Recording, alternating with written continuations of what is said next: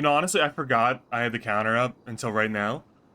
But I think we're just gonna keep counting during the audit. Someone else keep track. I'll update it as I remember to. Ooh, fucking roach. What the hell? Ooh. Ooh, God. That is a fuck ton of bugs coming out of this one trash can? There's a lot of bugs for one trash can. I'm standing over here by the glizzies.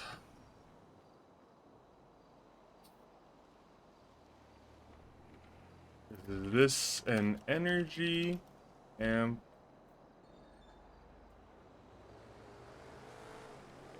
I'm gonna call Willie for advice before I call this Duncan guy. Excuse me. Hello? You got any advice before I call this Duncan guy? Just make sure you've eaten, had a drink. It's probably going to be at least, if you're lucky, it'll be 30 minutes. 30 minutes? That's not bad. Yeah, I think I went 40 with him, but I've heard he's uh, normally like hour plus, kind of. Yeah, he tried to get me to commit to like 4 hours, I think. Jesus Christ. Yeah, I kind of had to push him out of my talk. I was like, I think I'm done here. And What's his deal? His gimmick? uh, he's, I think he's got anxiety problems. Oh. No, I think we're good, Malton. Oh. Well, now I feel bad. It's like a mental health thing. It might be anxiety problems, yeah. I'm not a doctor. You have to talk to Genetti. I just looked at the newspaper. You're never gonna believe this, dude. But The drugs epidemic by Chips Ahoy. It's oh no, Rancho. According to recent statistics, cocaine is the most sought after drug around downtown Vinewood. I was just there. There's a cocaine epidemic according to LSPD investigations. God. Okay. Yeah.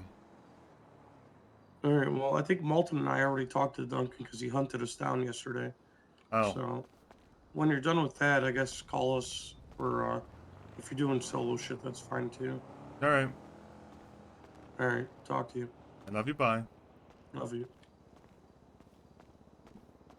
You sound so miserable. God. I'm gonna get out of the road before I do that, because I'm gonna hit my fucking car by people drive around here.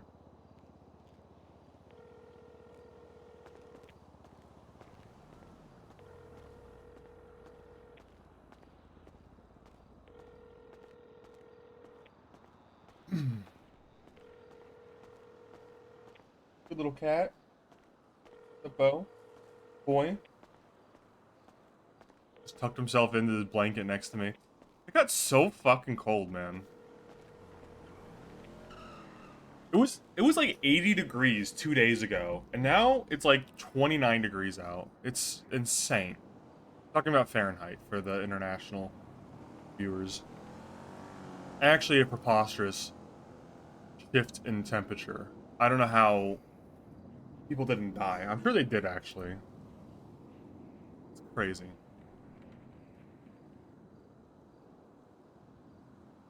Below freezing.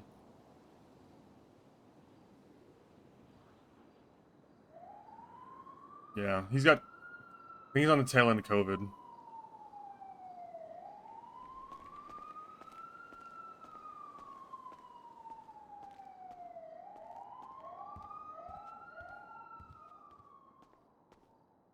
It's a sick analysis. I concur, man. What is Kelvin then? Just asking now. 18 bucks for an energy drink? Oh, go fuck yourself. Yeah. You'll probably run into her tomorrow. I think she's gonna be a pretty consistent one for shift one. Right. I think all three of them are gonna be pretty consistent. Dispatch copies. Nadia's good, Ashley's good, Maeve is fantastic, and I'm totally not saying that because she's my wife. No one uses Kelvin, so it doesn't matter. Dude, the bullpen's gone, man. I'm sorry to tell you. When I was in there yesterday, it didn't look like there was a bullpen.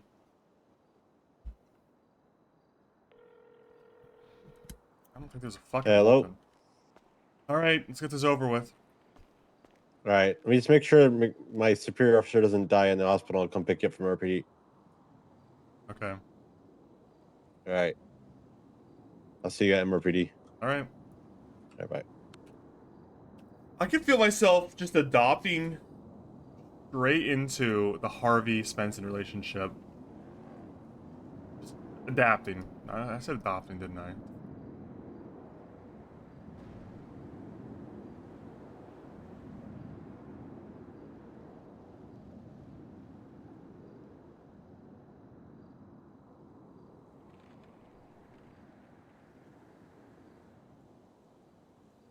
So now I'm gonna text Baby Eater. Inactive.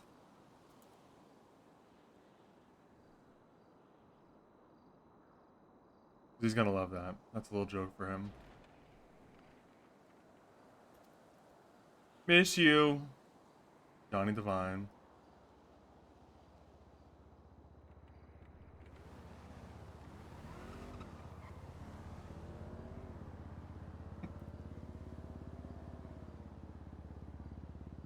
My favorite. Oh, favorite. All right.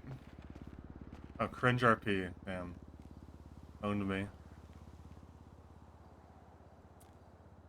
Yeah, I briefly considered. I don't know what WC is. Like, looking for work. Crew? Maybe? I don't know. Sanitation thing usually is what it is.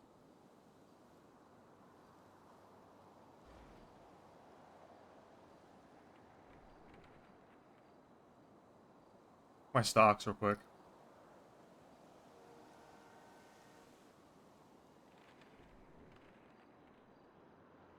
Watch Commander. Oh, not me anymore. I resigned. Dude, stocks are on the rise. I think I'm up $3.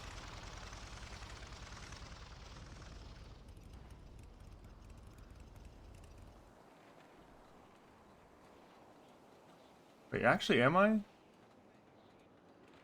Yeah, I got $122. I'm up $22 on Ron Oil.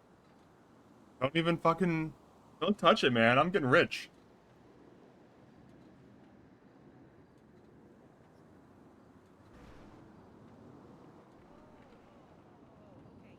That's why you keep it in, man. Because I'm making money.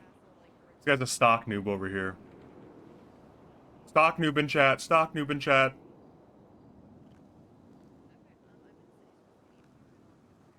That would have been a great shared emote moment. I got a real RP criticism for those two. Have you killed Bones yet? No. I can talk to Joni. Evil Joni. Before we murder him. Never lost? We never sell. This guy gets it. That's a stock expert right there. Get a room, Archer God. Oh, we do every night.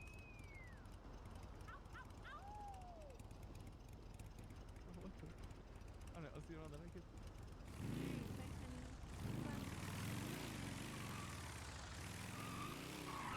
Probably nowhere near as much ERP as you're used to, Skunk. Sorry.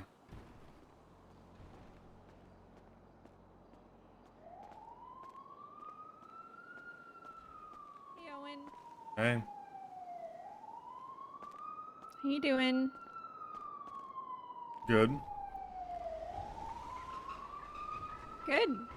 Good. You just standing out here? Waiting. Who are you waiting for? Duncan. Oh, Yeah, that's kind of the reaction I expected. okay. Well, I hope you have a great time riding with Duncan. You don't like him? No, I like Duncan. You don't think he's the next commissioner? I have no idea, to be honest. Who do you think's the next commissioner?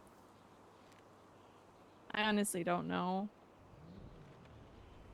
You think it's I don't McNulty? know what they specifically are looking for in a commissioner. Probably someone I don't loyal know, to the mayor, I'm guessing. I could could see McNulty as like chief of police. The sound of things, he fucking hates the politics and the command meetings. He just wants to go out there and patrol. I think he'd make a terrible chief. Who thinks that? McNulty, he's moaning about being included in meetings and wanted to go on patrol constantly. I mean, I think that's a big part of it. Like commissioner, It's chief of police, 95% I mean, meetings. I mean, a Is commissioner or a chief should like really never patrol, honestly. Your I mean, didn't job is to facilitate that you don't have to patrol. You have enough people patrolling for you. I remember like you used to patrol. Yeah, but it's a luxury. I remember Toretti patrolling. Right, but what would you say that was majority or the How you guys minority of our doing? time? Doing good, Mr. Peters.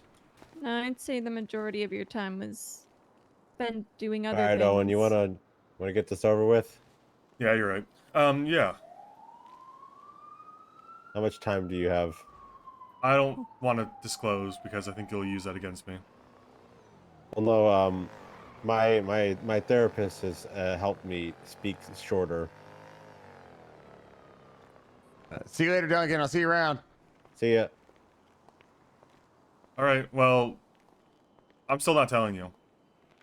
All right, well, don't worry. My therapist did say it was under an hour, so that's a good job. Okay. Glad you have a therapist, like, or whatever. Yeah. I kind of think that's some foo-foo shit as a waste of your time, but you know, if it helps you. Hi, Kit. Bye. You have a car over here or something? Yeah. I bet you have questions for me first. Everyone else seemed to have questions. What'd they ask you? My name, shift, something about Ruth. You know how things are, what isn't working, what is working, etc. I know your name, as much as I care to know it. I'm assuming you're shift 2, because you're on duty in shift 2 twice in a row.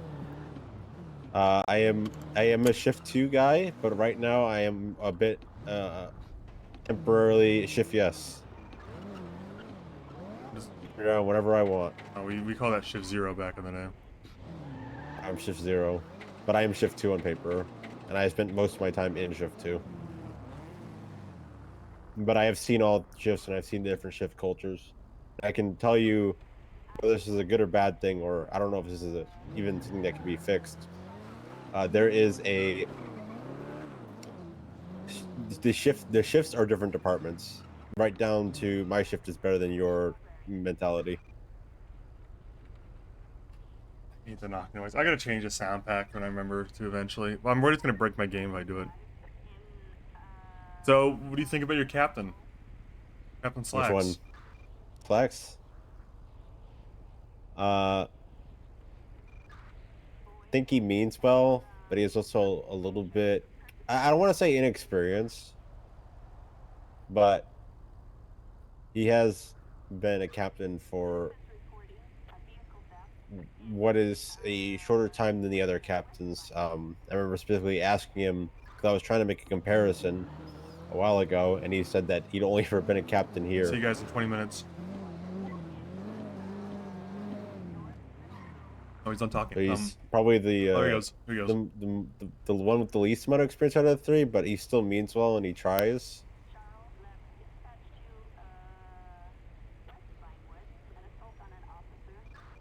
He tries, I guess.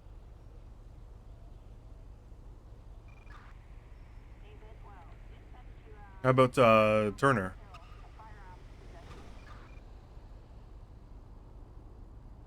Turner does something that none of the Slacks does not do. Go on. Provides positive affirmations, despite that Turner and Ruth are known as like Ruth, ruthless, or a bunch of whatever the puns that Lance was coming up with.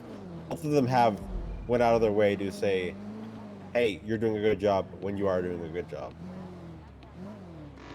The positive feedback.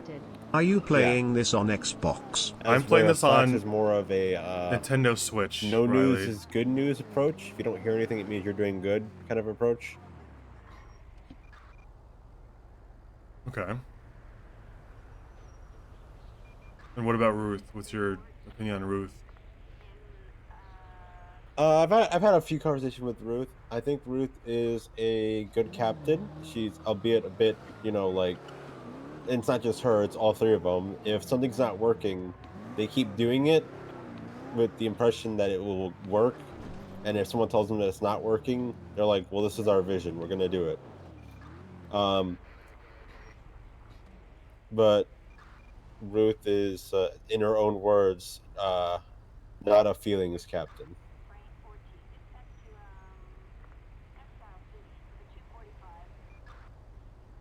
Do you want a feelings captain? I think Slacks is the feelings captain. But it sounds like he's not very. Like you said, he doesn't give positive feedback, right?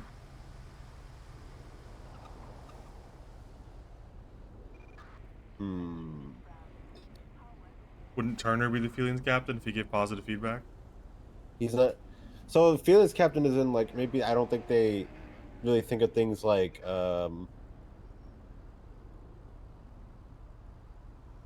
if someone did something, they're gonna be consistent in their dap points. If something did something, it doesn't really matter, like, you know, oh, they're a great guy, or that, you know, they, you know, there's some context with it, they're all gonna get the dap points. As where Slacks does kind of think about that. That's why we end up having inconsistent punishments in shift 2.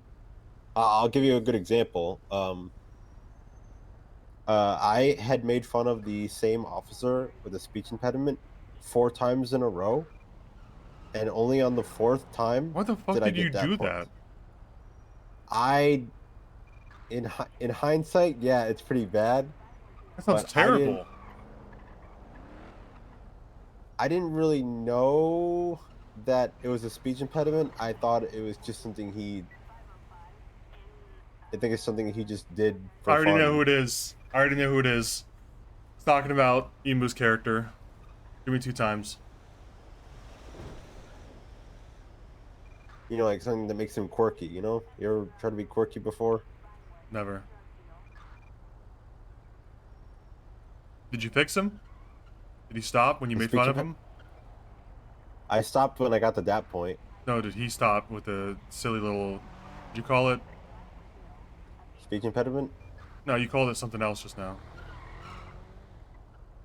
Quirky? Yeah, did you just stop from being quirky by making fun of him? No. Hmm. He doesn't even know that he does it. He genuinely is confused when people point it out to him. He's like, I don't know what why are you talking twice? Anyway, you were saying something about inconsistent punishments? Yeah, so I did that in front of Slacks.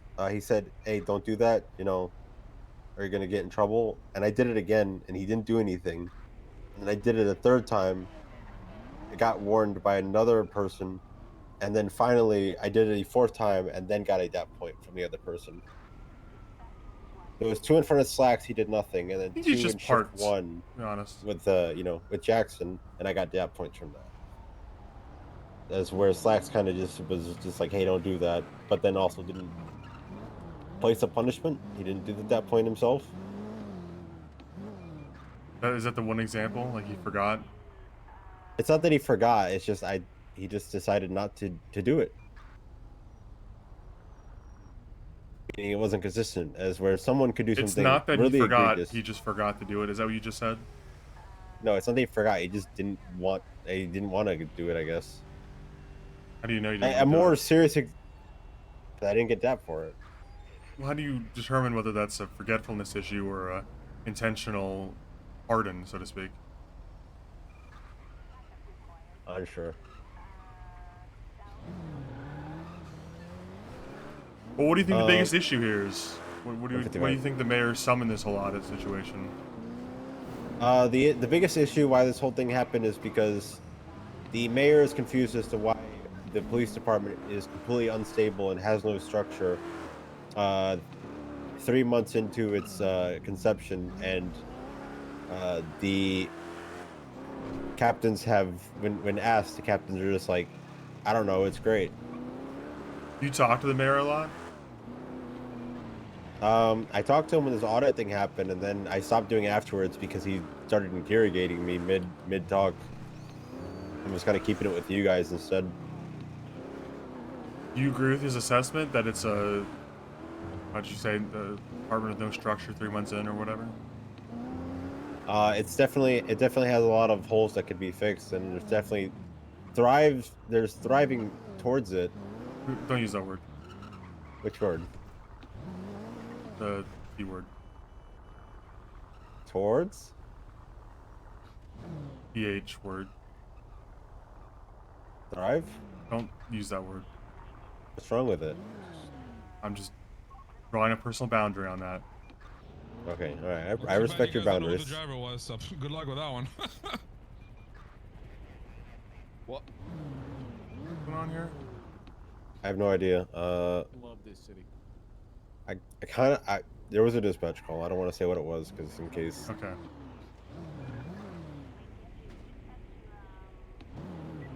No, you're safe in the car, okay? But yeah, I feel so safe. Maybe back it up over here about this moped. Yeah, and if we we could don't get that deal with smoky this. moped, I'd feel a lot safer, actually. You feel safer, right? Lock the door. The AC's on. Your favorite songs are playing. The engine's not even on. There is no AC on in this.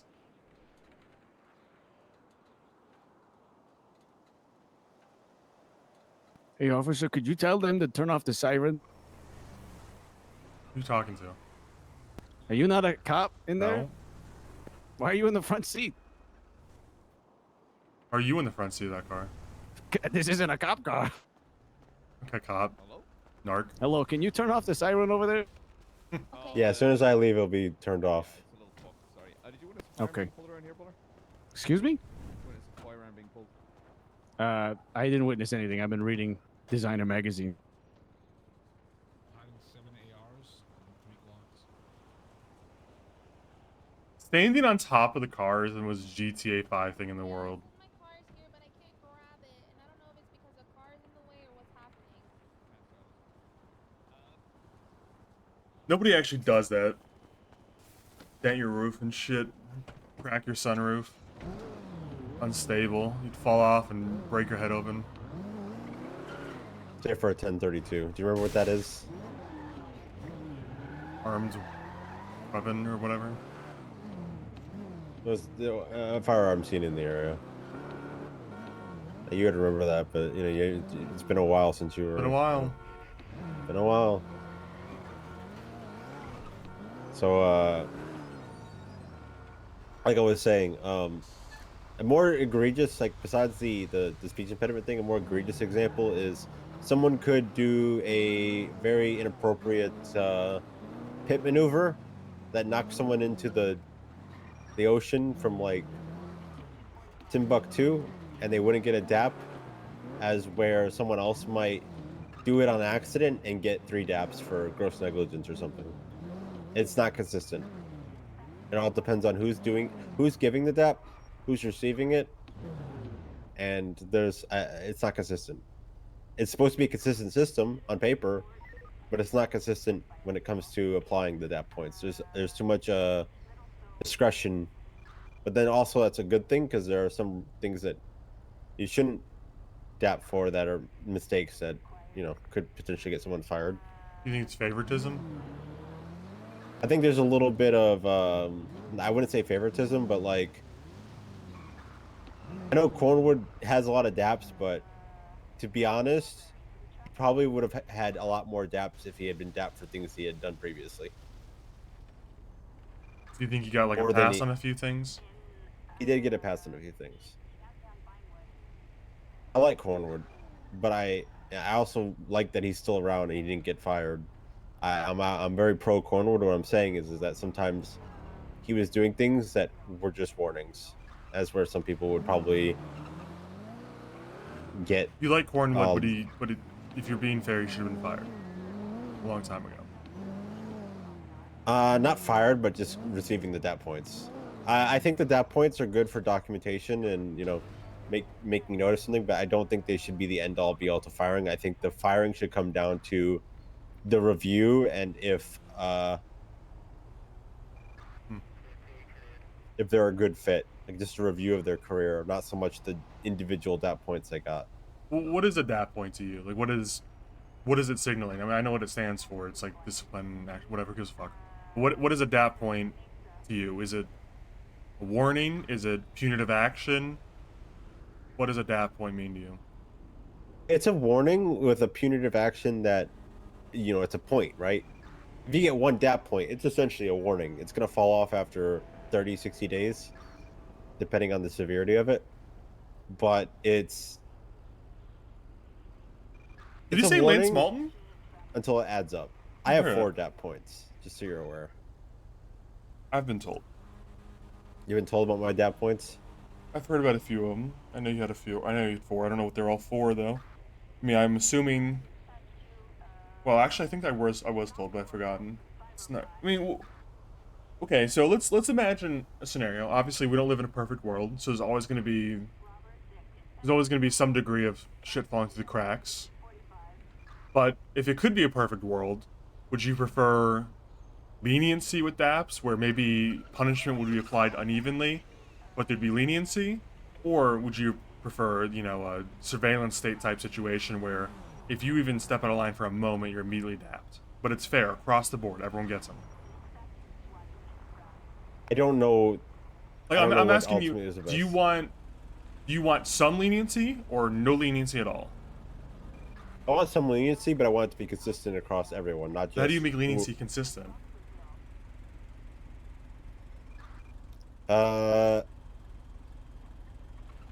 If it's possible somehow, some way to have the people reviewing the disciplinary action that the people involved are anonymized to them, just the situation, the context that led up to it, and the different factors, as in, was this serious or whatever, but not the people involved themselves, so that you can't really say, oh, that's my buddy Cornwood, we're just gonna give him a warning.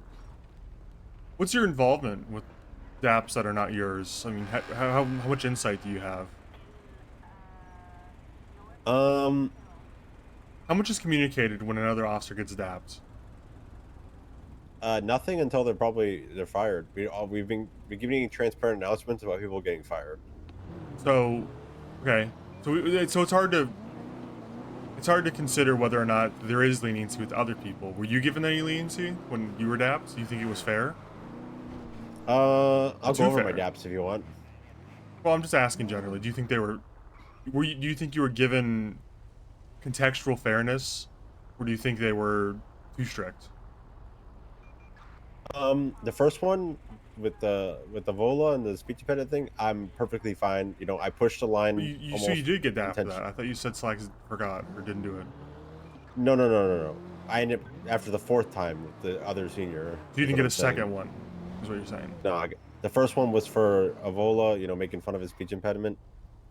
And I accept that I did that. I was sort of intentionally doing it. I don't know why. I guess I was just feeling a bit, what's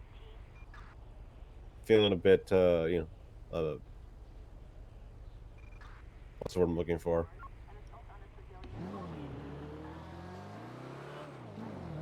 I wasn't doing good things. I was up to no good. And I did it. I accepted it. I said I accept the someone standing in the middle of the road. Hello? Yeah. There's nobody there, man. What the hell? Am I crazy? There's nobody there. You gotta wake up. Wake up? You gotta wake up, man. It's not your fault. What do you mean it's not my fault? I'm just fucking with you. Anyway, you're saying, do you think your DAPs were fair or unfair? So that one, fair, 100%. Second one was receiving feedback, non-dappable feedback, such as here's how you can improve these things, unwarranted, and also inaccurate, and me trying to correct it and saying, hold on, that's not what happened, and then getting dapped for talking back. Third was for, I used officer discretion when not applying a charge based on the circumstances on how I got to it. The person was unconscious during the entire pursuit, and then I got a consensual search and found security firm cash, which is illegal. and I decided to just confiscate the cash and tell cut him loose. And that was my offer of discretion because it was a felony possession. That I shouldn't have used the offer of discretion. I got dapped for that, and then dapped afterwards because the way that Slacks was telling me I got dapped for it did not align with what he was actually. I think it was a bit of a miscommunication, and I had a little outburst afterwards before he further clarified. I got dapped for that. The further clarifying dap, I'll kind of accept that. Maybe I should wait, listen to what someone's saying, and then It's full, yeah. articulate what I'm feeling back in a professional manner. But the officer discretion, I think that one's acceptable too. Fuck it. If that's the way they want it to be, you context doesn't matter or anything like that. Is if someone does something that is felony or higher, then you should still charge them. So 3 to 4 are fair. And on the 4th, you don't think it was right for them to dap you for trying to explain? Because you view it as you trying to explain, but they view it as you talking back? Yeah, the undappable feedback that I said, hey, that's not accurate. That Well, one? and you're also, yeah, that's right. But you're also owed a dap, but you didn't get it. So in the end, you're kind of breaking even on the whole thing, right? Even if incidental. So like the first Vola incident? Well, what I'm saying is, you agree that the first speech impediment harassment was justified. In fact, you think there should have been a second one that you didn't get for whatever reason. And then you got dapped for something. You got dapped for talking back about it or explaining yourself. Depends on how you view the situation, which you don't think is justified. And then you got dapped for something else you think is justified. So in the end, 3 to 4 are justified, plus 1 you didn't get that you think you're owed. So in the end, you think you're owed 4 daps, and you have 4 daps, right? Yeah. So overall, assessment-wise, even if incidental, you think it's fair. I guess, yeah. So you don't know about other people, other cops. How do you know that they're not the same situation? They're not fair. What's your assessment on whether or not it's fair for their daps?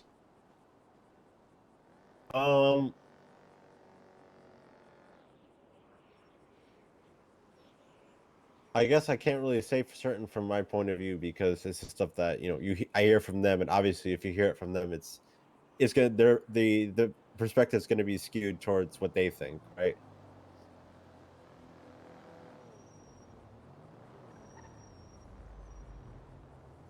But acknowledging that, you still think that maybe they're being unfair? I don't find my notepad file. I've definitely seen stuff happen that they did not get that for. How do you know there wasn't a conversation where they mediated it out? I guess I don't know for certain.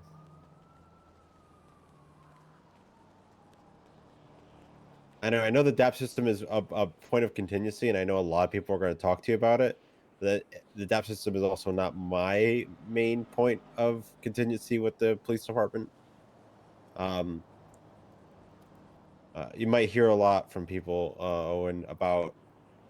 You might hear 2 things: either it's too mean, or all they got to do is just not get in trouble, or not cry about getting in trouble. It's that is what you're going to hear mostly from people. I'm more focused on actual things that make the police department unstable, other than the DAP points.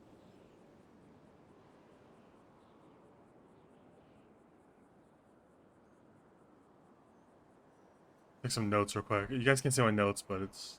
So I don't want to waste too much of Maybe your I time could- on the DAP points, so we'll just cut it at. Probably do this It's in a little bit character. inconsistent, but yeah, you know what I mean.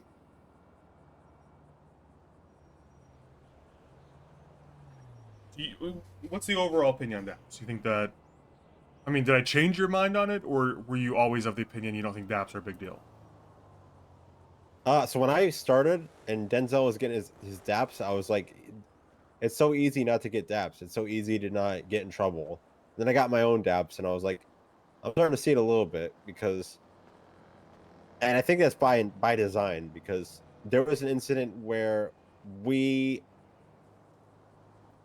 gun running, right? We it's sort of a new thing since we haven't really dealt with guns and having to run them. Where I didn't run a gun correctly, and I was like, "Oh fuck, I'm gonna get a DAP point now. I'm gonna be at 5," which was more scary to me than getting 1 DAP if I had 0.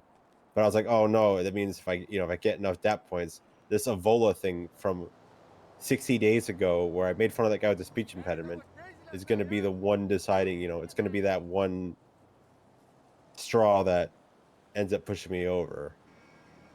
So the more you get, definitely there is a fear, a fear unlock. But I think that's by design to make you be careful and not do things to get you dapped.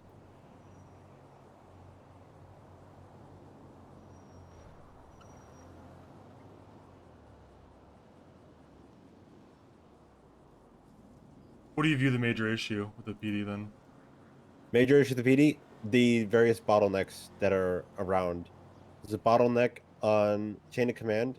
Now, one would say the seniors can do everything that a sergeant lieutenant can do, and having them be seniors instead of just making them sergeants and lieutenants, it's easier in the long run, because maybe those seniors are good as a temporary supervisor in those roles now, but maybe they won't be forever. And making that, it's easier to keep someone as senior and give seniors more responsibility than it is to demote a temporary sergeant down to senior. I think demotions like that, even though it's intentional, because it's like we're starting. Obviously, you're not going to be the senior. There's probably going to be people better suited for the position later when our police department is a lot larger, and people shouldn't really hold on to it forever in the first place. I think keeping them at seniors and making seniors de facto command for the time being is a lot better than promoting them just for the sake of having the title.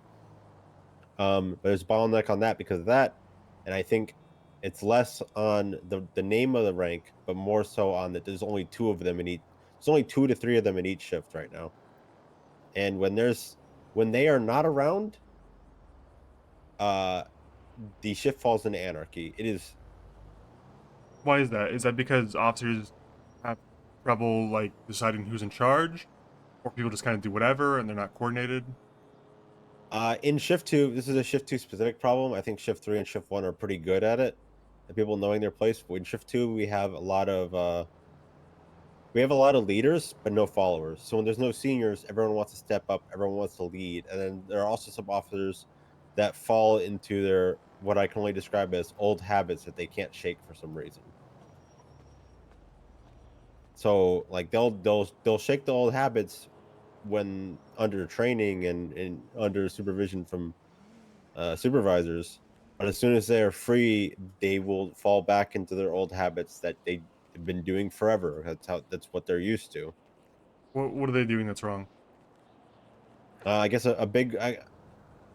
I'm gonna throw one guy under the bus here, mainly because it's probably a big example, but Suarez is a good officer, but when there's no seniors around, Suarez becomes a bit of a senior himself, without the rank, because that's maybe what he's used to. He's used to leading a lot of things, lead, and his priorities might shift away less from protecting civilians and more toward tunnel vision on things that might not be our priority in the police department. And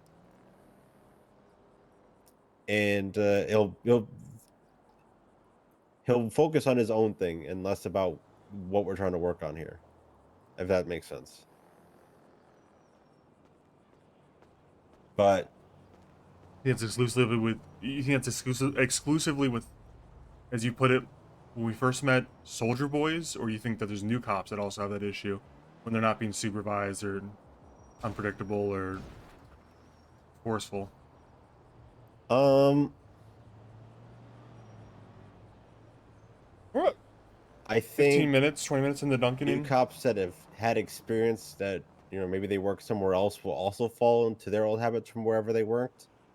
And I think new cops that have never been cops before also fall into their own new habits that they learn from watching the old habits.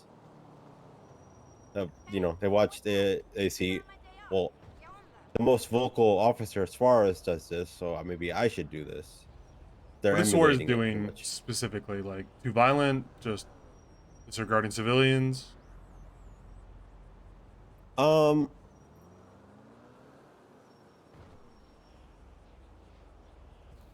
think we have a bit of a call priority, right?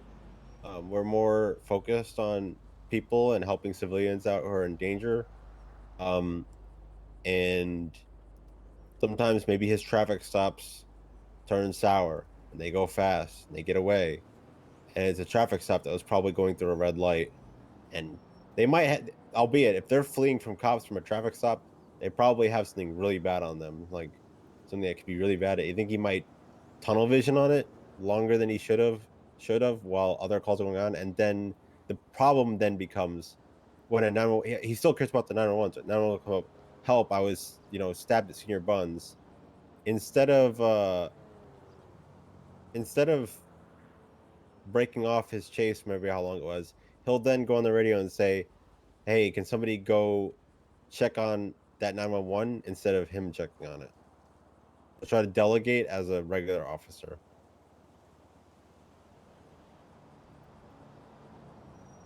And it's not just him. I'm using him as an example. It's sort of a habit that people have picked Fuck, I don't know up. how to pronounce. I don't know how to spell that word.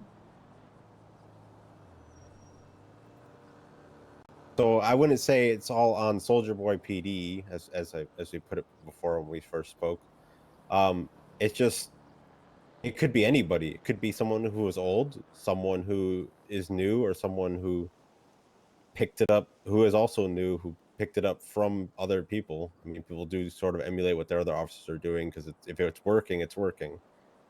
I've actually, I'm speaking of old cops. There are old cops that I've met that don't have that sort of problem.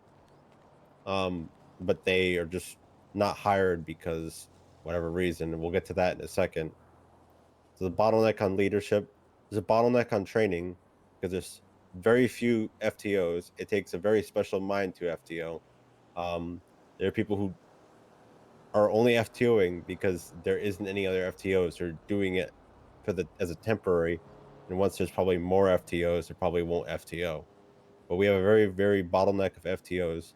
I pointed this out months ago when I said, do you really expect the same 7 people to FTO these eight more academies? And people were like, yeah, we can handle it. We'll be able to handle it. And now Shift 2 has practically begged me to be an FTO again because they just ran out of FTOs.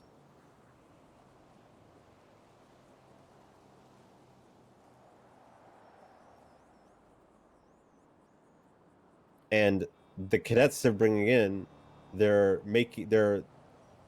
more primary focus is on entry level cops, people who have never been cops before, because it's easier to train someone new so that they have no bad habits or no bad baggage, and you can train them into Jesus Christ.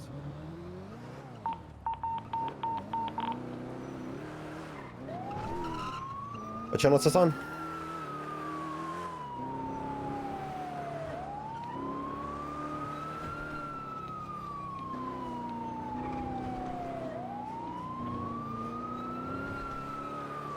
Was it a bridge? God, I hope not. I'm over this bridge shit. But don't worry, you're safe in here. The windows are rolled up. The AC's on. Your favorite music's on. You'll be fine.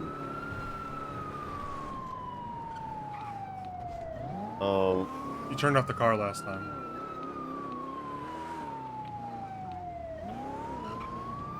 Just roll. If you're hot, just roll on the window, okay? The car was off. I can't roll down the window. Fuck, But we don't need AC or anything like that to function. You know, you'll be fine. Sure.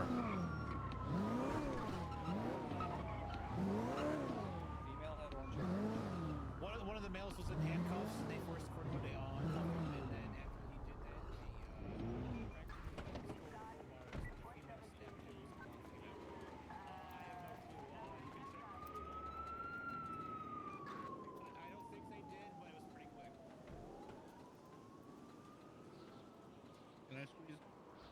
Verify.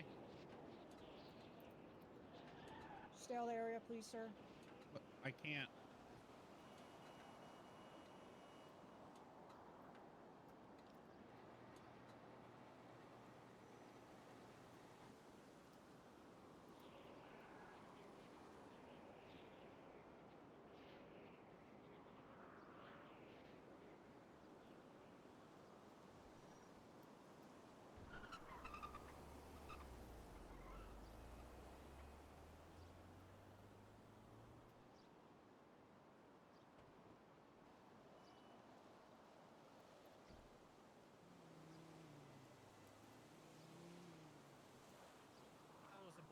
The female was blonde in glasses, no mask on, white t-shirt.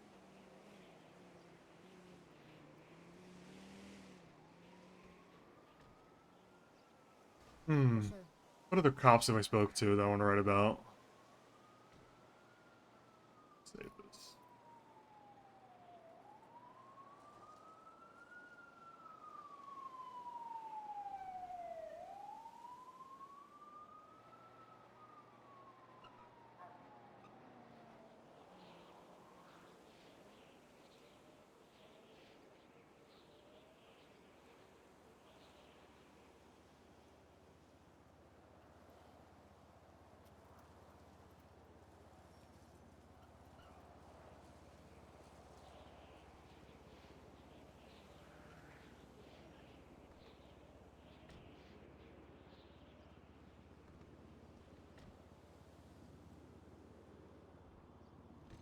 There's no way changing the colors of these cars is bothering you that much. not open for business? Oh, what the hell happened here? Are we still able to buy stuff over there? Just stay there, please. Jesus. Cool if I park my What electric happened here, bro? car right here on this police shooting scene? Florida? Do you know when a restock's coming in? No idea. Okay. I mean, that's red nose. He's over there. Oh my god, is that Cornwood? McNulty, what happened to him? Just stay there, please. Back away from the scene, Oh please. my Thank you. god!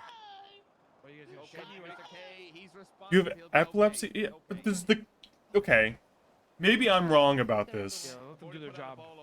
But does the color changing on a car that's even like Fucking knew it. a tenth of the screen Fucking knew it. trigger epilepsy? I thought it'd be like the entire screen flashing or something. A significant portion of the screen flashing. You okay there, Mr. Svensen? You didn't leave the car on. Look, like I said, AC isn't like a thing you need to survive.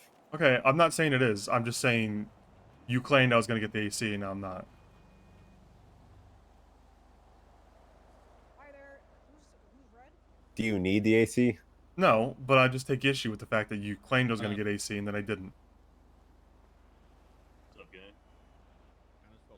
I sit in way hotter heat than this. This is nothing.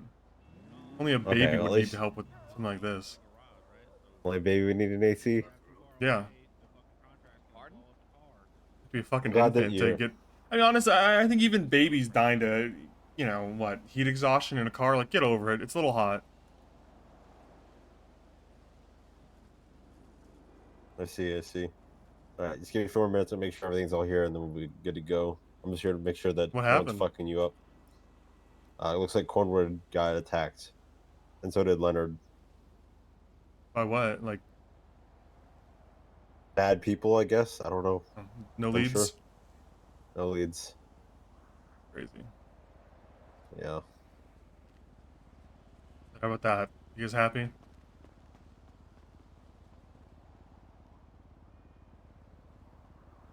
trying to think if I've spoken to any other cops besides those, like, 6 or 7. I can see it. Okay, well, you're gonna have to deal with that much. This is not a reasonable accommodation. And that's all I'm required to do as your employer. And what the fuck? I'm not even your employer. You know what? You're a non-sub, Ryan. You can sub and I'll move the camera away. How about that? How about this? How about this, Ryan? You like that? You like that? Non-subs, huh?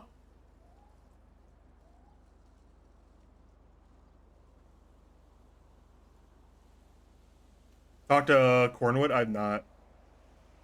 Cornwood's one I definitely want to talk to. Sure. 5 people died. Good. They weren't subs.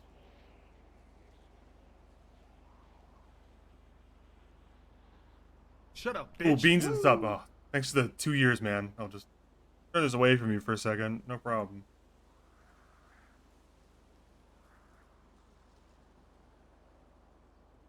This is Ryan's mother typing. He has passed. Oh, man. Ryan, your mom's named Monkey Breath 5? That's crazy. That's crazy, man. Thanks to the Prime Gaming, Carm21. And you know what? As the most recent sub, do you want the epilepsy or no epilepsy? It's up to the newest sub.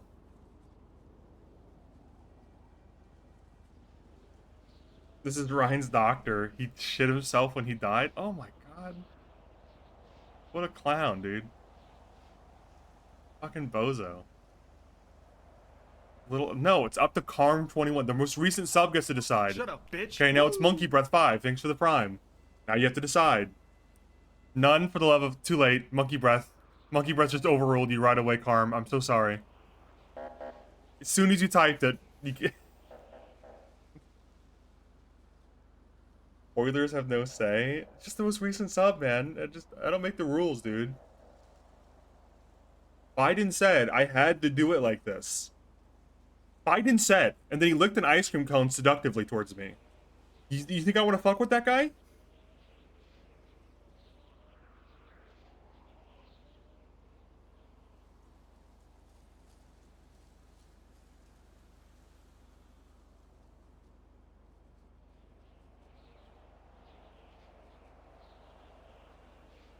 I like the mechanics are just pulled up and are impatiently sitting there.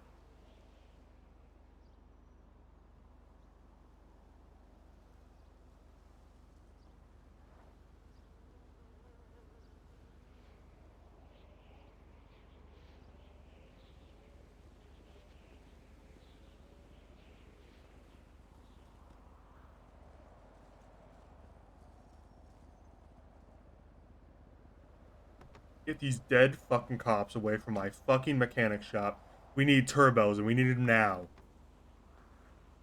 I do love the mechanics. I like the EMS outfits, but god, am I so tired of the Mercedes Sprinter van looking ambulances. Those things look like shit! I hate the look of those things. Give me a Ford F-350 with a big old box on the back to load bodies into.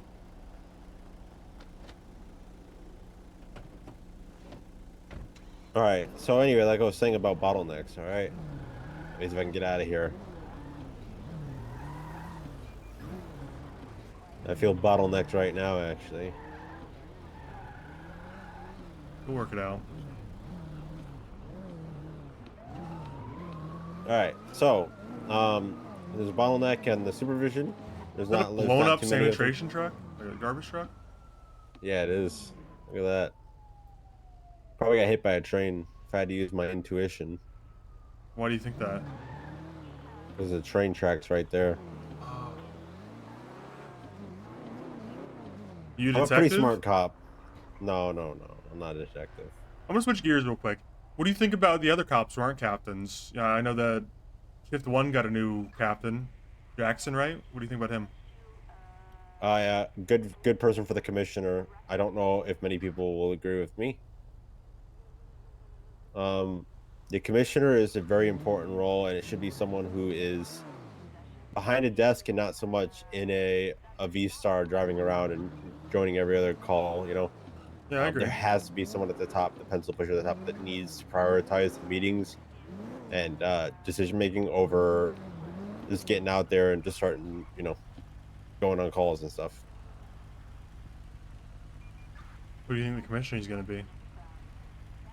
I'd hope Aldo Jackson. Think your front runner? Yeah, my front runner right there. Is that who you think or who you want? Who I want, who I think, I can't really, I cannot guess accurately. Huh. Well, it's a guess, right? Yeah. Who are you guessing? I wanted to stall that out because the I senior know. was driving next to me. Yeah. You don't think it's gonna be Ruby? I think it's gonna be either Could have gotten some McNulty, major Ruby, or suck-up Barrett. points if you were like, I think it's gonna be Ruby. She's so great. I'm actually not I'm not a large Ruby fan. Who do you think is gonna be the commissioner, realistically? Either McNulty, Ruby, or Barrick. What do you think about McNulty?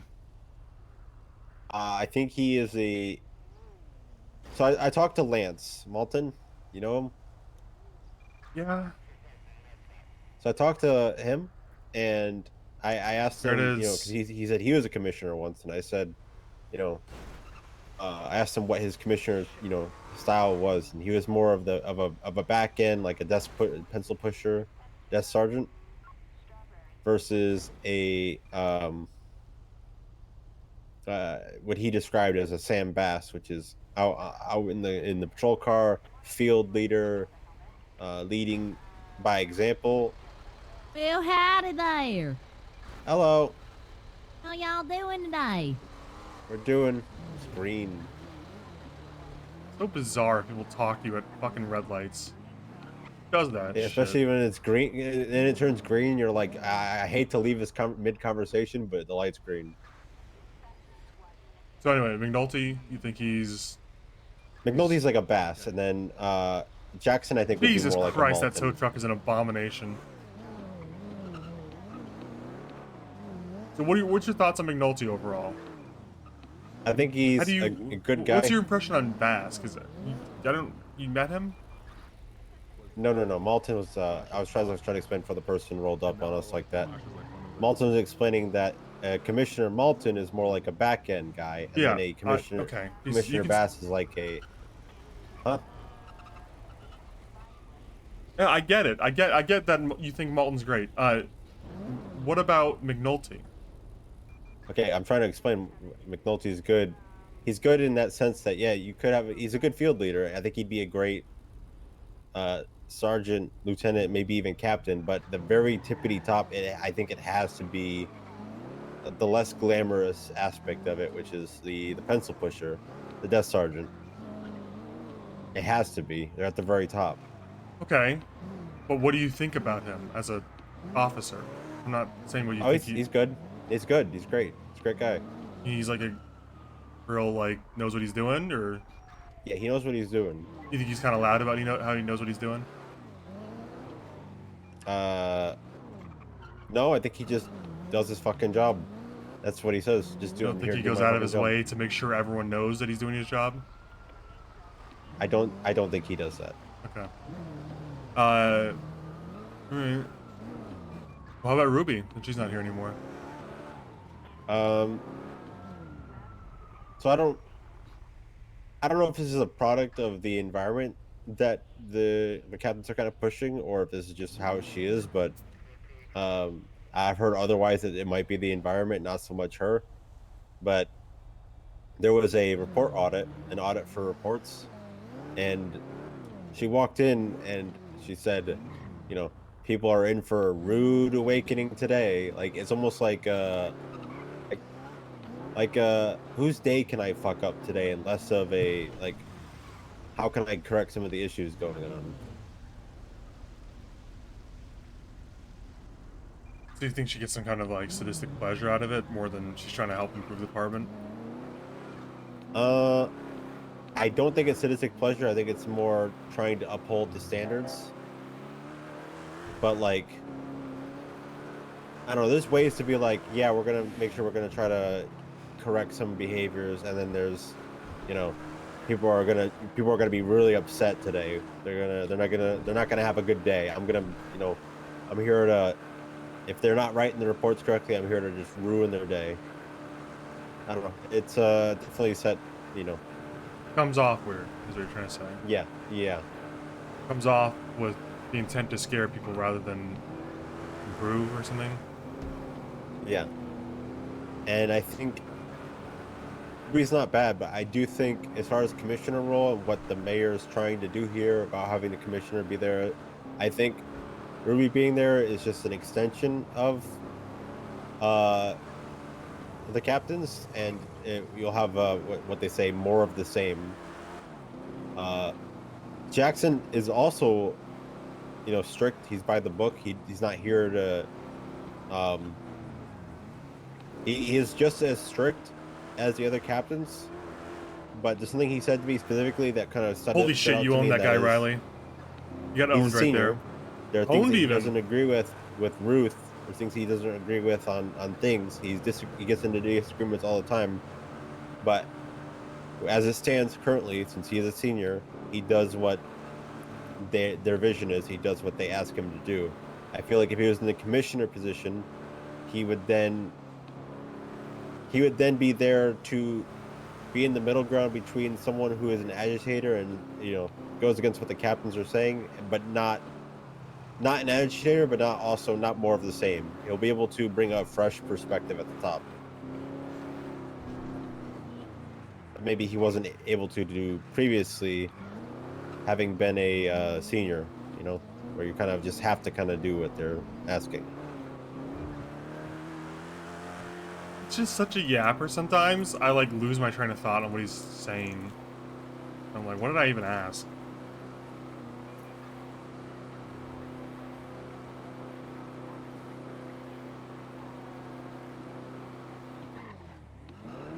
That makes sense. No. Honestly, I forgot what question I asked. That took so long to answer. You're asking me about the seniors. What I thought about them. Yeah, I asked about Ruby, and then somebody ended on Jackson again. I did tangent a bit. I'm sorry for that. I would like to go back to the bottleneck because I was getting somewhere with that. Go Let ahead. me cook. So, the bottleneck. You got the gun, right? What? Said, go ahead, you got the gun, right? I got my service pistol, yes. Yeah, like what about it? Well, see, it's a joke. I can deconstruct it for you. That you have the weapon, therefore I'm an unwilling participant in this conversation. Well, I'm not. You can leave at any time. Do you know what the word joke means, Duncan? Yes, I understand what joke means. What does joke mean to you?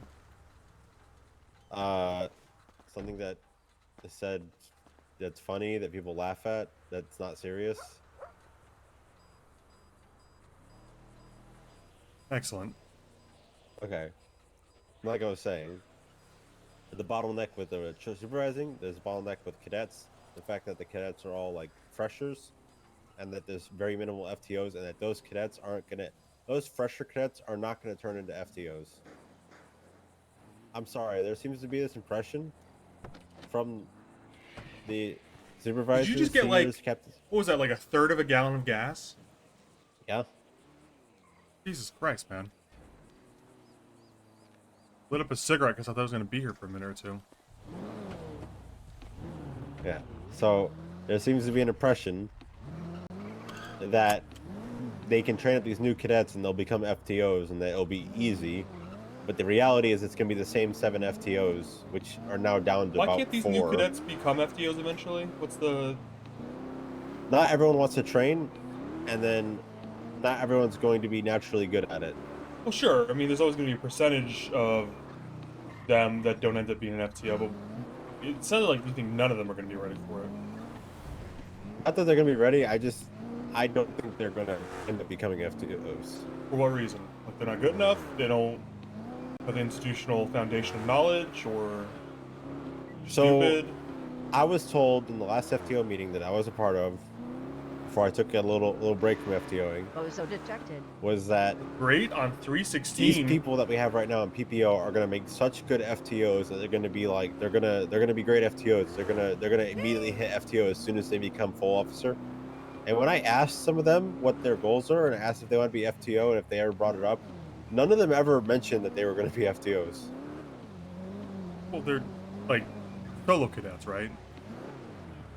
I mean, I wouldn't be mentioning I was going to be an FTO as a solo cadet either. That's the furthest thing you can be. I'd be more likely to be a detective than an FTO at that point. Well, yeah, these guys were specifically hired. They didn't go through like a cadet phase. They just went straight into probationary.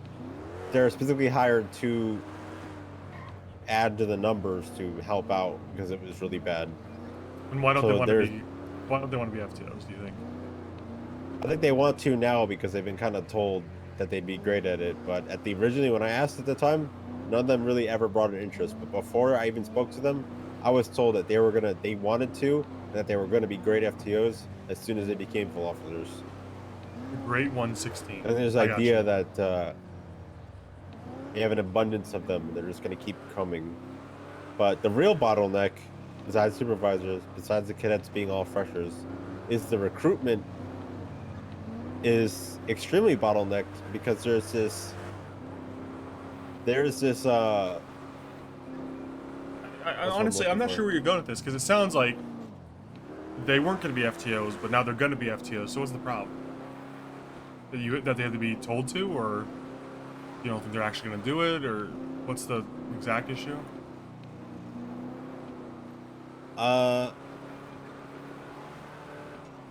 I don't think they're gonna do it. I think they're going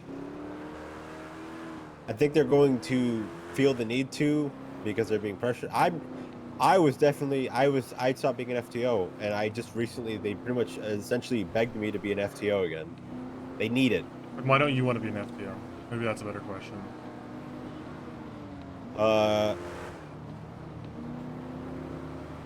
There was some issues that was happening where the FTO rank was being held to much higher standards than regular officers, and I wanted regular expectations, but it has since been cleared up. It is very tiring, but I'm gonna do it because I'm gonna do it.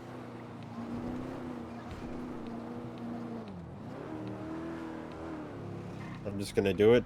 I'm gonna keep my head down. I'm just gonna do it, but I don't really want to go into that. I want to cover the next thing that I was trying to go into, which is the recruitment is the actual bottleneck. There's no P&D department.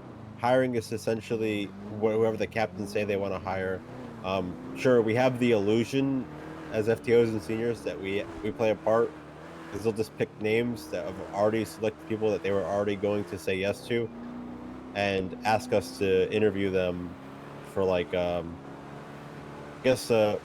the formality of being familiar with them when they eventually do become cadets.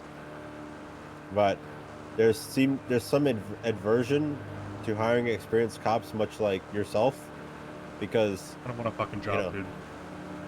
Yeah, well, I'm not saying you, but I'm saying people like yourself, old cops that have seen it all and done it all. And a lot of your former colleagues were never, your former colleagues were never, maybe they never achieved any rank beyond officer or whatever they were. But then your highest rank was, fill in the blank for me. What? What was your highest rank? Colonel. Okay, Colonel. I served overseas, though. What was your highest police rank? Sheriff.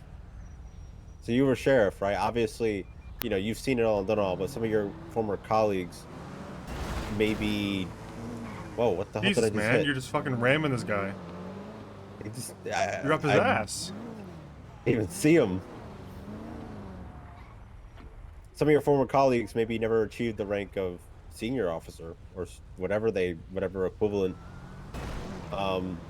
And somehow someone like yourself and them get put into the same boat of old cop, so we shouldn't hire them. But that experience sometimes is needed, especially when we don't really have the numbers.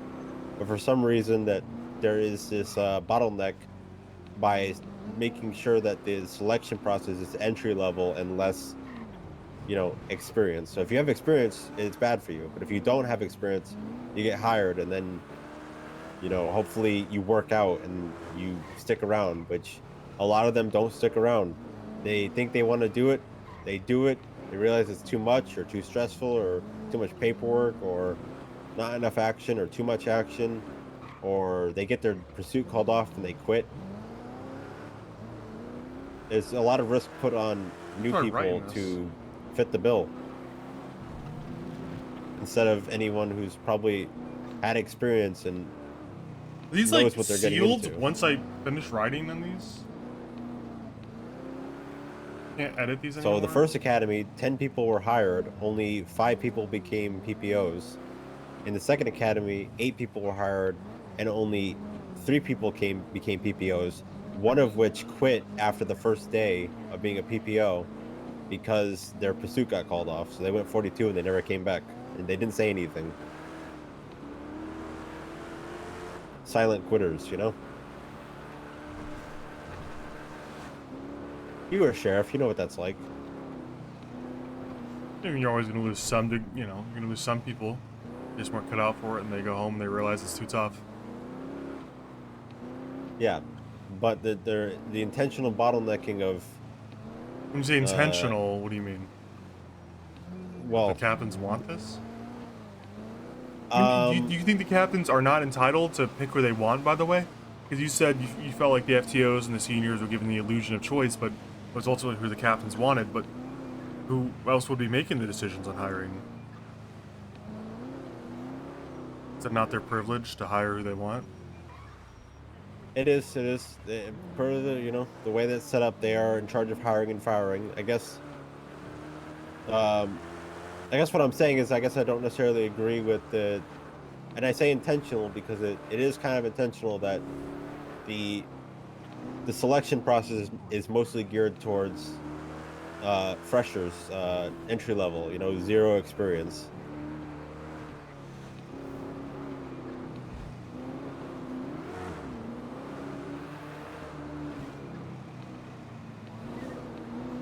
And there's a lot of people who, are from the old days, and we've had some. And I know the counterpoint is, well, we have some old cops, and they're not that doing that great. We've definitely. What the fuck just hit me? You just brake checked the guy. No, the guy in front of me brake checked me, the orange car. Dude, you're like a city block behind him. I am now. We have definitely had fired, I say we, but the command has fired some old cops. Well, I guess one old cop. His name was Gregory Johnson, and it's definitely like it's you can use as a shining example of why not to hire experienced cops. But also, there's a difference between a Gregory Johnson. It didn't sound like anything. I mean, do you know why he got terminated? Lying. I don't know what he lied about, but that was what was plastered. What does that have to over do with everything. being an old cop? How is that a shining example of an old cop? I think old cops are more likely to lie. He had other issues that he didn't get fired for. One of which I heard was that he has zero perception of PC, that he tried to write several warrants for arrest for people, and all of them were denied because he just didn't have the PC, and he just kept thinking he did. But like I'm saying, there's a difference between a Gregory Johnson and another old cop that I've heard nothing but good things about, Anita May. So there's a difference between an Anita May and a Gregory Johnson. What's your point? It sounds like there's a variance, just like there would be with new cops. There's a variance, but what I'm saying is they group up all those people into the same category of old So cops. you're saying it's unfair for the captains to regard old cops as old cops and put them all in the same basket when there's people of different experience levels, different achievements, and different mentalities. Yes. And it's unfair for them just to rule out a lot of them as unhireable.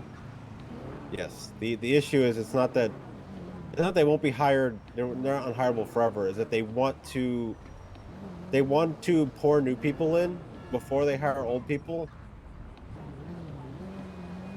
Which unfortunately, I understand this it's not a bad idea. You want to maybe kind you of don't an want the OOC same issue. old people to then be so good and so great at their job that they end up filling the old ranks that they had before. Because I know that and the then police is intention. just the same as it was. I had a meeting. You with, have new people.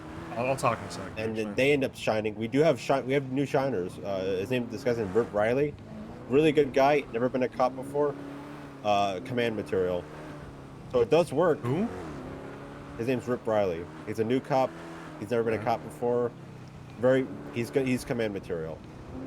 So it does work in the sense that if we did if we hired all the old cops from back in your day, they would be more likely to achieve those ranks before RIP would be considered.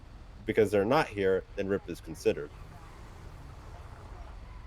So I understand the thought process behind doing the entry level people first, but structurally it just doesn't work because now we're in the same problem of, well, it's a lot longer to build up from that, which is why you guys are here, because the time it's taken has now pushed the mayor to send you guys over here to review this stuff to see if it's working.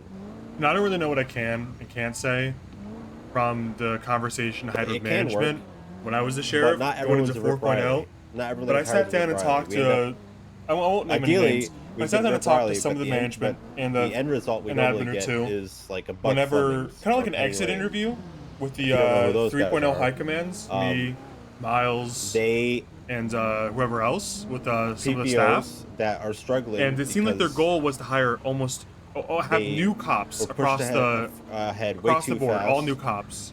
and I think they it's like an get OOC thing. They wanted to have flustered a new police force, a new face. panicked on scenes because they don't. And I think really it's kind know of what like to almost an do because OOC they haven't issue really learned it. that they won't rehire some cops. And they would be but great. the issue is cadets that they and went whatnot. and hired old cops on top of that.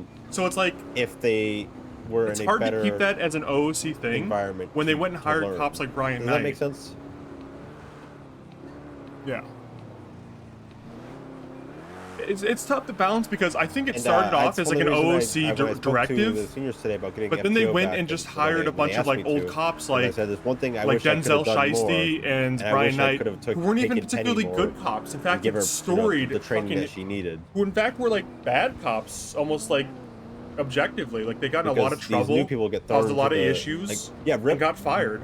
And now those natural cops are the born ones you're leader, bringing like, back. It makes other cops feel He like got the training, at the same training as Penny, same training Whatever. as Buck, but some people are, some people are faster learners, they're faster adapters. Dude, I would know. We can't just rely I that was everybody's going to a be part of the that, and panel boom, that we have a I was full command leading the structure of panel new where he people, and quit then we can before rehire we the could old fire people. him. I think a good mix is still good. I think mixing old and new is a good idea. But I think they should be separate academies. I think there should be an academy for new people, and I think there should be an entrance exam for the old people. An entrance exam to see, do they have the adaptability to adapt to what we're doing here in this city, in this state? Or are they just going to, he's really hammering this one. Did a full yap around the entire island. Go around Soldier Boy P and do that shit? Are they stuck in that? Are they stuck in their old ways? And I think started that's easy to yapping about this determine, subject, like, but I back don't think here. they've been given the chance to actually determine that. And we've gone all the way around. A yap. That's what I'm calling it. A lap around the city. We call that a yap.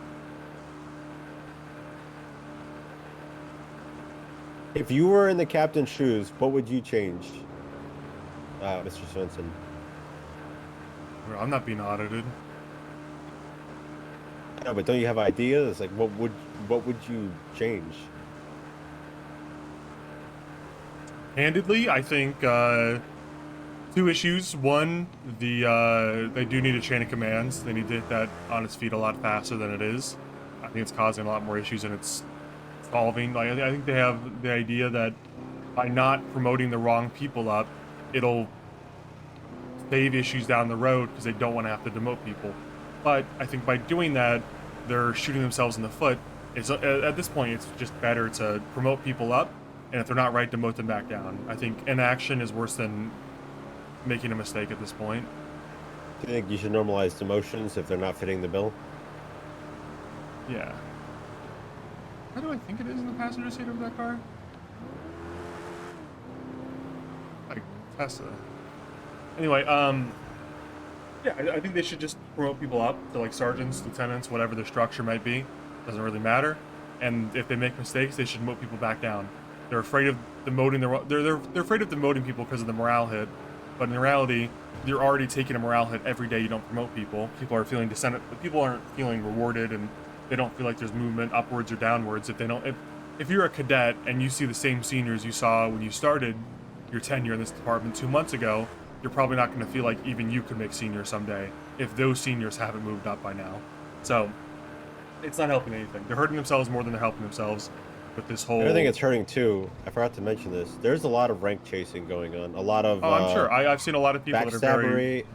Yeah, I've witnessed... Yeah, like people are... they want to step on each other to get themselves the brownie points. Talking poorly about their colleagues behind their back to try to elevate themselves. People that are critical of certain issues and critical of certain reactions versus others because they know that'll put other cops in negative lights. I've seen it all. This isn't... The political nature of it is nothing new to me. But, I mean, that's the major issue. That's really the only blame I can lay at the captain's feet, other than I think that they're not strict enough on you guys for some reason. I don't know what happened. It sounds like they were very, very strict initially, but something happens where now base officers feel like they can speak up to them. I mean, obviously in an audit situation, they've been encouraged to speak up to me, so I don't blame anyone for that. But it feels like something happened along the... Jesus Christ, what the fuck?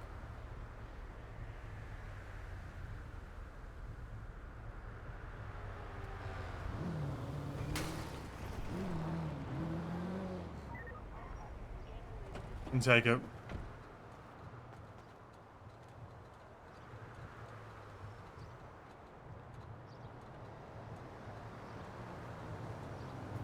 Yeah, you don't want to talk too much.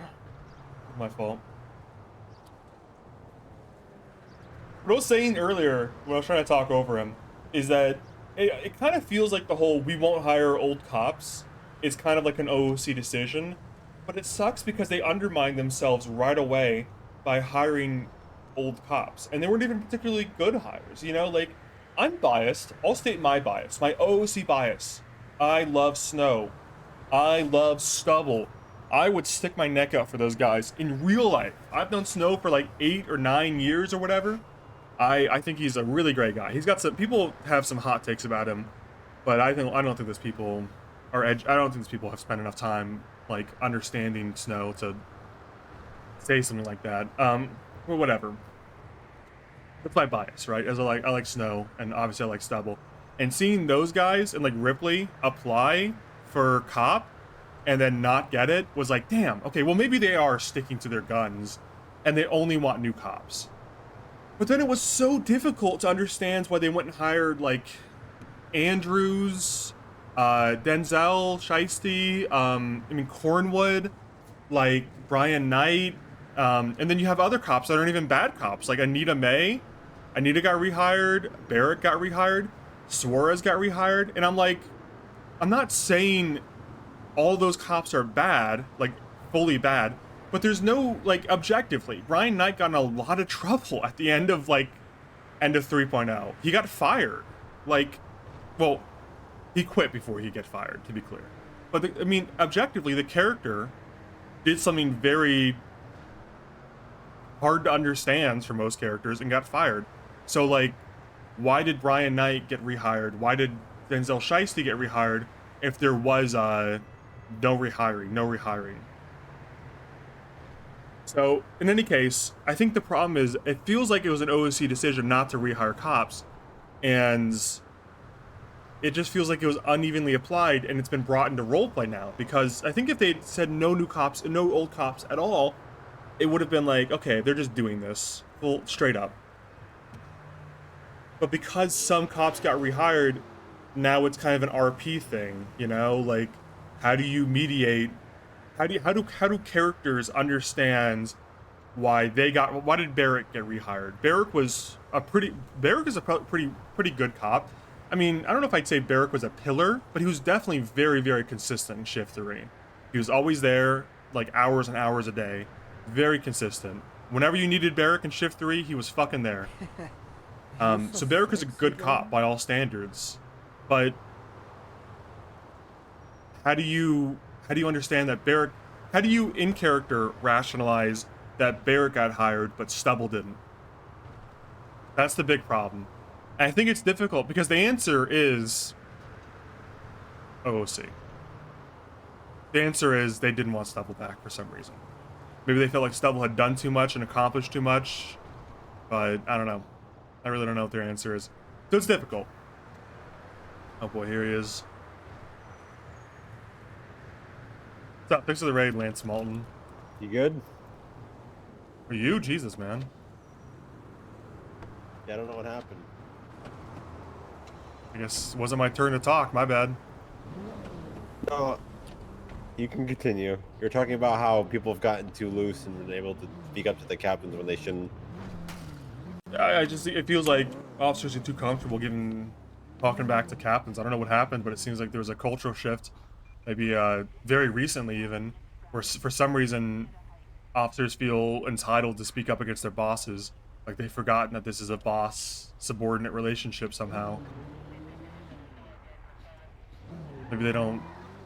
Maybe the captain started being more accepting of it, and cops just kept doing it, or whatever. I don't know the case, but that to me, I think, is a misstep to allow. I don't know. It also, I mean, this is stuff I'll lay. This is not captain's fault stuff. It seems like people are kind of whiners about the whole DAP system. I mean, who gives a fuck? A little bit. It's a warning. I mean, and so, like, from my understanding, until you reach what is it? Is it 3 that you have a conversation with someone, and then it's like 10 is like an indefinite suspension, right? 10's indefinite suspension pending review, but what are like the milestones? What is 3? What is 4? What is 5? Is there any like big action? 6 and other is a 24-hour suspension for okay, so everyone. up until 6, is there any punishment? Any material punishment? Unless there's a suspension included. So why the fuck does anyone care? It seems like everyone's a bunch of whiners about this whole DAP system. It seems like, from what I can understand, there's only been a handful of cops that have actually been suspended in 3 months. Maybe like less than 10 cops have been suspended in 2.5, maybe 3 months. From where I'm sitting, with a roster of 100 cops, that's not a lot of people. I mean, 10% of the force has been dismissals in 3 months. That's not a lot for a brand new police department trying to find their footing. I would say that's even low. I mean, we're talking about 15 dismissals out of, I've been told the roster's 98, maybe 100. That's 15% of cops have been dismissed. That's, I mean, you'd find a higher turnover rate at McDonald's, dude. Yeah, I mean, you might.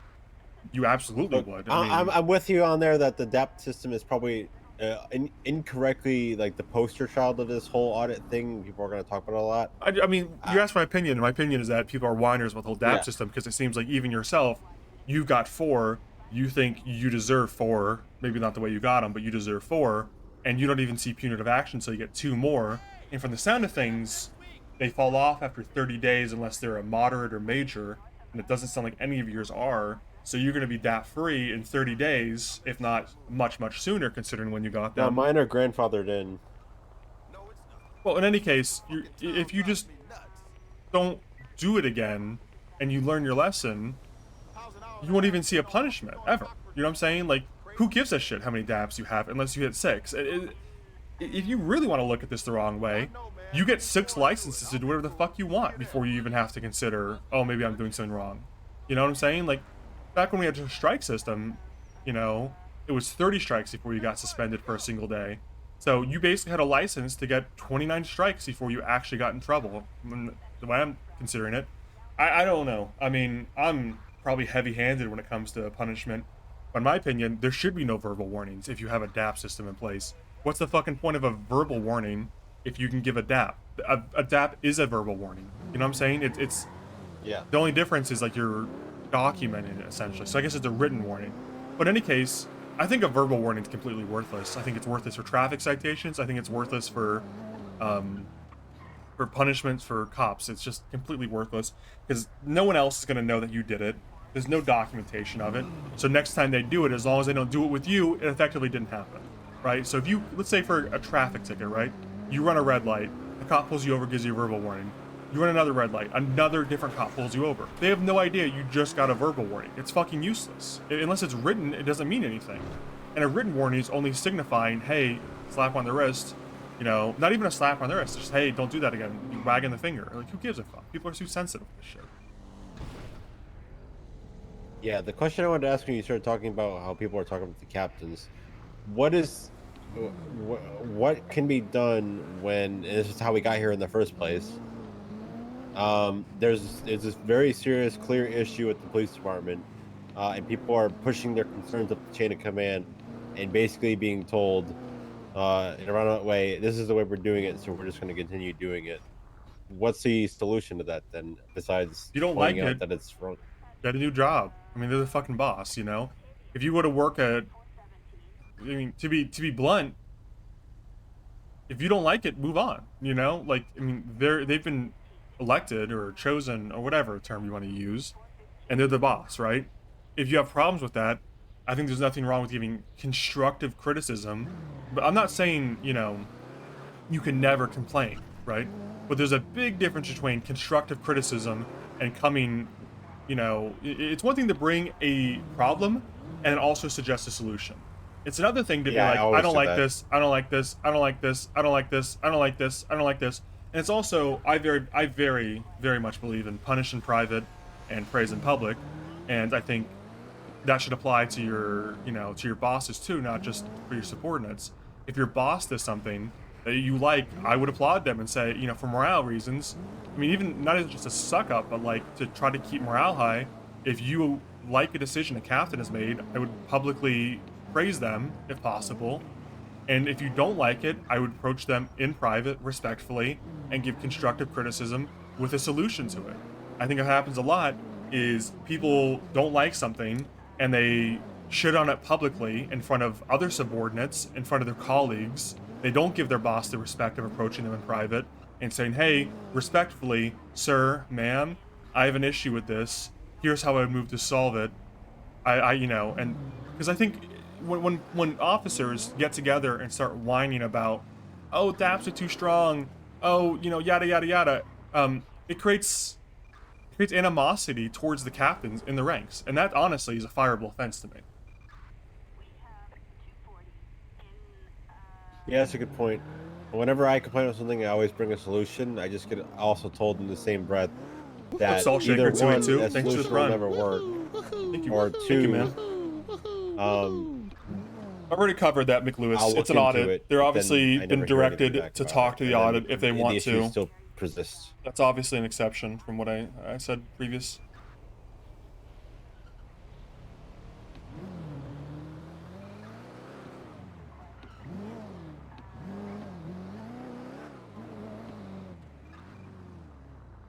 Mr. Svensen? Mm-hmm.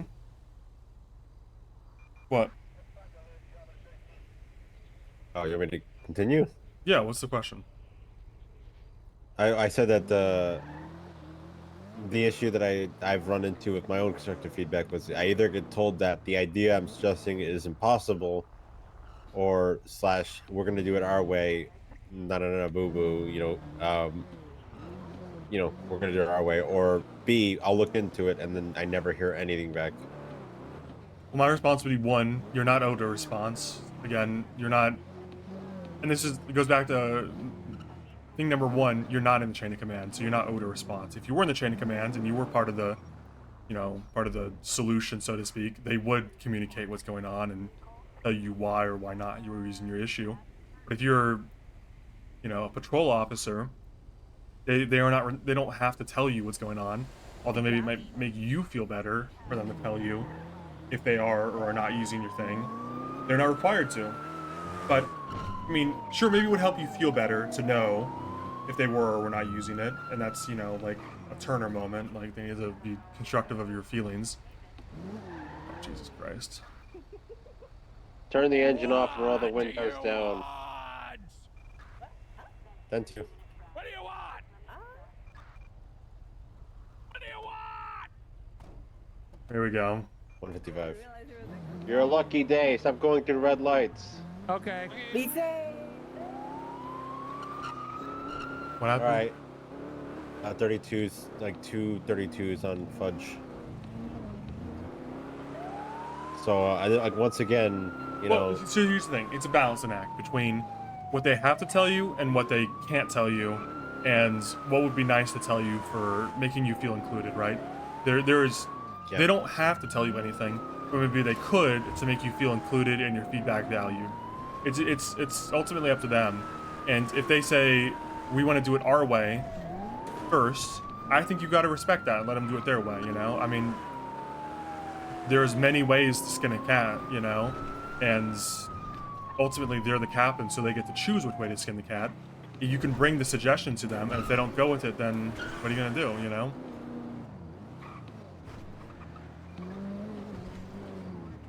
Alright, you might need to duck down. This might be dangerous.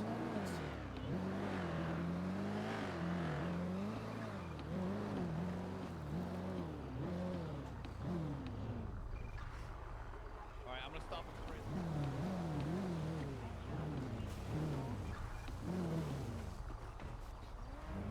Oh. Though, like, fun was supposed to be a part of NoPixel, but I guess I was wrong. We take it out here. Wrong, Yeah, idiot. yeah. We're only here for roleplay. I mean, that's a very bad faith thing to say, dude. I mean, obviously, you should consider that the site's fun. I mean, what the fuck are you talking about? It's actually, like, one of the most bad faith chat comments I've ever seen. I'm talking in character to another character about how my hardline, authoritative cop would handle stuff. Of course, he's not considering the other side's fun, but I'm also not in a position to consider someone else's fun. Like, I'm not even in a position to regulate someone else's fun right now. Of course I can say whatever I want.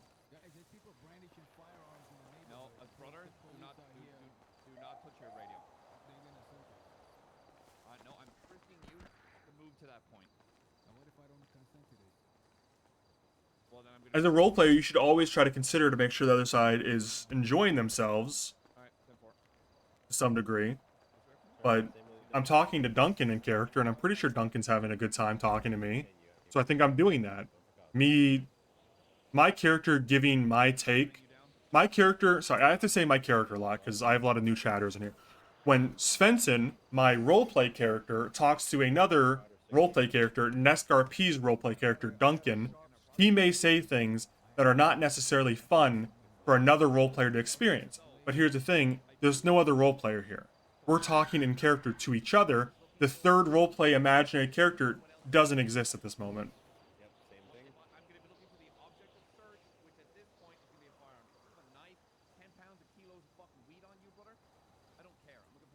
Jenny was saying it's only allowed to be as silly as the most serious person around. And Ruth is serious who saw the serious report. Here we are. I think the first 90% of that statement you were cooking. Absolutely agree. The situation is only as silly as the most serious person is allowing it to be. As soon as someone takes it, I think as a cop, you know, if you're a cop and you go play taser tag with each other and nobody ever calls the police on you, nobody ever reports it to your superior, hey, you got away with it. Haha, fun. Yep. We played a little taser tag and no one got in trouble. That's only because there wasn't a serious character there that wanted to get you in trouble. You have to be okay at any time with someone coming across your roleplay and taking it seriously. That's the nature of the server. Is like, if a serious character, if someone playing a serious character comes across you doing silly stuff, you have to be understanding that now this is serious stuff. That's the social contract that you make when you join a roleplay server. If someone comes across you murdering locals for fun and wants to take it seriously, it is now serious. It is now serious. You can be a silly little guy as much as you want, but you have to understand that if someone wants to be a serious little guy, you can continue being a silly little guy all you want, but there's going to be serious consequences for being that silly little guy, and that's what it is. Someone with the previous song was called. Hold on, I'll look.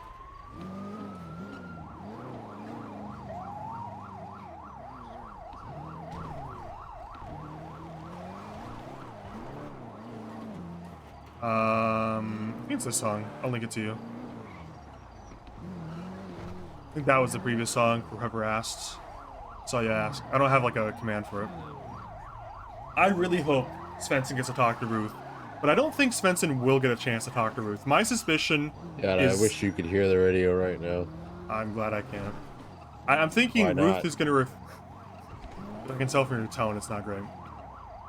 No, I mean, it's great. It's actually, like, Maybe my tone's really bad, but it's really like coordinated. What the fuck is with those rims on that Crown Vic? Jesus Christ. I can tell Ruth is probably not going to want to talk to Svensen because she's going to think... Only phrase it like this. Svensen is probably going to agree with Ruth on 90% of stuff. But I think Ruth is going to view Svensen as, one, an old cop who she already is predisposed to hate, and two, an agent of the mayor doing a mayor's audit, which is another thing that she's going to hate. So she's probably not going to have any incentive to talk to him, especially because she's now on a suspension. So it is up to her. She's not on duty. She doesn't have to. She doesn't have to talk to me. Svensen, the character. But I would like to. I think Svensen and Ruth would get along. But like I said, Ruth, the captain, has no would probably not want to talk to You him. want to know why it's so coordinated? McNulty. He's a good fucking guy. lane to travel this road. Thank you. I can't get over the rims on that Crown Vic. Which Vic? Oh god, I see it now. Yeah. You got airbags in that bad boy? Yeah, what's going on? Those rims, trash. What? The rims on your What do you mean? What do you mean, my BBs? disgusting. Hey, somebody gifted me some BBs. I can't say no to them. It's a good wheel. I got extra traction though, McNulty. Brother, What? I'm What? ashamed of the CVPI. How could you say that? Look at them. You got hydraulics in Back there? me up here. I wish. No, it's to help so I can keep up, man. What do you want from me? My tires were bald. My tires were bald. And they gifted me some rims. Okay, what can I say? I'm gonna say no to a gift? So are you telling me to take them off? What's that? Yes, What's sir. that? What's that saying? Don't look a gift rim in the spokes. These are nice spokes as well. Look at them. These are really nice. I love them.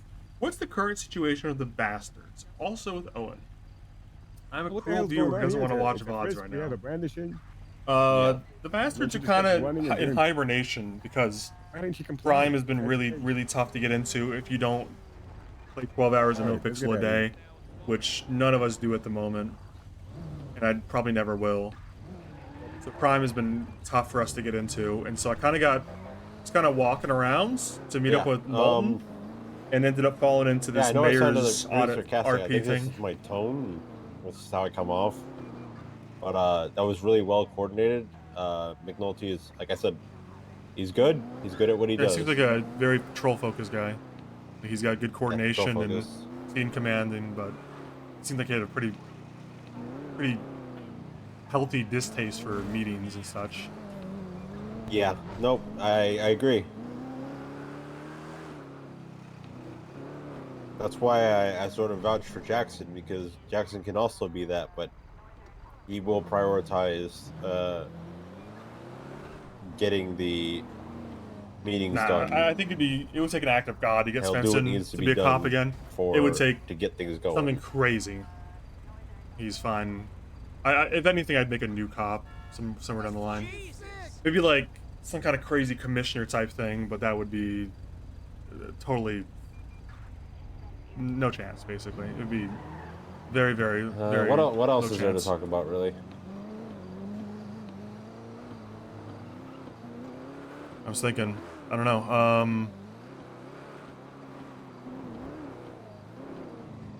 What do you think about the mayor? What do you think his intentions are? Bad intentions. I'm a freeloader, Riley, on welfare. I think when I spoke with him, much like I had the conversation with the audit team, his took a dark turn and he was pretty much interrogating me at one point. I even said, I feel like this is an interrogation. He said it is.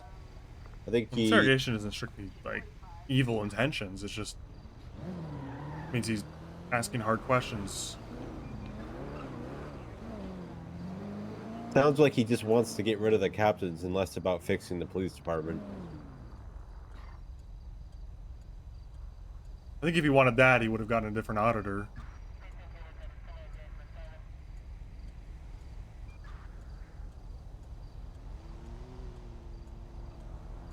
There's something ironic about it's something ironic about bringing in, not, and I don't mean this in a, Just fucking say it. bringing in the failed PD to figure out. It's what they refer to it as. Well, I would too if I had a narrative to prove. Yeah, I don't believe for a second that the PD failed. I believe, from my conversations, it was the government that failed, not the PD. But the point is, there's something ironic about bringing in the quote failed unquote PD to fix the failures that the current PD has. Maybe it's because real recognizes real, or if maybe, you know, maybe you guys were onto something on how you remained so stable for so long. The only thing we failed was to get that rocket off the ground. The rocket? With the troopers and the rangers? To the sun? Were you having a space race? Jesus, what did they even tell you? No, we were trying to send the troopers and the rangers into the sun. Space race. I think we already won that back in what, 1970s? Everything that I've heard was everything that was bad wasn't, I had nothing to do with. I was never a part of that. I was against it. I was against this. I was against that. I've never heard anyone actually who was a part of any sort of failures. I genuinely don't think that they. There weren't any failures. People just moved on. So where did this narrative come from? You don't think that there's an incentive for the new police department to make a narrative about the old one?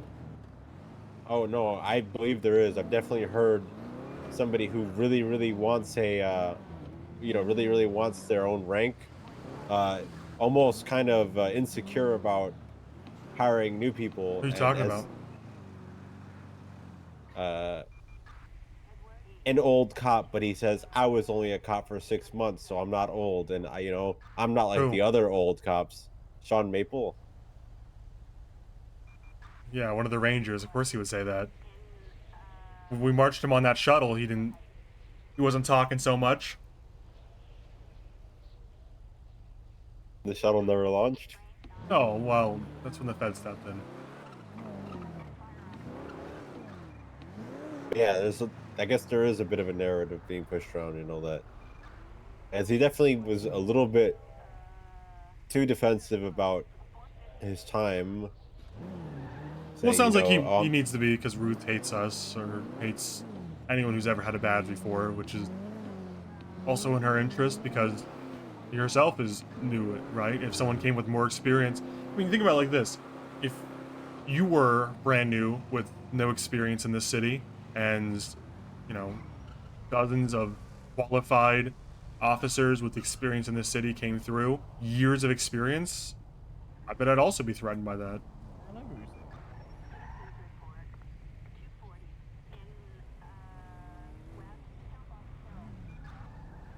Especially if the mayor is starting to accuse you of being incompetent or whatever you said. Do you think it's a lot of the issues that are around, or just they stem from people trying to adapt to the environment they're in? That's why, maybe Maple wouldn't normally be like that if it wasn't for Ruth setting the expectation or that narrative. Do you think the ship flows from the top?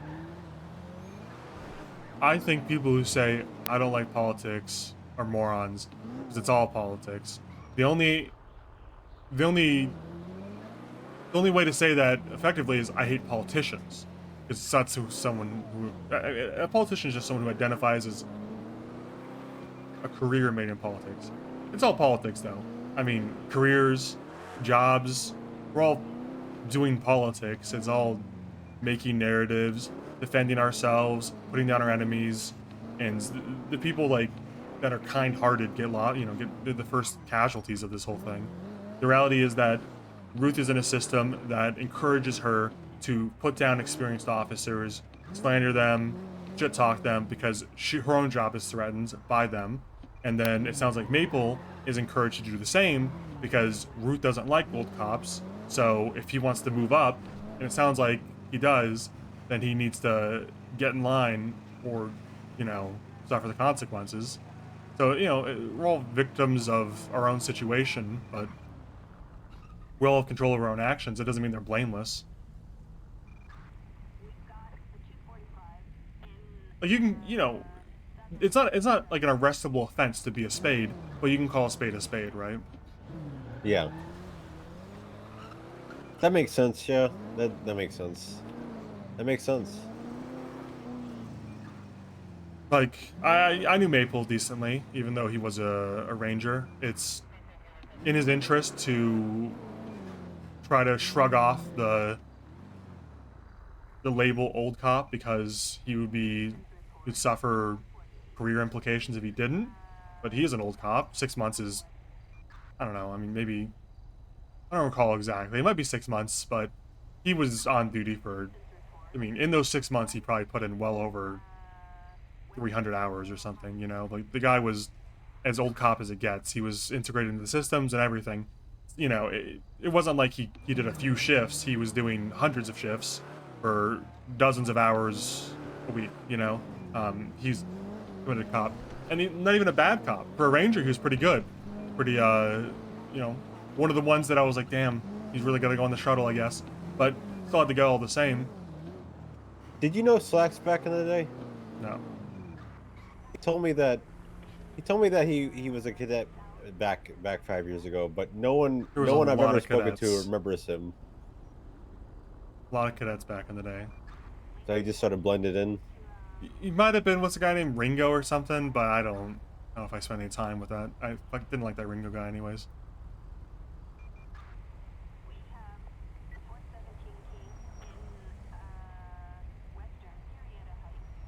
So how does this adversion get fixed then? Because this version, the adversion to old. Oh, the aversion to old cops? Yeah. Well, it doesn't. I mean, like, we're talking about fixing an issue in Los Santos that has been here longer than the locals, you know? You know, and what's the, you know, first issue is not enough FTOs. Second issue is people complain about punishments. Third issue is chain of commands. Fourth issue is delegation. What's the fifth issue? Chain gangs got guns and they're shooting cops. What's the sixth issue? It's hard to find cops in shift 2. I mean, we're talking about historic issues that nobody's been able to solve in their tenure. I wasn't. Snow wasn't. Raven wasn't. I'm naming names you probably don't even know, but no one has ever been able to solve all these issues. It doesn't mean we can give up the pursuit of perfection, but it definitely means that there's some issues that just come baked into the job because of the city we're in.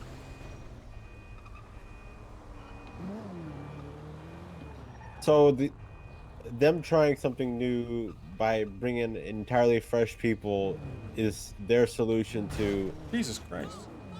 Jeez, that was crazy. Bringing in new people is their solution to issues that have been around forever by thinking that new people will then fix those issues. We haven't tried it before.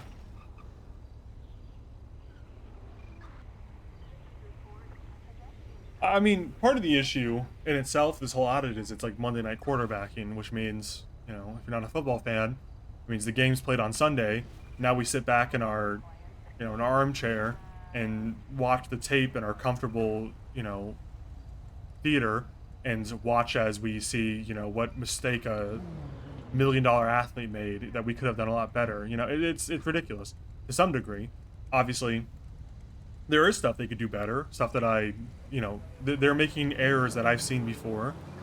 They're making mistakes that personally frustrate me because I've been through that before with different leaders. When I was a lieutenant or a watch commander or whatever, I had my own issues with people like them. I think that there's counsel or advice that they could get that would speed things along, but I don't necessarily think that they're like incompetent. Like there's nothing, you know, they need to be replaced, because I think if you just replace them, we'd be back at square one. They'd be rebuilding for a month or two before they even got sergeants, you know? Maybe a commissioner or a chief of police or a sheriff or whatever label you want to put on it would help, because it would give one singular vision for the department. instead of a council of 3 that seems overly concerned with each other's opinions. But I don't think that any of these major issues are solved with one swift move of the hands. I think it basically boils down to they need some guidance, and they need someone to put a little pressure on them to fix these issues faster.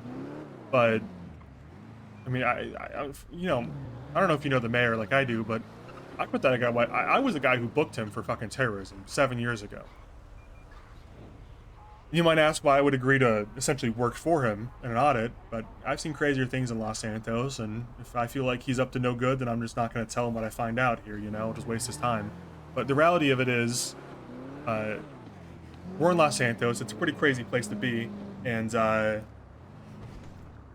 kind of interested to see how this plays out, you know? And in some ways, it's vindicating seeing the current command structure make mistakes that we made or were accused of making.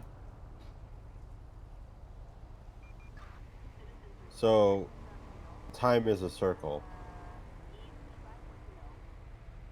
Yeah, well, I don't know a circle, but it's definitely cyclic. I mean, this isn't the same verse, but it's definitely the same song.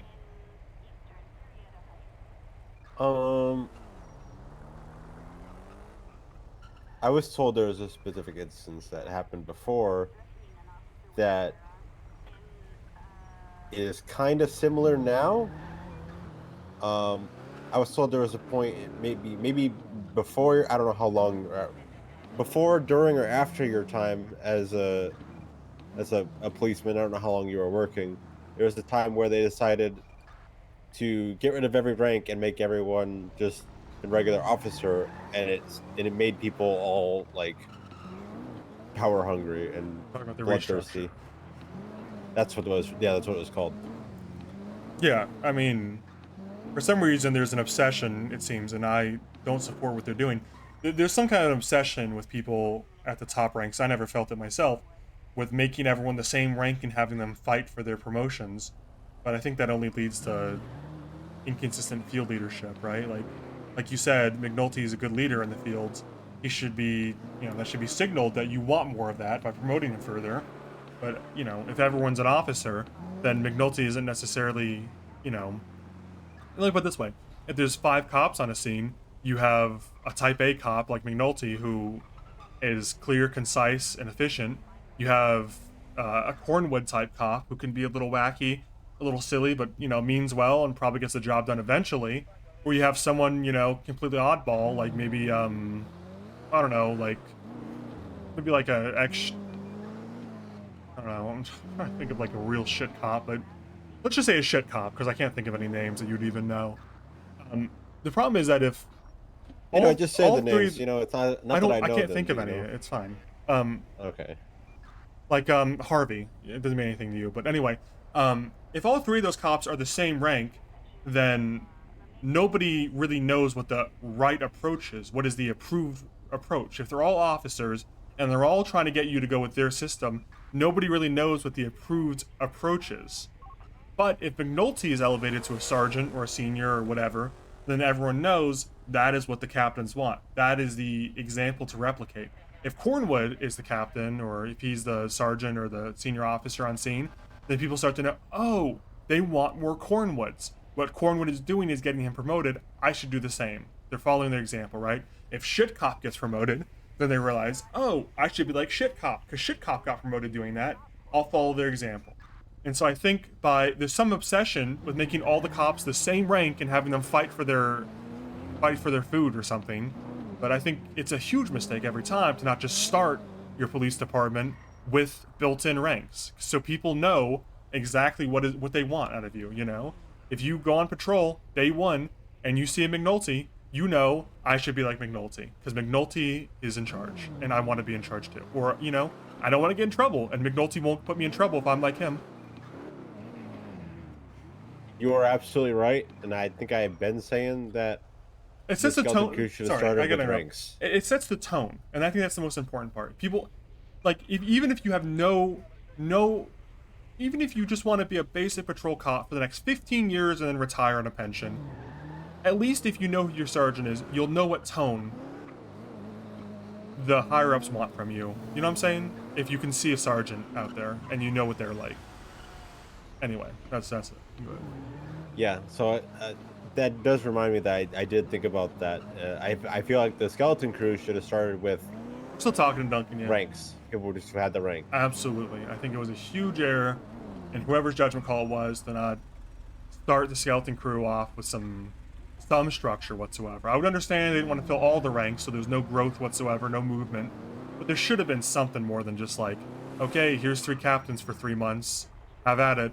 Because I think the problem is, when those captains aren't around, you've said it yourself maybe 2 hours ago when we were talking, but people start to kind of like, you know, what is that fucking book with the fucking kids on the island? They kind of Lord of the Flies the situation, right? Where everyone kind of starts fighting for their own, you know, vision of what should policing be like. If there's no seniors around, what do? It all goes to shit because, you know, you have like, you know, I'm not going to name some names and I'm not making a judgment call on them. I'm just saying, like, I'm sure Aziz and Cornwood and McNulty and Duncan and Bones all have slight different variations of what they think should be done. But if you're all the same rank, then it becomes kind of like a fight for, like, whose vision is right and who are we going with.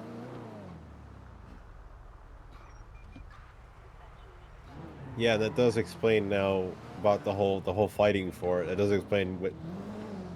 The other thing too is I guess the examples are being set by the captains, who they themselves are three very different captains. Which is fine. I can confront that too. I've heard from a lot of people that it feels like 3 different police departments based on the shifter end. I'm guessing from what I've heard, Turner is firm but fair, and everyone likes him. Ruth is strict, but the people that like strict stuff love her, and the people that don't hate her. And Slacks is a little loose, and if you're in good with him, it's great. And if you're not, it feels like, you know, it feels like maybe some of the criminal elements are running the city. That's my guess. And it feels like 3 different police departments. But I really have no issue with the 3 captains running their 3 different shifts independently, yet coordinating, you know, yet but talking to each other and communicating. I think that's fine. Because the reality is, and the city hasn't changed to my knowledge while I've been around for the past 3 months, hasn't changed that much in 5 years, is that I think the captains kind of represent their shifts. In my experience, when I was on patrol, shift 1 was the kind of serious, we need to be efficient and get her done shift. Shift 2 was the, oh my fucking god, there's so much happening, we need to be a little fast and loose with the rules or we're gonna get overwhelmed. And shift 3 is the, well, there's not a lot happening, so we have a little bit more time. That actually seems a bit more. That seems like nothing's changed. I don't think that. I mean, it's. What do we think was going to change in 5 years?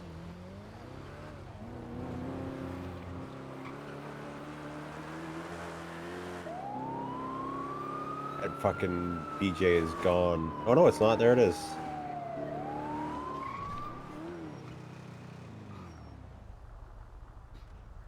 I just don't want you to crash into me. You're stopping? Yeah, there was a red light back hi. there.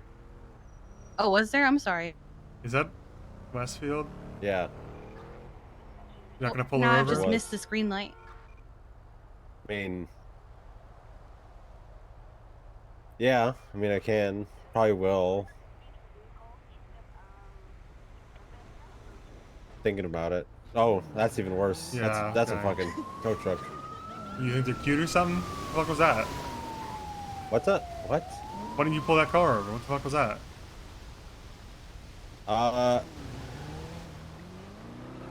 You blushing? I think. No. Well, what is happening here? Engine off, windows down. You dodged this question hard.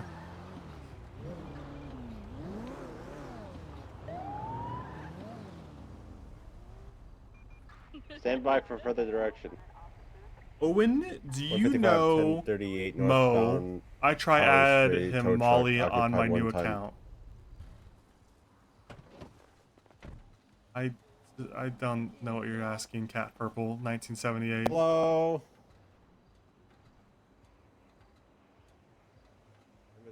Nah, I didn't reset. I'm keeping it up for the entire audit. I do want to talk to Aziz. I think a list of cops that I really think Svensen should talk to, it would be like, oh, come on.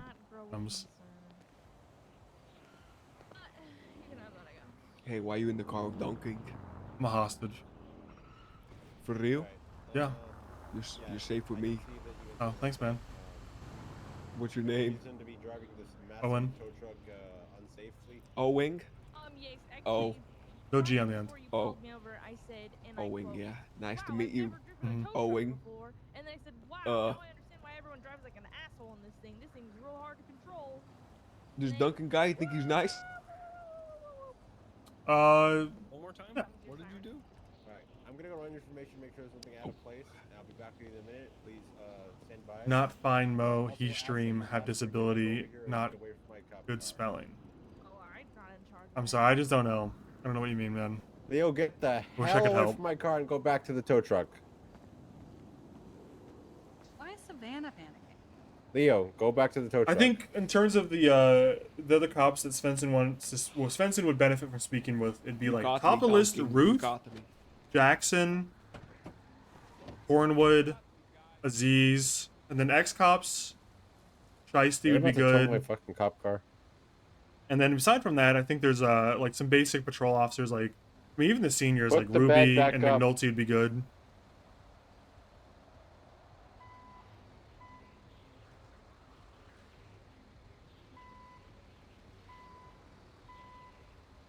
Lenny, Spencer doesn't know Lenny exists. Who have you interviewed so far? Bones, Captain Turner, Captain Slacks, Barrick, Kit. Kit briefly, I think. What does Svensen think of Bass in retrospect? Svensen liked Bass. He's in the Bastards. Why is the guy A motorcycle club honoring his name. I mean, obviously they had like disagreements when they were alive, but I like Bass. This one? Conversations with the captains. Okay, thanks. They're good. Thanks, I mean, buddy. Captain Turner obviously comes across You safe in like he's there? presented. You feel safe in there, Owen? So safe, like in a womb. Okay. Keep an eye on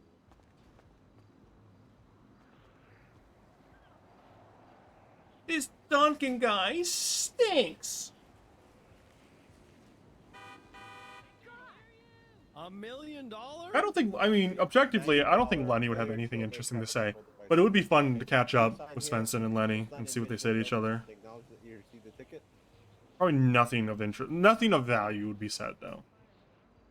Lenny is not a very articulate guy. Remember last time Lenny and Svensen talked, it was him saying, "You're gonna hate Chief of Police. It'll never, it'll drive you crazy." Cars are getting unruly. Do you receive your bill? You did not receive it?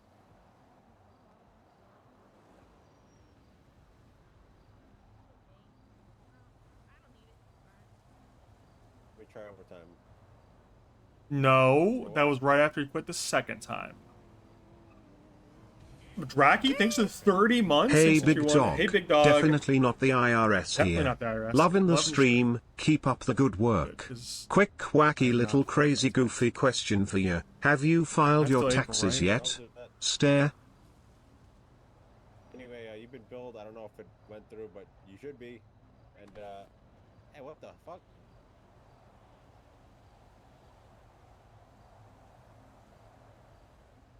Alright. When the lights are off, you're free to go, right?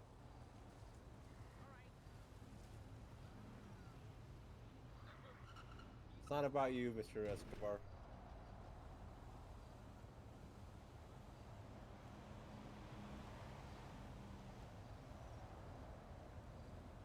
Listen, we can't do it in the office anymore.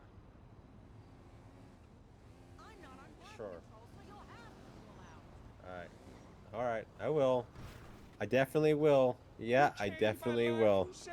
Yeah, I definitely will. And good, and because of you, I'm Put the bed up. and better things. Put the bed up. No, put the bed up. Oh. When the lights off, you're free to go. I'm gonna give you your biggest day ever. Call me when you're off duty. please. Come, What is man. happening? Coming. All right, I need you to put the bet up and just continue your traffic, all right? Or you're gonna be arrested at that point. Continue my traffic. Yeah, go. You're free to go. You've been billed. Go. Come on. Man is in the road, Leo. Oh my god. What the hell? I mean, he was standing in the road, right? He was, yeah. He kind of did. He kind of is the cause of this. They're coming, huh? Yeah, he does.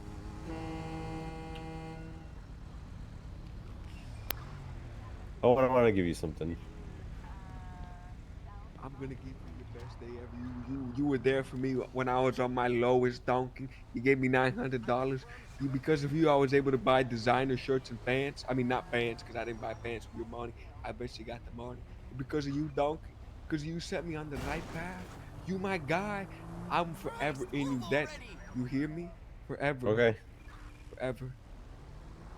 All right. Can you get away from my car? What? I praise you. This is how you treat me. Leo, you're gonna get hit by a car again. I'm saying this for your safety, not because you're annoying me, but because I'm genuinely concerned for your safety and health. There you go again, being such a hero. I'm gonna go home now. Guys, Donkey is What's up with that guy and you? I don't know. I remember I gave him like some money like 3 months ago before I got hired because he had no pants and he needed to buy pants.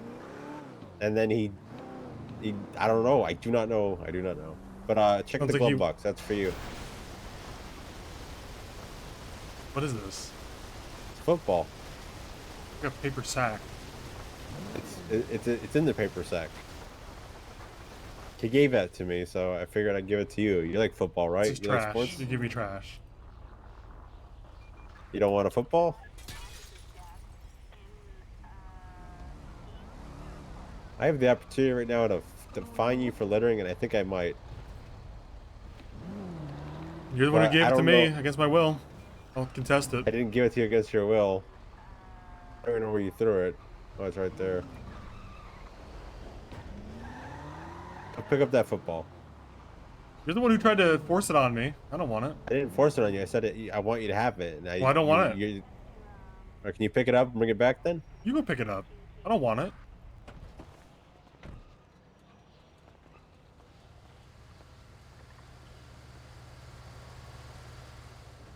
Owned.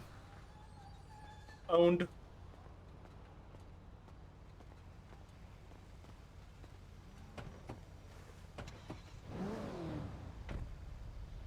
$155, clear 38.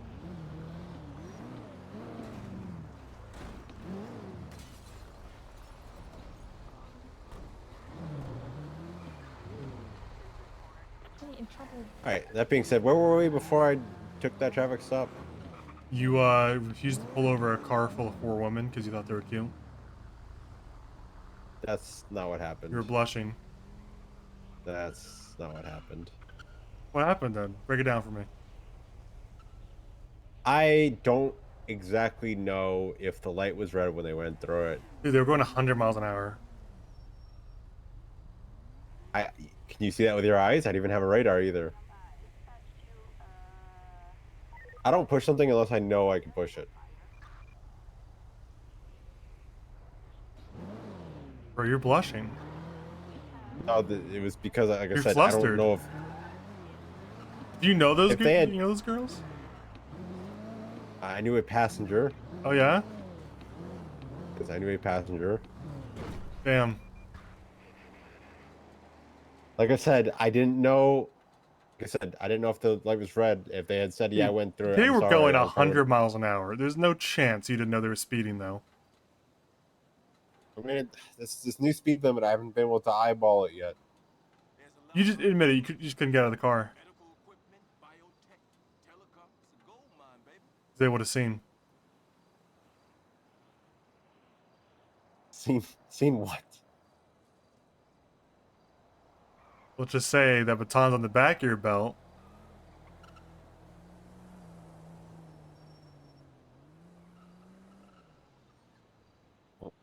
Yes, my baton is in the back of my belt.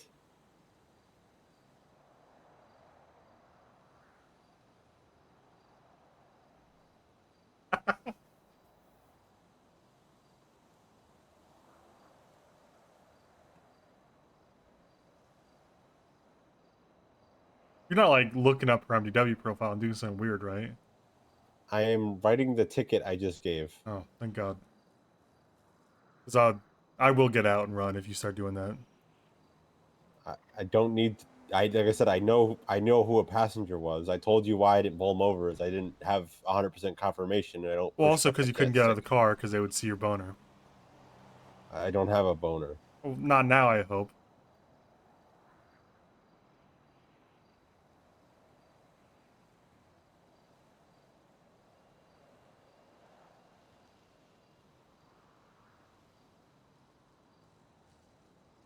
Dude is rocking a big old boner. Making me do this, huh? What?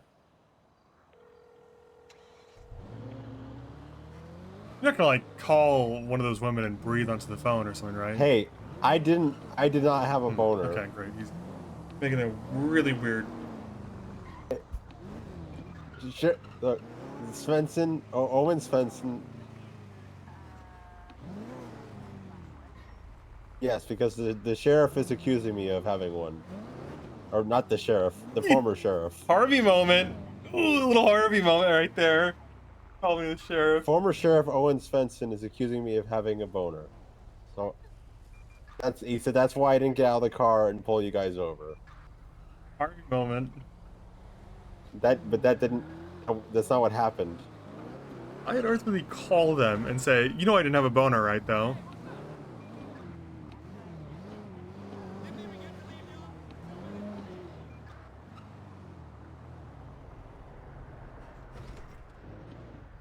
All right, I just want. That's okay that you guys don't know what you're doing. I'm just saying, that Owen Svensen made a claim. I'm just saying that it wasn't. I just want to true. go on That's all I'm record doing. to any women in chat, I don't have a boner right now.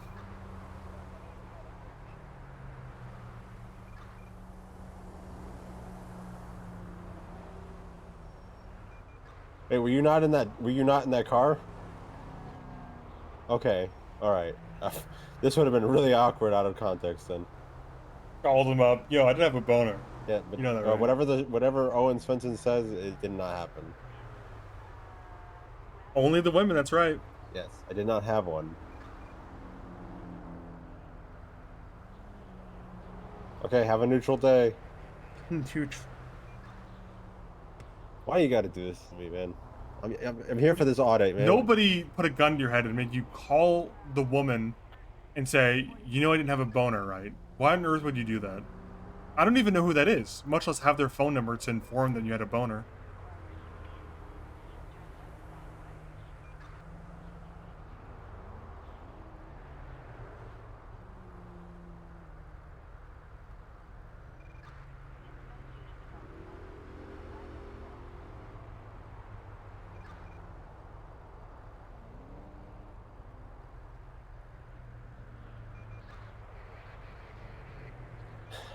Let's see, Elgin Ave, that was in Elgin into Hawick, right?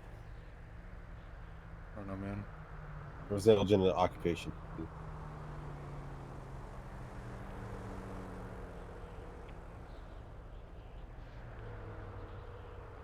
All right, where were we in this whole thing? What subject were we on before that? I want to get back to the audit. Forgotten. Might be wrapping up, I dare say. I don't know. You don't think we have a few more hours left in you? Hey, what's up, phone guy? Listen, I'm with Duncan. He just pulled some girls over and got a boner and couldn't give him a ticket. Couldn't get out to give him a ticket. You believe that? Duncan? Yeah. Oh, big guy like that? Well, he pulled his car over, got a boner, and then he said, "Oh, you're free to go," because he got a boner. Couldn't get out of the car to give him a ticket. Are you fucking kidding me? And then he called him wouldn't, like, afterwards. waistband it? He called him afterwards and was like, "Hey, you know I didn't have a boner, right?" Well, he just made it sure, like, gotta check. But he didn't like waistband it and then like. No. Just let him go. Just blushed and let him go. Not even try and tuck it in. Didn't even try to tuck it in. I mean, were these guys doing some crimes? Like, what was? No, they ran the like hell? they were going like 100 miles an hour. What They the ran fuck? like a red And he light. just- what Then the hell? Just said, hey. And Boner Boy just gave it away? Yeah, Boner Boy just gave it away. Oh. What's he gonna do? Nothing. He pulled some what? other tow truck over later. And Were they guys? Yeah. Did he get a boner? Couldn't tell. Probably not. Okay. Were the ladies like doing anything that would, maybe excite him? I guess. is the Literally best term? nothing. They just were in the car. Really? I think they said like 2 things to him too. So okay, it's a real issue. Yeah. Real fucking issue. I don't know how we train for this. I don't know how you train for that either, man. Oh man. I'll try and figure out a solution for Boner Boy, but Maybe like a cup or something. thanks for bringing this. Well, then he's always gonna look like he's got a boner. Maybe like. Yeah, but it'll be consistent. Maybe like 3 pairs of compression shorts. Yeah, it might have to be. Like suck the fucking soul out of his legs, you know? Yeah, might have to be. Okay. All right. I'll keep on thinking though. Yeah. Keep Thanks it for up. bringing this to my attention. No problem, man. No problem. See ya.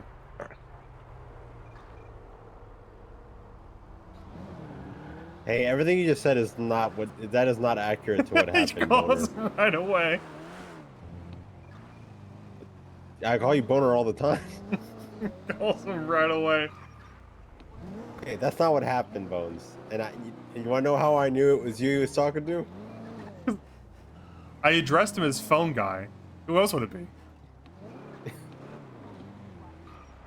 Do you not want me to call you that? No, I don't. We can mutually not call each other Boner then.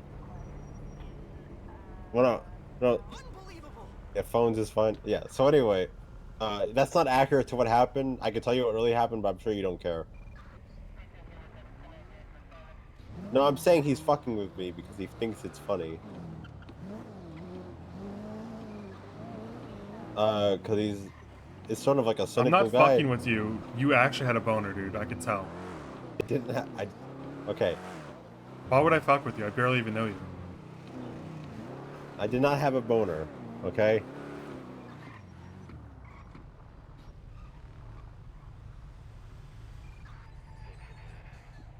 That's a trick question. If I say no, then I'm an asshole. To me, no, not really. Here's what happened, Bones. I'm gonna tell you what happened. I did not get a boner. I'll tell you what happened, Bones.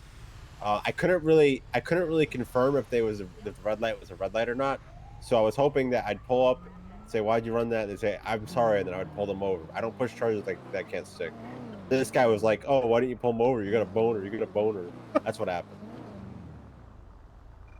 You did have a boner, man. I didn't. Okay, Svensen, I think we're good here. You can go on to the next person. All right, careful with that boner, man. Don't hurt anyone. I don't have a boner.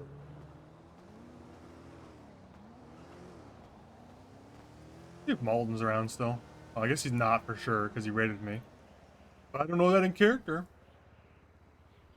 Well, I thought Willie. Let's see if Willie's around. Call Malden after this.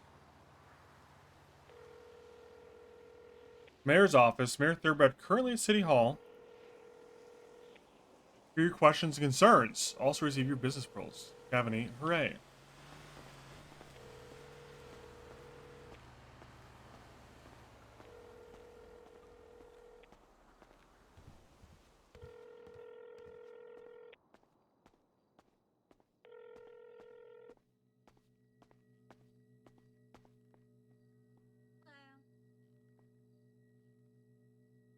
Did you say something?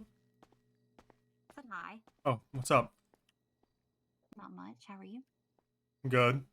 Are there any officers here? Let me look. A few. Is there someone specific that you want to talk to? Cornwood, McNulty, Ruby, Yeah, any of those? Yeah, Ruby is available actually. Can you show me your state ID so I can get your information? Check you in.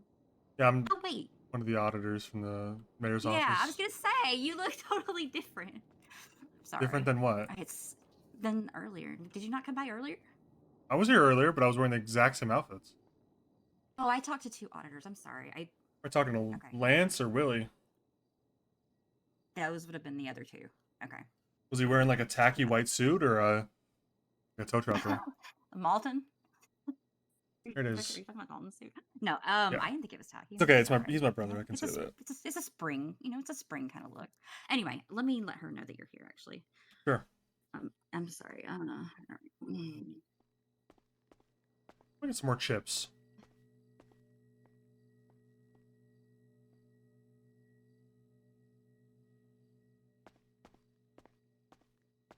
Officer York, Owen Svensen's in reception to see you, please. Again, I'm sorry, sir. Can I smoke in the lobby or should I go outside? You can smoke in here if you want. That's fine. All right, cool. That's like the least offensive thing that anybody's done in here today. So go right ahead. Anything to eat? I have an extra burger. Sure. All right, let me come get it to you.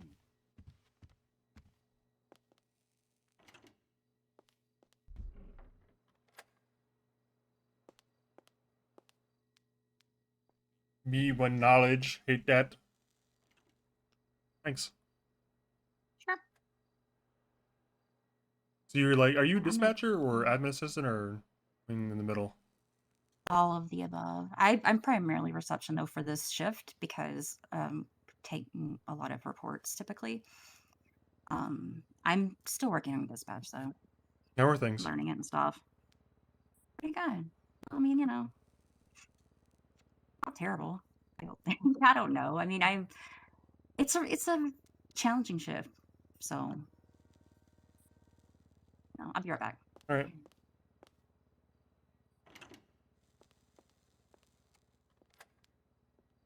Might be interesting to talk to dispatchers at length. They asked me a lot of questions earlier, when they were, my opinion about things, which was nice. And a lot of changes, have been made on things I've suggested, that's also nice to be heard. I worked here about a month, I want to say. Are you here as a career dispatcher / receptionist, admin assistant, or are you planning to pursue law enforcement? I actually have paralegal experience. Originally, I wanted to work in the DOJ, and I'm part-time assistant for Judge Braun, but he doesn't pay me, so I think I'm just going to try to get my bar license, to be honest, at this point. But I don't have any aspirations to be an officer or anything. Okay. Hey, Duncan. Hello. Well, if it isn't Boner Boy. Oh, wow. Is there a story there? You can tell her if you want. Never mind. It's a joke. It's a joke. It's okay. I don't need to know.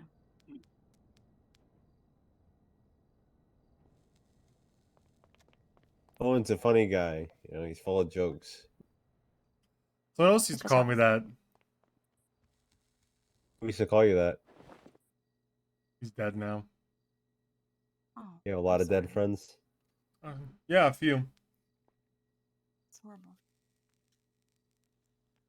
I'm sorry that happened to you. Didn't happen to me, it happened to him. Your service officer. I'm sorry that you lost a friend that way. I didn't say it was a friend. Yeah, never mind. I'm 42, by the way.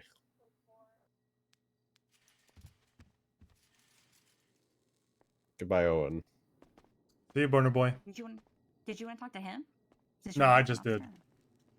Oh, right. Okay. It's finished. Yeah, I don't think I'm making a good impression with him, to be honest. Maybe he's nervous. You know what they say about like I'm snakes, usually right? nervous. They're more afraid of you than you are of them.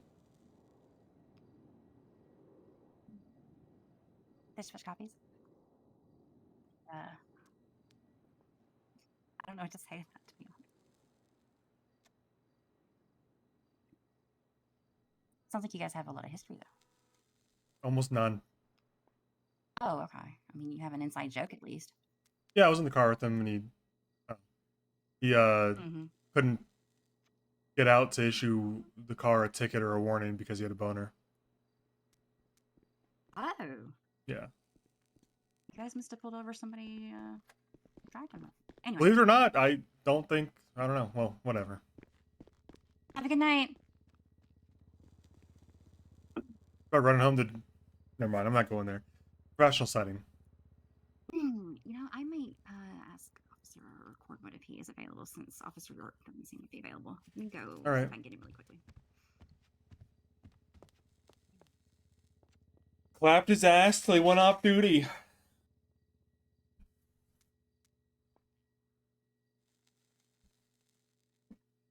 I don't think the mayor's gonna care if I called him Boner Boy.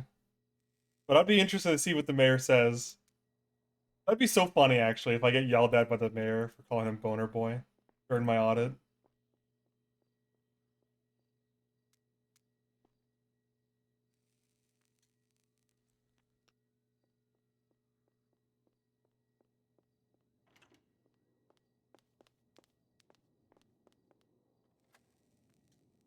I think it might be a bonding experience for me to reveal I called Duncan Boner Boy.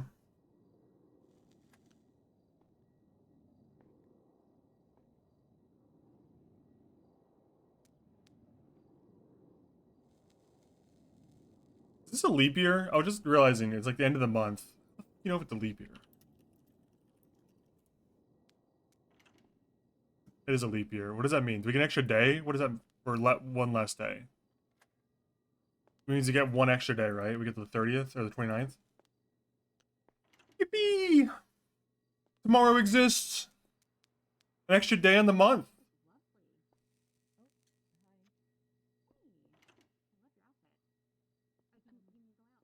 That's huge. It's an extra day to stream and get subs before the month ends. Is that Ruby? Jesus. She did not want to talk to me.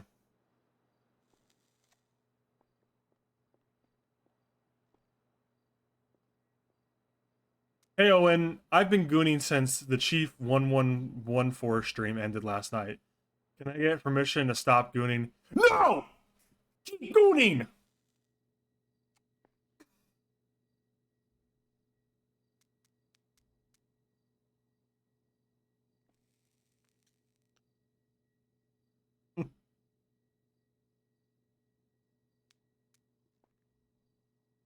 And you know what, in fact?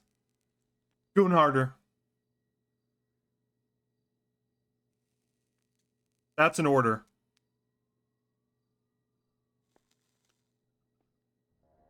Am I gonna get in trouble with Twitch for saying goon harder?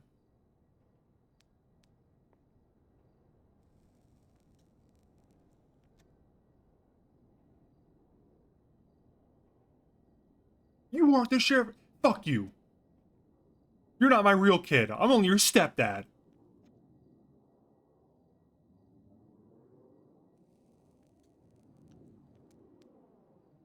Maybe you could respect me, even though I'm not your dad. I'm the dad who showed up.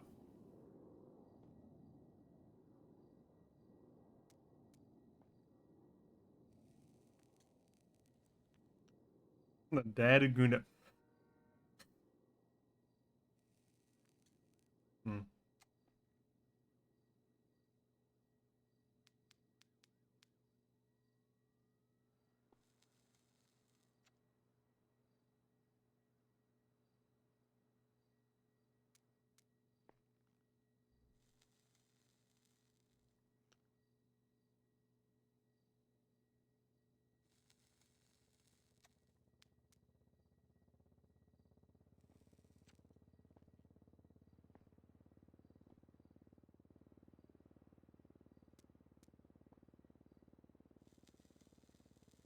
Adoption fraud.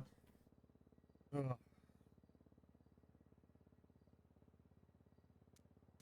Take me away. Take me away, cops. You got me. I love the smoke animation in GTA 5. I think of all the like animations, this is probably my favorite. This game obviously looks very good for a really old game, but the way the smoke looks in this rendering, it's actually really fucking good. Like, I don't know, that looks pretty impressive, even for modern standards. At least the blowing smoke part.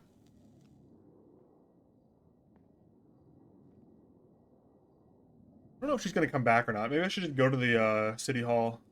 See what's up. I need to get like a fucking car or something, dude.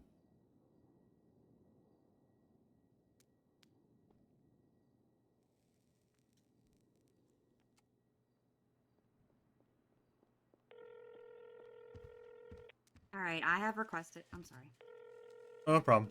It's raining. I've requested a few officers to come up front and speak with you. Yeah, but whatever. Yeah, I it's saw just Ruby a little bit. walk out. Pretty sure she's going home. Yeah. She looked great though. She's killing it. I'm gay. Oh, well, I mean, that's then you can. Okay, we still appreciate that she looks nice though. Yeah, just saying. All right. Okay. Okay. Let's say to that either. So, do you have any opinions about the police? So, because they came and talked to me. Yeah. So I'm curious. Do you have any opinions? What things could be done better? Like as far as my position, do you have any feedback there? Your position? Just yeah, like what I do. Yeah. Honestly, I think that's probably the area that I'm least educated in. Okay. If you ever want to like come hang out for a little bit during shift 2, I'm sure that they wouldn't mind. Yeah, I might. Who'd you talk to? Lance, I guess, or Yes, I talked to him and Willie. And Willie. Yes, for quite a while, to be honest. But I already had like notes prepared for in case anybody were to ask me things. Yeah, Because what's I the? already had ideas. What do you think? So. What's the consensus? But do you guys not all talk to each other? It sounds a lot like the PD. I think we're supposed to not collaborate on Really? ideas, so we come up with independent analysis. Okay, so then 2 of you coming in together seems a bit contradictory to that. Then. Well, I mean, I think the intention is you can ride together and ask questions together and whatever, but the intention is to come up with your own analysis and not collaborate on and your own reports, your own that kind of thing. Okay, all right. No, I mean, I gave them my ideas and stuff. Like Like you drink the same water, but you piss your own piss, you know? Okay. Anyway, what do you think about the PD? I think that there are communication issues, for one thing. The hiring process is very awkward currently.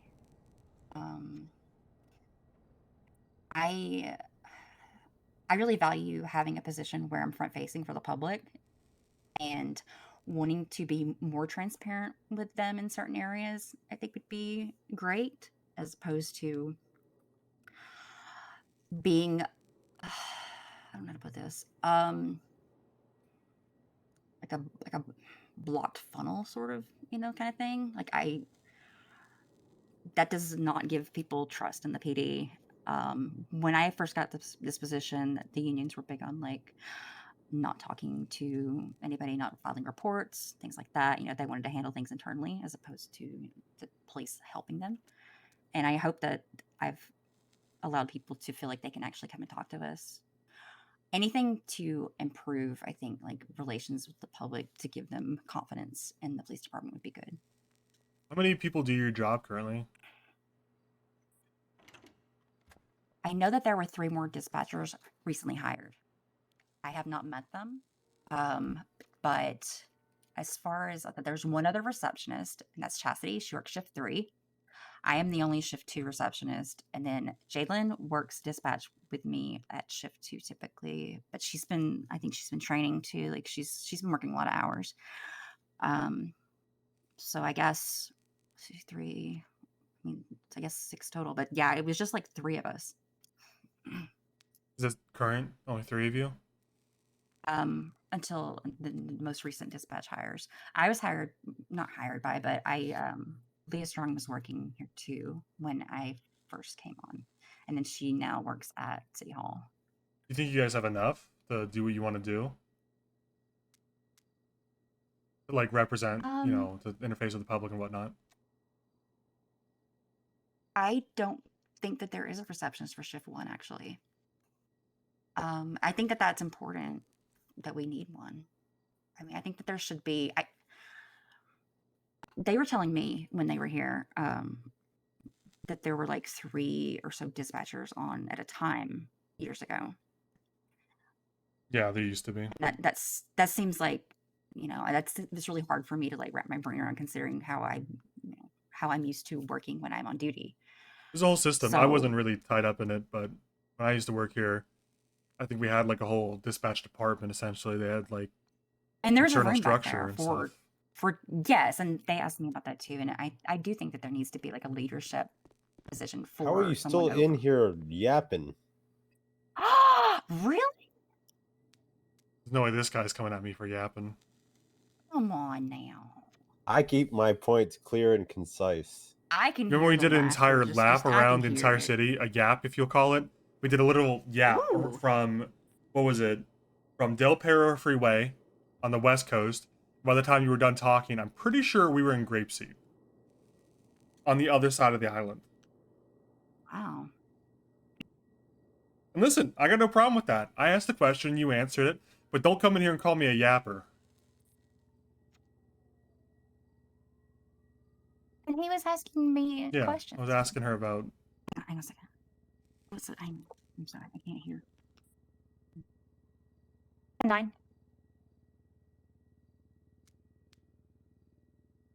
He looks about like 30 years younger with the hat on. Oh. You look about 20 years younger with that hat on, by the way.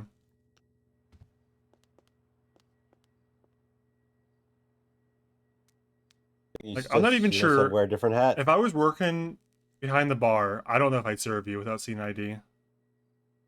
You guys should wear some different. No, I'm not saying there's anything wrong with it. I'm just saying, like, you guys should wear. You went from what I was confident to be late 30s, early 40s to be like, you might not be 19. You want me to wear like a camo hat? I don't care what you fucking a green jacket, white t-shirt. If you wear that pants. shit, I'm gonna knock your ass out. I don't care how long they put me in jail for. Why? Because you just be stealing what I'm wearing. You got good drip.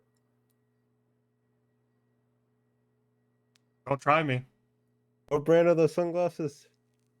Ray-Ban. Pretty cool. I don't think they're for me though. Better not be. I don't got a job to lose this time. I don't necessarily think the jacket's for me either. It's too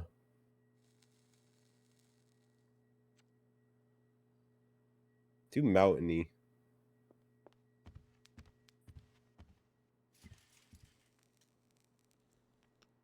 Anyway, you think you got enough dispatchers? I'm kind of curious. You were like receptionists, etc. I don't know if there's like a catch-all term for that. Wait, are you asking me again? Yeah. I'm sorry. Yeah, I want to get the answer. Oh, okay. I didn't know if you were talking to me or Duncan. No, I'd address him as Burger Boy if I was talking to him. Okay. So I think that. Give me one moment. I'm sorry. Leash is there. Put on a fake mustache and glasses. Oh my god, that's a crazy lure, Sandy. Let me actually turn this down for a second. Okay.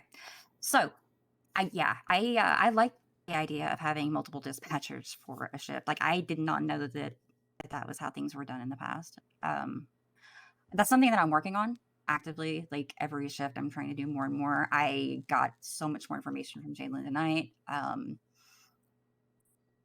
I think that it's good to have a receptionist, though, for each shift, someone that people are comfortable with, telling reports with, being candid with. Max, this guy was mean to me. I'm about to go to a call. Do you want to join me? Do you want to stay here? I don't mind talking All right, sir. her more. Okay, that sounds good. It's a robbery, so I'm gonna respond to it. Howdy, Jordan. I've already spoke to him at Hi, length. sir. Okay. Well, I don't. I like how he just ignored me when I said that you were mean to me. I'm getting the picture. A lot of people are mean to you. Yeah, a Anyway, little bit. Kind of a punching bag. You were saying? Oh, I'm curious as to how that would work, having multiple dispatchers on at the same shift. Because again, that's something I'm not entirely comfortable with, like breaking in and telling them, that there are other channels for them and this, that, and the other. I feel like I want to make sure that I'm not being intruding. Right. And I don't have any experience with being an officer, so I don't really know. I don't have a lot of confidence there with the dispatch part. Do But they again, let you I'm go on really like working on it. ride-alongs or anything? If like you were curious to I see what have the experience is actually. like? I would love to do that. I would love to do that actually. But I don't think that's anything that we're doing currently. I would love to do that. Duncan, you want to take me on the ride along? I don't think I can. Yeah, I don't know Who'd the you, process about who'd that. you ask? I guess like a senior or captain? I think sounds like it'd be pretty helpful I to think have that's. some I perspective would for the love that dispatchers. experience though. Yes, I think that would be fantastic because again, I don't have any aspirations to be an officer, but I could be a better person in my position if with more information, and I'm always trying to get more. So Yeah, like what they're looking at, what it sounds like while they're not answering yes, radio. yes, I would love to know, like, I'm gonna write that as down, opposed actually. to just like hearing the radio calls. Another thing, the dash cams. I'm hoping that can get like up and going too, because then could like watch at the same time. Like Dude, I don't think I say can I were in like the fucking dispatch write in room. here.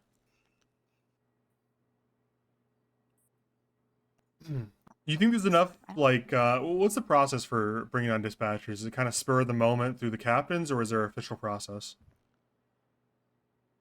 For me personally, it was very happenstance. Like it was, I came by because I was told that I should apply for a receptionist position, and I just so happened to be I think here. dispatch I used was to be pretty at good, the 3.0, counter, just to like be now, honest. and one of the captains saw me. Or actually, no, it was Officer Cornwood, and two of the captains were available. They did a very impromptu interview with me, which I was not prepared for at all. And then I met with Leah Strong the next day, or a couple days after that, actually. For anyone else, I'm not really. I'm assuming that they're putting in applications. I would have to ask Jalen about that, though. You She's think there's fantastic, though. enough, She really like, is. so how long are you roughly here on average? How long am I here on average? So my shift, my technical hours, would be from 6 EST until 2 a.m. EST. I don't always stay that whole time, and Yeah. sometimes I come in early. I because there's not a receptionist for shift 1. So typically, I would say though about 6 hours, at least. To be blunt, you think there's a lot of people that would want to do this? I mean, no offense, but it seems like there's a fair amount of downtime. There shouldn't be that much downtime. Like I mean, I have things like I could be working on dispatch right now. I could be finishing a report for an anonymous report that I need to be doing. But I was trying to find an officer for you to speak with, but Yeah, how was that with the officers? You think they give you, like, I don't know about a lot, but enough respect to do what you need to do, or do you think there's kind of like a... No, I don't feel like I don't feel like I'm restricted at all. I just I would like to be able to help them more though. I want to, because I feel like this position is not only just like front facing for the public, it's also as a support for the officers. I mean, I can tell you that I try to provide food for people. I try to do whatever I can to help the officers as best as I can. It's so tough to find dispatchers. Hello. Yeah, there's usually every night is very different. Like last night I'm was gonna steal your drip now. Okay, remember what I said though. I'm kidding. It doesn't suit me. Stop interrupting her, by the way. Jesus. No, he's fine, really. I'm just saying goodbye. Okay, farewell. You don't have to leave. Well, I've been trying to say goodbye. It's just I didn't want to interrupt you. See you, boner boy. Oh. Well, it's good to see you, Duncan. I hope you have a great night. Oh, and I don't appreciate the nickname Boner Boy. No. And I think as an auditor, you should be professional and not call me Boner Boy. I don't think I have it. I'm not even paid for this. You know what? How about this? You tell the mayor that when he pays me, I'll be a little bit more professional. Ooh, you could do what I did and do a video invoice. I sent one to Judge Braun. What if I pay you? Well, then you're just fucking Donation. bribing me not to call you boner boy. I'll accept it. How much you got? You'll accept a donation? I don't have professional standards. Sure. I don't do bribery, so you know. Okay, it's not bribery. What? Jesus Christ, man, you're getting so worked up over the term bribery. How much you got? What are you offering? $20. Okay, fuck off. $1,000 minimum. Anyway, you think there's enough people that would want to do dispatch stuff to like make it a whole built-out system? I do think that, yeah, I mean, I think that there should be a leadership position for this, and that it should be, I don't know. I mean, I feel like I can speak a little bit more candidly now. I think that you have to really like want to help people in a way where you're okay with them not being happy with you. And I don't want to sound like I'm happy with being a punching bag for people, because I'm not. I I'm hoping that in time the mood changes. I also think though, and they did talk to me about this, I think there needs to be a presence up north. Like a I do different not station think, open. I don't. Yes, I don't think that people up in Sandy and Polito are very confident in the police presence at all, and without being there, without giving them a face, without being able to support them better, like, I don't blame them for not having confidence. It's really hard to get a good report from somebody up there without them just trying to like take matters into their own hands or whatever, and that's not good for anybody. Yeah, I'm a major fan of having like a Sandy Shores Sheriff's Office. I would love that. Nor Desert. Well, I'm sorry. I've only been up there like once. That's okay. It's Nor Desert. That's a nice name. Yeah. But yeah. What do you think about that though? What's your opinion? You used to have one. Don't think it was yeah, on the topic of dispatching, I think it's an incredibly hard job to hire for, because most people who want to be around law enforcement just want to be law enforcement. To be a cop. So it's hard to find people that want to do the support side, but also are willing to essentially, like you said, be not a punching bag, but understand some people are on their worst day when they come in and they're angry the cops didn't hear them or respond to them. And it can be difficult to find people that want to be essentially,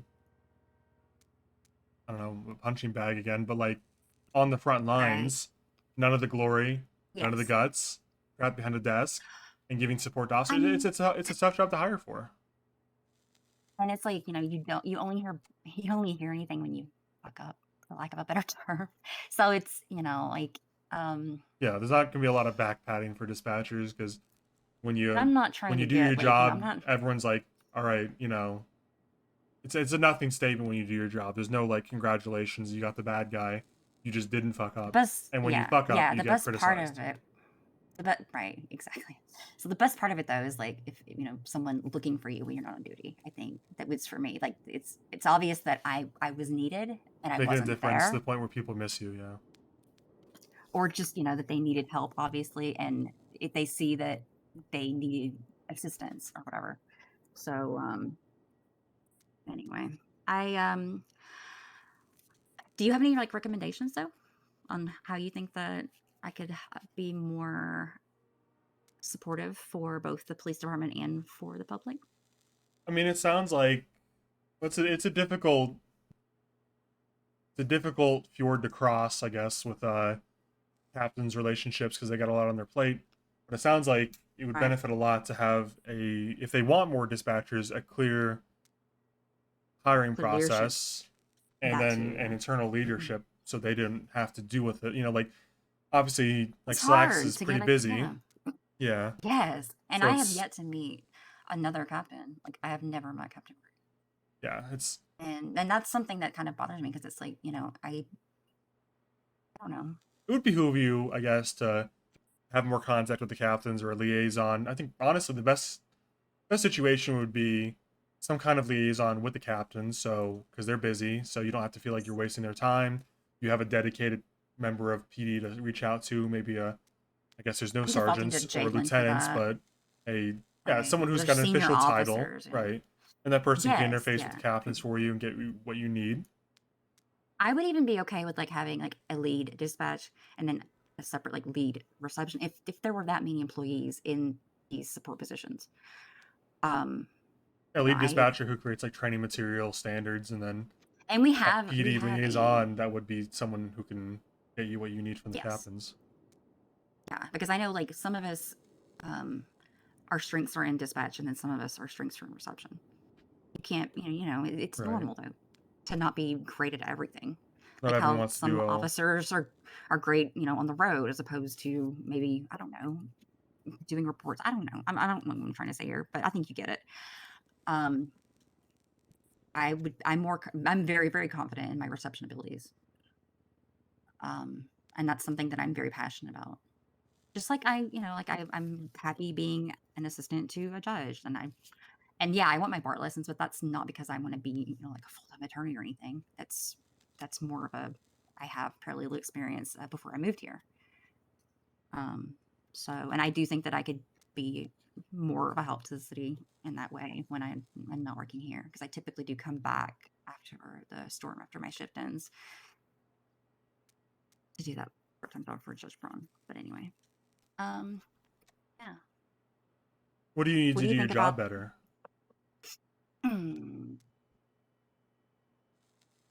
I think like what you were saying, a leadership position but again, I default to Jadlyn.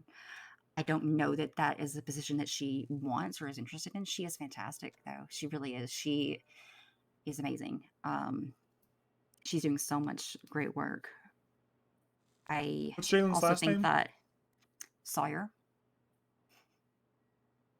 I'm not sure I've met her. Is she shift 2, I'm guessing? Yes, typically, but I'm not really sure. I think that she's been working, various hours, so I'm not 100%. Is that an sure on officer or another dispatcher? She's dispatch. Gotcha. So typically, like if she and I are both on at the same time on shift 2, she will be doing primarily dispatch, and then I do primarily reception work. And then she, she'll answer whatever questions I have, working on dispatch. Like we did some work on that tonight, which was great for me too, because I didn't even realize that I wasn't using the radio properly apparently. So there was that. It's She very around? much like alerting. I'm guessing she's No, not she's not around on right at the now. moment. No, she was though. She will pop in sometimes. Like I know that she's been a bit like really, really busy. So Mhm. I hope she takes some time, and that's another thing. Right now, I would say, yeah, we do need more people, because I know if I am not able to come into work, there's not going to be coverage for me. There's just not going to be anybody here. Right. And I don't think that's acceptable, really. Like I wouldn't even think it would be a bad idea for like, this is gonna sound horrible. I know officers would hate it. I don't think it would be bad for officers to do like a rotating reception shift though, to be front facing with the public and deal with things like that. I don't think it would be terrible. You're right about that. They would hate that. They would hate it. Yeah, they would hate it. So, but I think it would also help with recognizing the need for better communication and transparency with, say, the front desk. I mean, you would definitely convince them of the value. Well, I mean, I know that they value dispatch, because when there's not anybody doing dispatch, they really are not happy about it. But I don't feel like shift 2 is really the learning time for me to be doing it. You know what I mean? Yeah, it's a pretty hectic shift. Always has been, always will be, really. Yeah, and I knew that coming in. I requested the shift. So I don't think that I knew exactly what I was signing on for, but still, I'm happy with it. I don't see myself requesting a different shift.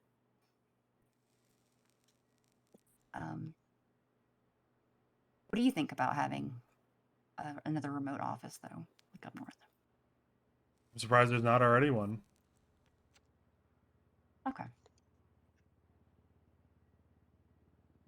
I mean, yeah, I think it'd be good. I do know that there's somebody though that has like a neighborhood watch program in Sandy, and I wish that I had like gotten in touch with him when I saw it in the yellow pages, because I was thinking that might be a good avenue towards, letting people know that they can contact me, do reports and Help! go from there.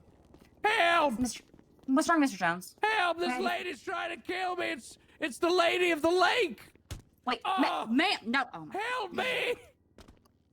Jesus, man. Ah! It's the lady. Look, it's the lady of. Calm down. Oh, it's. Look out, man. She's gonna get you. I didn't agree to her terms to get the magic sword, and she's been chasing me all over town. Yeah, it looks like she's gonna get your ass too. Can I get an officer in the lobby, please? Relax, ma'am. I'm sorry. Ma'am. I'm gonna fuck you Just up. chill out. Oh. Oh. Oh God. Keep running, man. She's gonna get your ass. Help me, please. No one's helping me. I've got an officer coming, sir. Oh. It's the mythical lady of the lake. It's the real one. Ma'am. Jesus, ma'am. don't send me there. She hit me like 3 streets down. Ma'am. Oh. Hey, you're just, ma'am. You're just Oh swinging at God. me. Come here. Ma'am. I tried to go up on a roof. Oh my. Oh, and she climbed up after me. We're about to do it hood style right Lady. She's about to do a hood style right here, man. Look, Okay, I there don't is want to do literally the nobody quest. here. I do not want the quest. No, the answer is N-O. Are we good? I don't think she's good, man. She's about to do a hood style. No, I think we're good. Ma'am, no, I think we're good. She just said she's about to do a hood style, man. No, Ma'am. N-O. I'm not a stupid bitch ass, ma'am. You're gonna tear your eyes out. I'm not coming. I'm not coming. Don't call me that, ma'am. I'm not doing it. Okay, Mr. Jones, you need to She leave. told me I had to kill the king. I don't know what y'all have got going on. We don't have a king. We're about to do it hood You're style a fucking right asshole, Oh, she's gonna do a hood style, man. No. All right, you need to. Look out, she's going for hood style. Look. Oh. Oh my God. I'm too old for hood style. I'm too old for hood style. Help. Please, God. I'm not getting in the middle of that. Oh! It's the lady of the lake. It's a You almost mythical hood styled your creature. ass. I know you don't want any of this, but I need help or something. I don't know what else to do. Please, any available officer. You're a in the dummy. lobby. Hood style right here. Okay, you're. He's no, going for hood style sir, again. You are not Stop helping. doing hood style. Okay, Mr. Jones, I need you to. I'll tear Sir. your eyes out. You're. You lame ass. They're on the way, man. Don't worry. I'm gonna fuck you up. Fuck me. You see this flag? That's a pirate flag. That's the American All flag. right. That's the No, American. it's not. It's all blacked out in here, so it's not. I can see it. The lighting, That feels no, a the bit, lighting. It's actually. all blacked. It's a pirate flag. Okay. Lady of the lake. I'm gonna fuck That's you right. up. I'm a water thief. What are you gonna do about that, huh? I think she's gonna go hood style on your Come ass. over here. Come over here. Just letting you know. Come over here. Wait a minute. You want her now to go hood style? Wait a minute. Yeah, I want to come over here for a sec. What? I'm gonna show her a little something. Come here. All to hell. Get over here now. Jerk. Like, okay, that is no way to speak to her, sir. You're a dummy. Okay, never mind. I see what's going on. Is this some kind of Now fetish what? shit, man? No, I swear to God. Look, I You was just pay her about for to head this? to- No, I was about to head This to is- sleep under a bridge, and I saw her standing in the canals behind the MRPD here. Excuse me, sir. Let me just. And I said to her, I saw her just stand in the middle of the canals, and I was like, "Look, are you the lady of the lake?" And it was, and she offered me a quest. And I Exhibition said, "I'm not going to prostitution, kill huh? the." Well, I'm not going to kill the king. I said, and she said, and she's. Oh, He's going God. for hood style, Oh, man. Look out. No, Yeah, I can't help you no, here. not hood style. We're about to do it hood Oh, style ow! right here. I tripped. Man, she is Do you just want to go one-on-one, ma'am? Wow. She's gonna go Wanna hood style. one-on-one with me? She's letting you know. Come over here. I'll slam this into your fucking face. Here it comes, Sir, hood style. do not use the American flag as a weapon, please, sir. It's not. It's all blacked out. Look, I'm just gonna ask you to please not do that. kind of easy truce going on here. He's got a knife. So this is a sir. That is not hood style. That knife is not hood style. This is the kind of various stuff. I'm done playing. Oh goodness, sir. I'm done playing. I've been playing all the way from the fucking canals, up a building, down the other side of another building.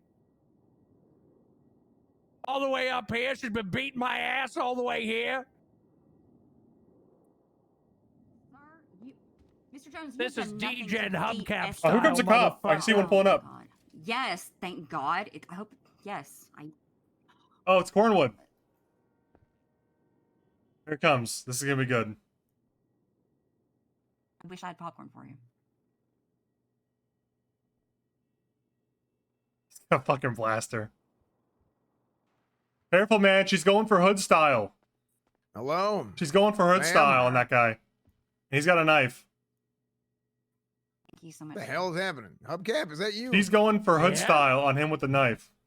Yeah, what is happening? How'd she even get in here? I suspect that he paid her for some kind of exhibition thing, and it's gone too far. That's not what Hubcap, happened. what did you do? Okay, I was going to go to sleep under the bridge behind MRPD that sort of like overlooks the canals behind here. And because I was just going to curl up, have a little snooze. I saw her standing in the canals down there, just standing in the canals. I'm like, is that a person in trouble? So I went down. I'm like, are you okay, ma'am? And she's like, I'm the lady of the lake. And I'm like, okay. And she's like, do you want a magical sword or something like that? And I said, yeah. And she said, well, you've got to do a quest for me. You got to kill the king. And I'm like, we don't have a king here, and I'm not going to do that. And then she started kicking my ass and beating my ass and threatening to kill me hood style.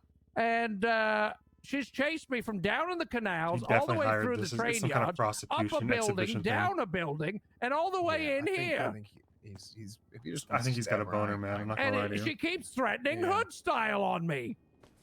She is threatening hood style. I can confirm the hood style threatening. Yeah, I mean, look, she's obviously being incredibly aggressive towards you. Look, hey, if you stab her, you better do it before the liberals get here. So. Oh, that's a good point, huh? Yeah, go right ahead. What if I just throw the knife at her? Is that? No. I don't want to get because that's unsafe. I'm a good. Yeah, you know what? Actually, throw it at her. I have impeccable aim. Watch yeah, this. Let's see that. Did you do it? Wait, what? You just dropped it. Did you drop in or did you hit her? It's like you dropped it. Butterfingers. No. Butterfingers. That's not what happened here. Butterfingers. No. Watch Butterfingers. This. You missed. Wait, where the hell did it go? Like over the records department. It's in between the two glasses. It went in through the mouth. Yeah, I think it. You're talking, and it's stuck in between. It's in the wall here, right here. Yeah, you can see it. In between the two glass forever. It's stuck in the microphone here. Yeah. What the hell? That's what I meant to do. Damn, what a throw. Yeah. Thank you. Yeah. I was trying to warn her, like a warning shot. You know what I mean? Yeah, sure you were. She keeps threatening hood style on me. You should be careful. She's gonna hood style your ass.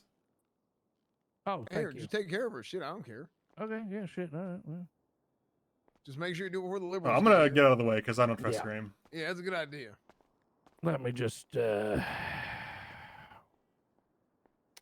right, ma'am. I already have a magic sword. It's just hunting knife. I don't need your magic shit. I already have a deal with the devil. That's one demon too many. God, he's Oh, I got a phone call. Hold on. fucking gutting her in the lobby.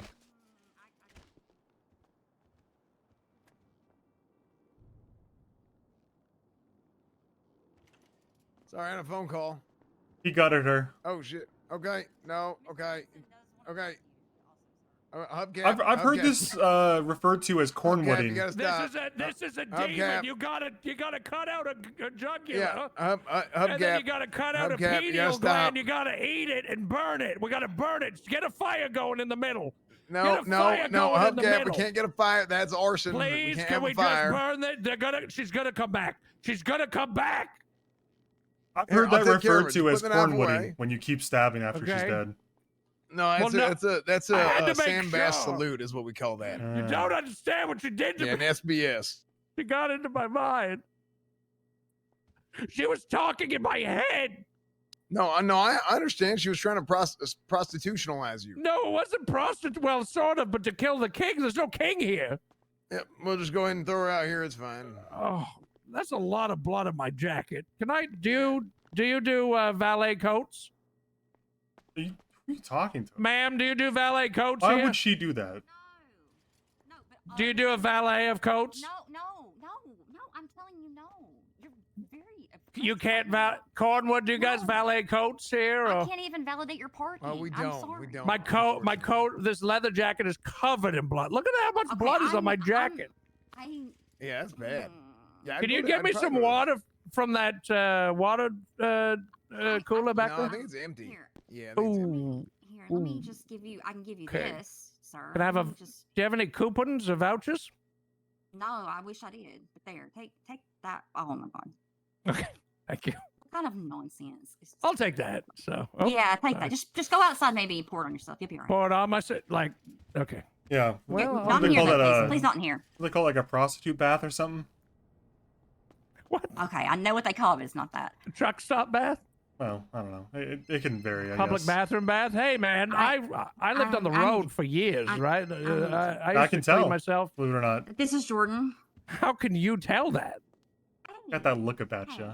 Like Well, I'm 70. I'm gonna be 74 in a few months. I mean, you gotta expect a little wear. hard and tear. Plus, 70 years. Yeah.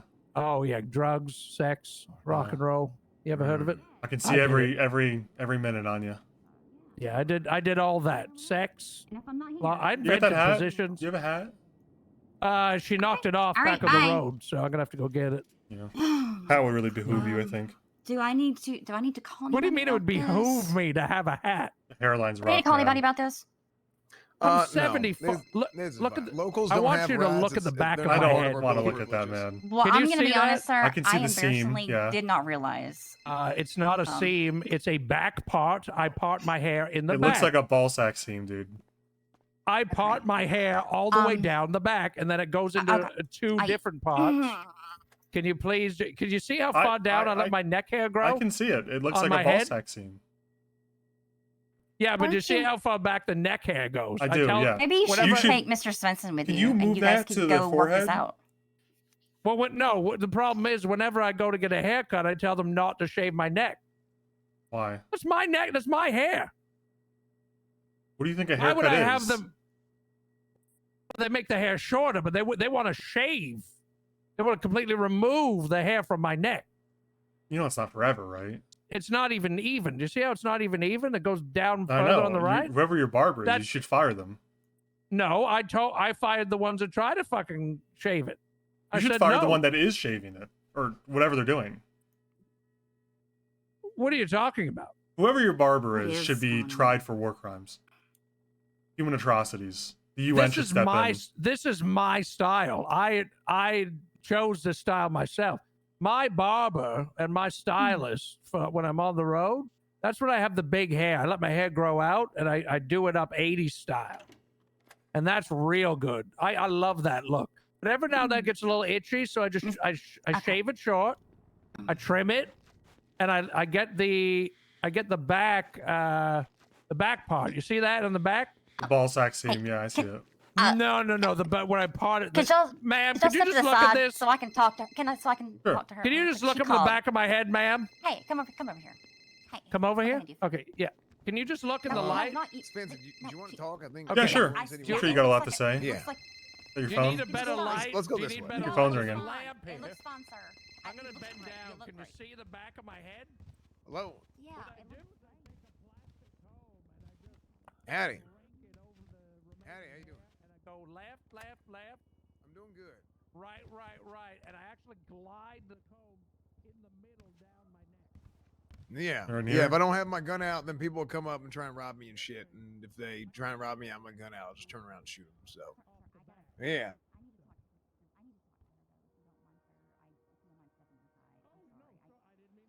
Yeah. I'm kind of annoyed that these fucking Okay. notes saved.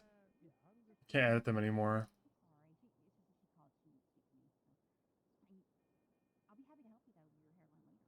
Okay. I need to buy a notepad from a gas station or something.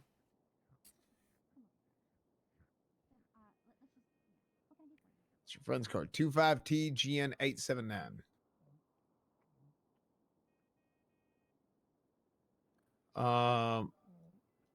What happens? Somebody give you a car and tell you to take this?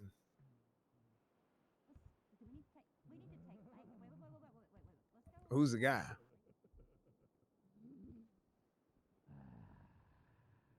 What's the nickname he goes by? Zed? Yeah, how do you get Z from that name?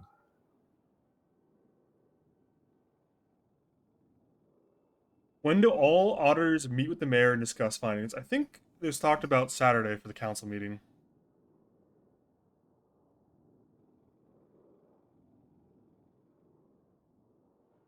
Oh, okay. I don't know. Yeah, I mean, anyway. It's The Zaki. Malton mention. Okay. Yeah. No, that's free. Like Zed might be Zakid, but yeah, that ain't who this is, but you know, it is what it is. So all right, we'll see you later. All right. Sorry. Yeah, a bunch of crazies calling me, asking me who owns a car. I think he probably had a stolen car given to him, but and he just wanted to have the plate run. I don't know why it didn't just say that. So, You got a cigarette? Yeah, I did anyway. I guess I don't have one no more because okay. of the. You did at some point in time, but not anymore. Yeah, I haven't. How it So goes? how you been, Svensen?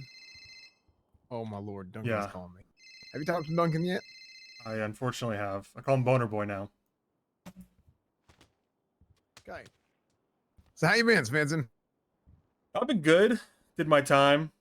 I'm done with it now. But I guess it's interesting to see Yeah. what you guys are coping with. Yeah, it's been something for sure. So, yeah, I'm telling you, I'm so damn glad to see you and seeing Willie too. I remember when we hired Willie and all that shit. So it was great. Yeah. He's a judge now. Yeah, ain't that wild? He was a parking lot attendant. Real comeback story, I guess. Oh yeah, or come up story.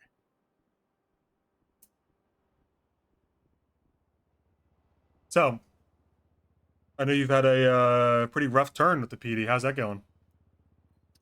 It's basically the exact opposite of last time, where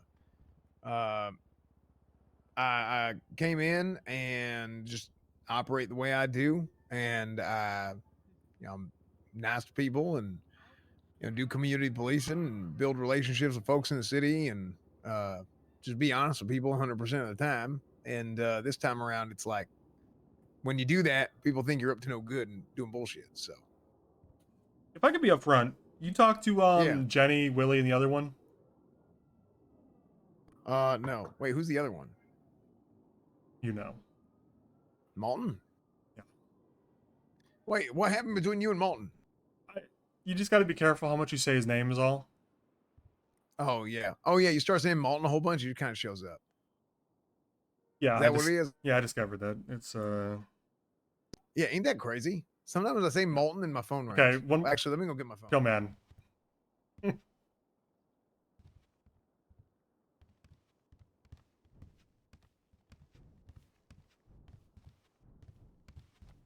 There we go. Anyway. Well, how'd that go when you talked to them? No, I ain't talked to them yet. Any of them? No, I haven't talked to them yet. Oh. None of them. Really? Interesting. Yeah. I mean, hell, I just got back on duty tonight, so. Yeah. I feel like you'd be like target number one in a different way than you're used to. Yeah, I think I don't know, maybe I got on duty late or whatever. I mean, they unsuspended me at the start of shift, but I was doing other shit, and I was running around town doing other shit and still coming on duty. So So what's your I mean, let's just ask broadly then. What's your opinion on this whole like captain situation? Obviously, the mayor's not pleased with them. I'm assuming you're not, but why not? Basically, okay, I mean, I feel like I'm being honest with you. You know, we've known each other for years. But how hard do you want me to send it? It's as comfortable as you are, man. I mean, listen, I might be, I don't know, hired is a strong term because I'm not even getting fucking paid for this yet. But you know, if I feel like the mayor is some kind of like, you know, if there's some kind of like bullshit going on, I'm not gonna tell him anything he doesn't need to know, right? So Right. you can be as honest with me as you want to be, and trust that I'm not gonna tell anybody if it's not in the interest of the PD. So if your interest is with the PD, not the captains, the PD, then you know, be as honest as you want to be. Well, yeah, I mean, you kind of hit the nail on the head with that last statement. Is I feel like the way things have been operated so far is not in the best interest of the PD, and I don't even know if it's in the best interest of the captains. I just feel like the entire thing from start to finish has been a complete failure. That's being a little bit aggressive with it, but I don't know of anything in particular that really stands out as an individual thing that has happened to make things bad. It's a lot of little things that have added up to get to this point. I think that you have 3 different captains who have 3 different personalities who have their shifts operate in 3 different ways. But really, shift 2 and 3 are about the same. And then shift 1, it's like a completely different culture, completely different atmosphere. People go and they talk shit and they cause problems, and all that stuff snowballs. And that's the start of the day, and it sets the tone for the city, right? Because Yeah. nobody wakes up and starts their day at shift 1 and ends at shift 2 regularly, outside of maybe an officer who does that. But the rest of the city isn't like that. I think there's a lot of problems that we have procedurally that are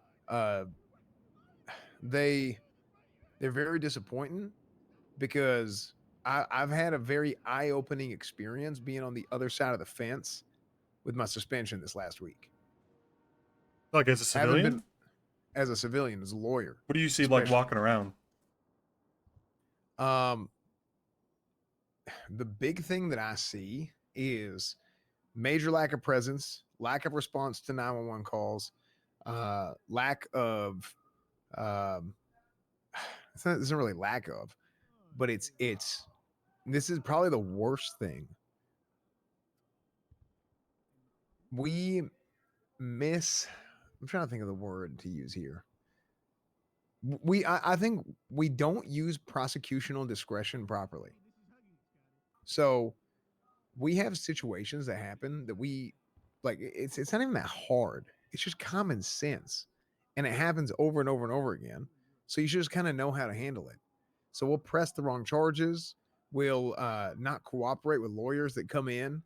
And like even literally right before I got back on duty today, it happened to me where I came in with another officer, or sorry, with a lawyer, and I was cell repping for somebody, and they said, "Oh, he wants to charge something as 2 separate incidences that happened one after another, that included like an explosion. They wanted to get criminal use of explosives on a guy because he ran his car into a tankard and or like a gas pump or something, and a whole bunch of other shit, right?" But he's like, these are 2 separate instances, but they were 5 minutes apart. 100 status home.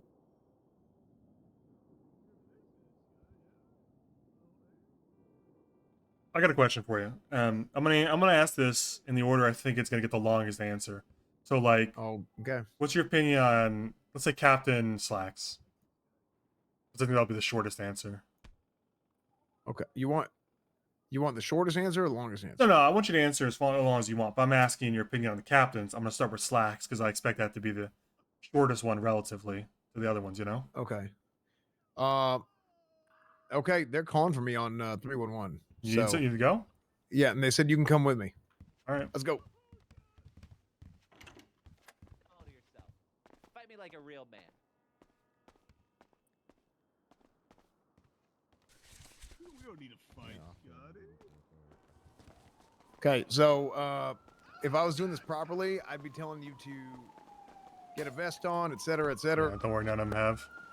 Yeah, but we're you've been shot enough times. You know how it feels. You get it. Not good. Is it open? Someone's in the back of your car. They're hiding under the seat. It was locked. Sir, get out of the car or I'm going to shoot you. Sir, I don't care that you're mom. Get out of the car or I'm going to shoot you. Thank you. Okay. He was under the fucking seat. I didn't even see him. Yeah. Here, go in. Is it open? I can't because the driver door is I'm gonna get into. This is some weird shit.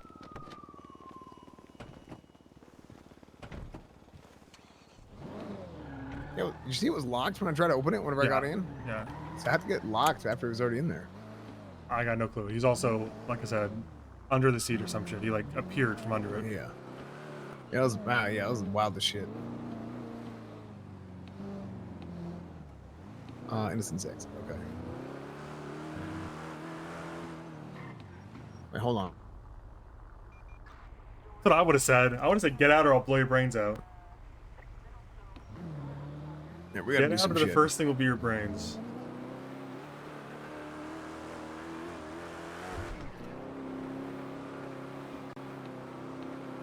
Uh, 100.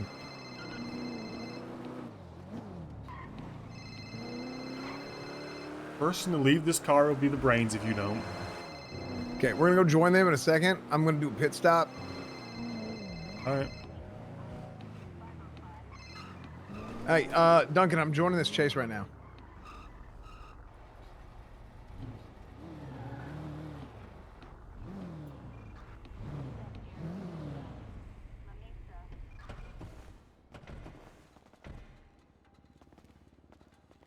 Oh, look, it's the epilepsy cars. Cornwood.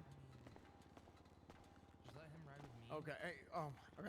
Here. Give me a second. I can't use my shit because I'm on the phone. Hold on. What? Oh my lord. Hold on. Hey, Liam, can you? Oh, you're working. So. What's up? Do what? Let me see this. Do you Oh, need? no, I'm good. I'm good. My shit was broken for a second. No, we're not. He's quick, man.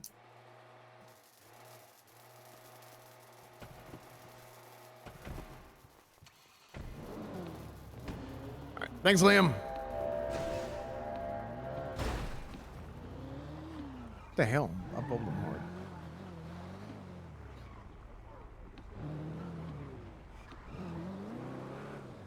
The turbo guy.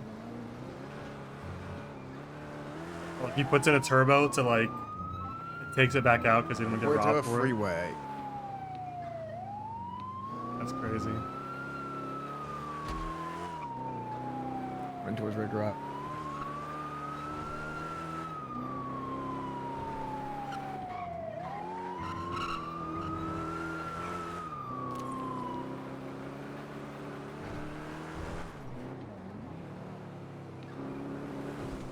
That's the corner that I remember. We get it done, but not in the way you want or expect.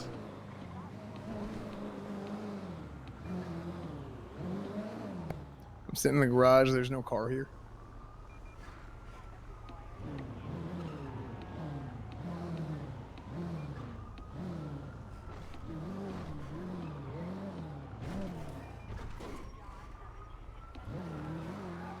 I'm going under.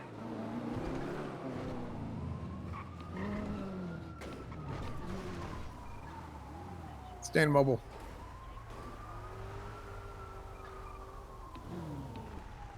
What's going on? Like a chase?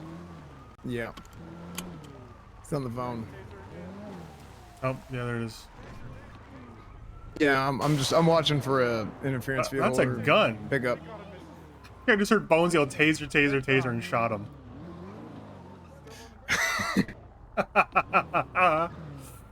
Brian Knight did the same shit the other day. He did a lot worse than that. Yeah, he does. Before. Here, I'm gonna do this shit.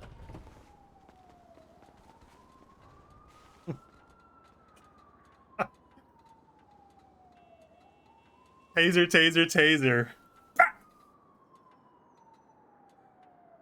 Is he going back down?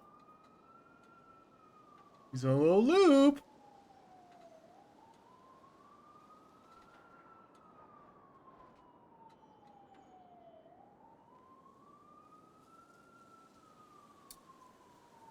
No way he just shows up and gets him.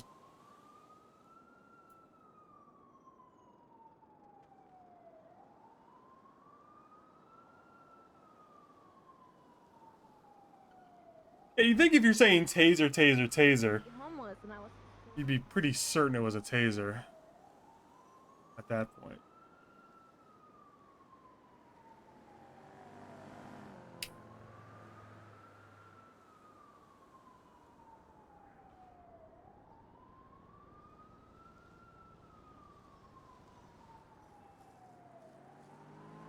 Voice activated gun is crazy.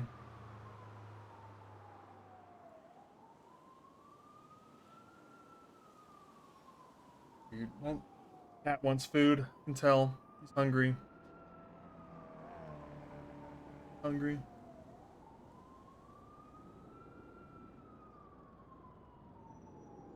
I don't honestly. I gotta come clean. I don't know how people get away in foot pursuits. I've been so bad at getting away with foot pursuits for so long. I mean, obviously you can break cuffs and shit. But just dodging and shit? I don't know. I can't do it like them.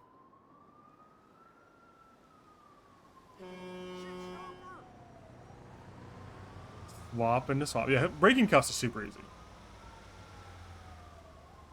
Do they ban people for first-person toggle? I know they do on Onyx. I don't know if they do on NoPixel. Oh, I think they do on Onyx, actually. I don't know. Like, if you switch to first person to, like, prevent inertia? I don't know.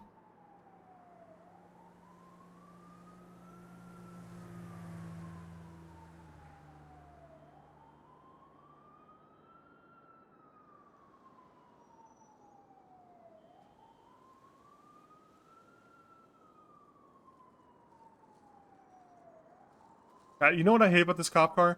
I like the overall look of it, but the light bar looks so wrong.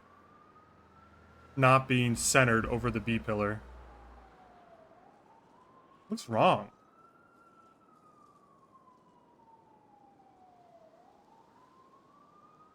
How was today been for the audit? Well, I spent it all with Duncan the last 3 hours. A little bit with one of the dispatchers.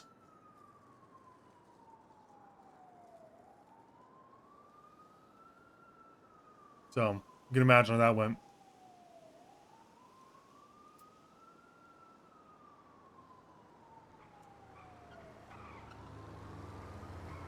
Duncan. Nah, he's alright. I mean, I think legitimately Duncan kind of rambles a lot and doesn't really know how to collect his thoughts. And sometimes he yaps about stuff that's not even an issue.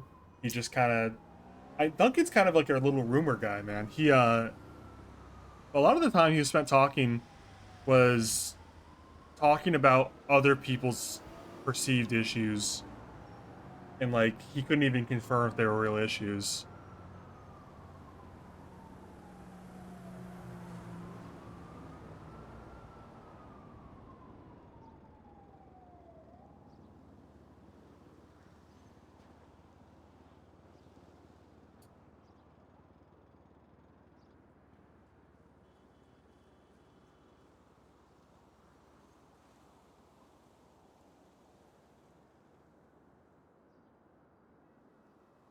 Hears something and runs with it. A little bit. A little bit. I really want to hear what Cornwood has to say about the captains, because I'm curious what he'll say just unprompted. Well, I guess legitimately, like, actually prompted, but I'm curious what he'll say if I just don't interrupt him.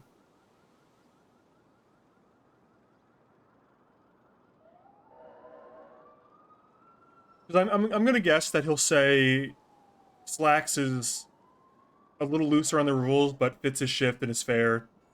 People just don't understand him. He's gonna say Turner is firm but fair, but is influenced by Ruth. And he's gonna say that Ruth is a bitch who nobody likes and is way too strict.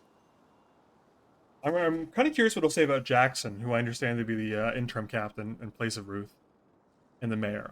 Most of what I want to hear, because I'm predicting what he's going to say about Slacks, Turner, and Ruth. It's about Jackson, Ruth's replacement, or interim, and then I want to hear what he has to say with the mayor. Because obviously, he's very in tight with the mayor, and Svensen is very curious about what the mayor is up to, because, you know, I've said it like 3 times. Don't you know I put Dab in jail?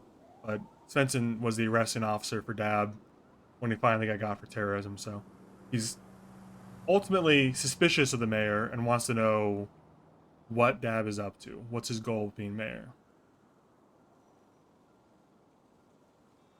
Here's what Cornwood thinks, because Cornwood's kind of in his corner. He's back. Thanks, y'all. See ya. All right, sorry about that. No problem. Did you get him? Yeah, we got. Our tasers are so ass, Svensen, compared to what they used to be. Oh man, yeah. Like when I was around, I after you swear they were left, 3 times the range. yeah, probably about 4 times even. Really? Yeah, I mean nowadays it's like you reach out and touch him before the taser hits him. Yeah, I swear. I swear, if I wanted to punch him, I would have hit him before the taser would. Yeah. What do you think about Slacks? I think Slacks is. Here we go. Lock in. So I think Captain Slacks is really, really good. There it is. Very knowledgeable. There it is. Young. I mean, this kid's like a damn child prodigy. Okay, he knows a hell of a lot about police work. He's got a good head on his shoulders. He has the right ideals. I mean, hell, I say it all the time. I think we're cut from the same cloth. You know, he sees police in the same way I do, and I see a hell of a lot of myself in him. You know, but he's just young as shit. I mean, he just don't got the damn life experience that I got. He's like naive. Naive it's a loaded term, yeah. It's kind of loaded, but it's also not a bad way of putting it, because I feel like he and all the captains are like this. They are 100%, no matter what happens, they stand by each other outwardly, but when they are in private, not that they stir up any degree of distress or something by their opinions in private. Those opinions are different publicly, but you can tell that he feels a certain type of way, or you could assume he feels a certain type of way. And then, you know, when something is presented, it's presented as like, oh, the captains made this decision. This is our decision as a group, and it is, we all agree with it. Yeah, now, but you got to respect that, right? They're having each other's backs. They don't look weak. So this is a leadership principle that I do believe is something that most people look at as something that is a show of strength, showing that, oh, our leadership is strong. We believe in each other. We believe that we're making the right decision, and even if we have our disagreements internally, outwardly we look like, hey, you know, we're all together in this. Yeah, However, you can't like pick them apart. Go to mom, go to dad if you don't like the answer you get from the other one, right? Exactly. However, the issue with this is when it's done in a way in which the decisions that they are making as a group are incorrect. So if you have a 2-3 vote on some shit, I'm assuming, I don't know why any captain would be greater than any other captain as far as the voting goes. You end up in situations where inevitably you might make a decision that most people don't agree with. And when you make enough decisions that most people don't agree with, you end up in a scenario where the captains now, all 3 of them as a whole, end up losing the trust of the people. So, or the subordinates. So, I think one of the issues here is, and this is basically what turned everything into a disaster in the last few days. The insistence on Cleus Cornwood needs to be investigated for a murder charge against Donald Bush, the 23rd. Yeah, what the fuck was that about? I heard that was like a big deal, but I don't see anything moving on it. Because literally everybody who is a lawyer in the city said this is the dumbest shit I've ever seen in my life, and he did not commit murder. Like, get a life. I mean, that's just the truth. I mean, it's just, look, Donald Bush the 23rd, survived by Donald Bush the 22nd, who was running around the city a couple days ago, talking about how Donald Bush the 23rd deserved it, and thank God he was killed because he was a terrible person. What did he do that? I mean, why'd you shoot him? What happened? Like, well, I mean, he stabbed Tony Andrews in the chest, and then he got mag dumped by 7 officers. what's the and fucking problem with that? If he stabbed Andrews, The problem with that is everybody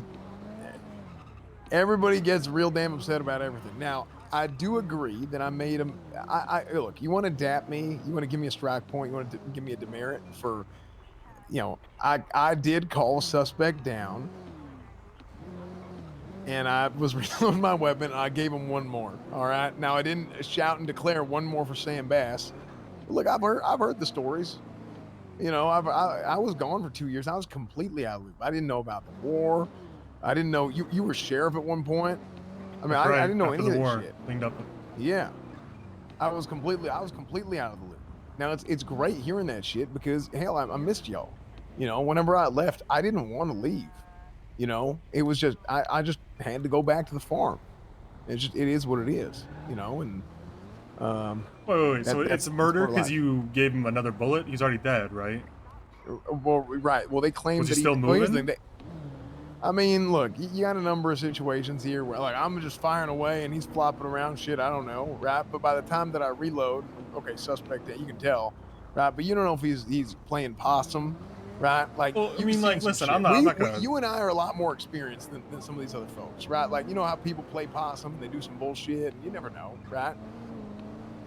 Now, yeah, listen. If I could be honest with you for a second, I'll level with you, because you've been honest.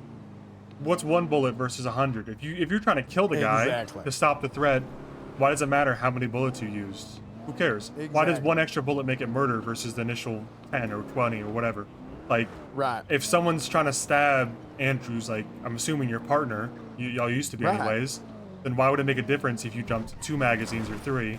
You were trying to kill him. There's no like, no one's debating you were trying to kill him, right? Like, you were trying to kill him because you're trying to kill Andrews. You were stopping the threat. Who cares if you used a dozen? I mean, maybe it's improper procedure to waste ammo and to defile the body.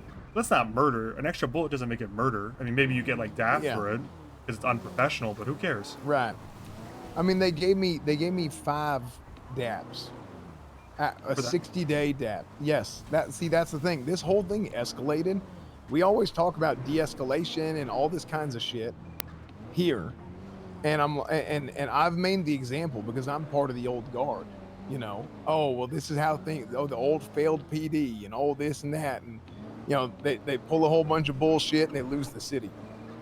I don't mean to be arrogant or whatever, but how do I walk around all day and have almost everybody I interact with, talking about how, oh, I'm their favorite police officer, and I'm one of the most loved people in the city, and this and that. It's because I'm a police officer with a lot of power, right? And I have a lot of shit going on, and they know that, and I take the time just to talk to me, A little ironic they call it failed PD when literally failing PD. Yeah. Like, what's the fucking difference?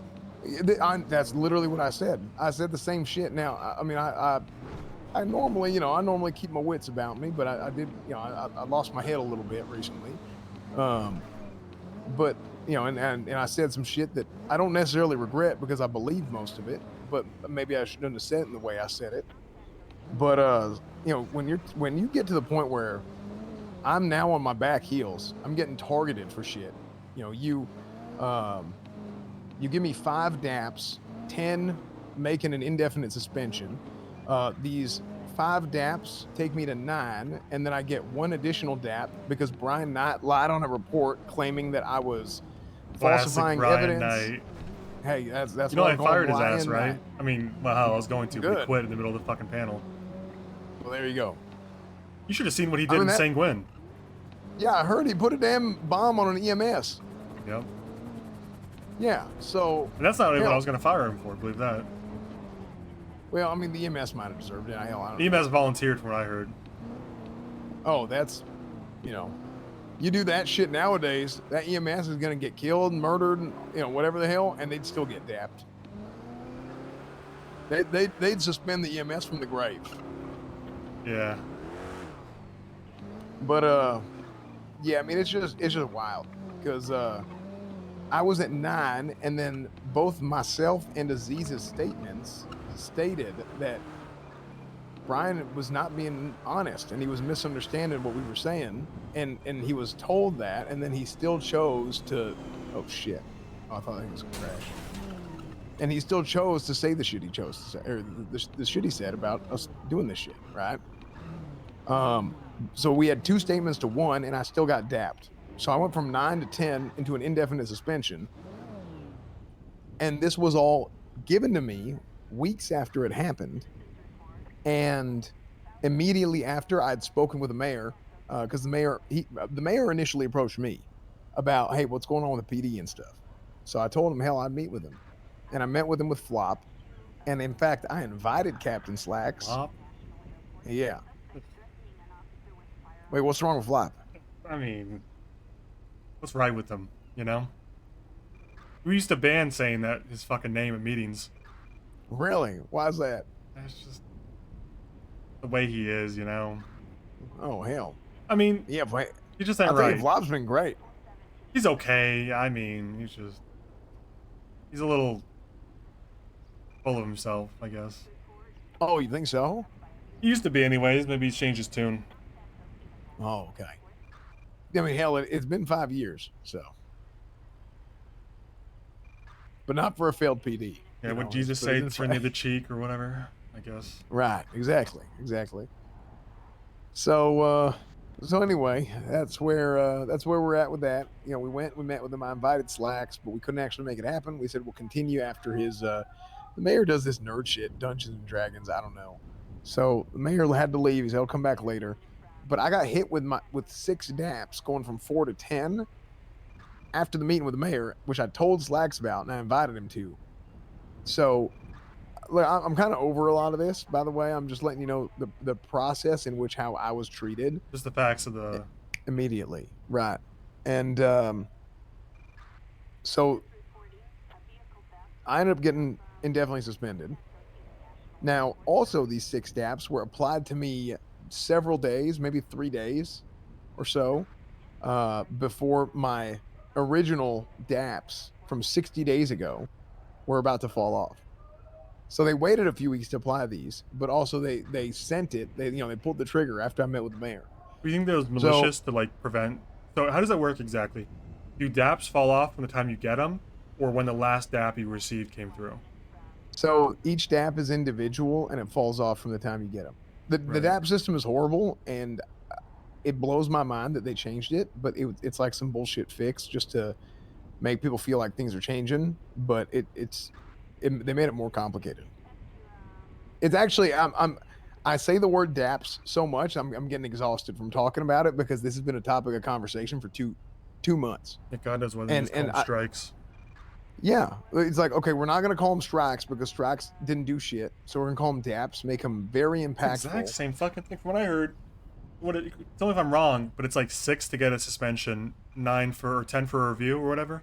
That usually reserves termination. 5 and then 524 and then 10 for indefinite, pending review. So basically, we've just condensed the amount of strikes. When we had it after you left, it was 30 strikes for a day suspension. And then beyond that, it was like, indefinite review and type shit. And nothing really changed, it sounds like.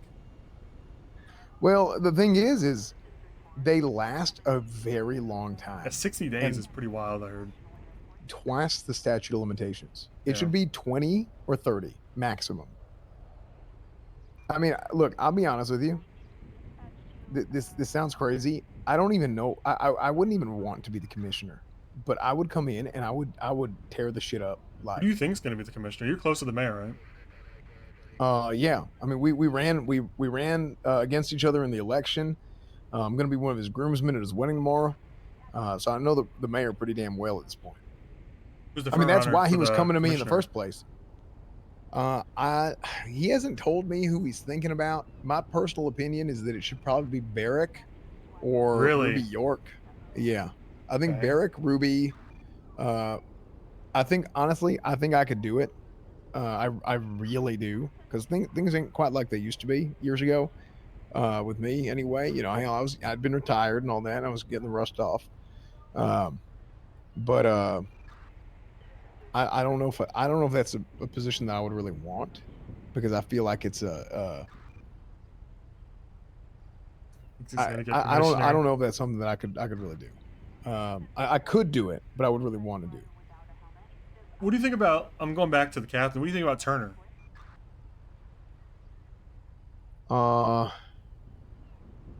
The problem with Turner, I'll tell you, if you were to ask me this a month ago, what I would have said is I would have said Turner should have been chief of police. But he is not around enough. With Ruth. I think that may change. I have a lot of respect for Turner, and I think he does things a decent way. He gets it, as opposed to Captain Ruth, who I think is a literal cancer of the department and should be uprooted entirely. And anything connected to her should be uprooted because it's like a cancer; it just spreads. Turner and Ruth are too close. Some people may think that's a little bit aggressive, but you know, I'm gonna call a spade a spade. I dislike the fact that Turner believed I should be fired for some shit he had no idea about, and he just probably listened to Captain Ruth and what she had to say.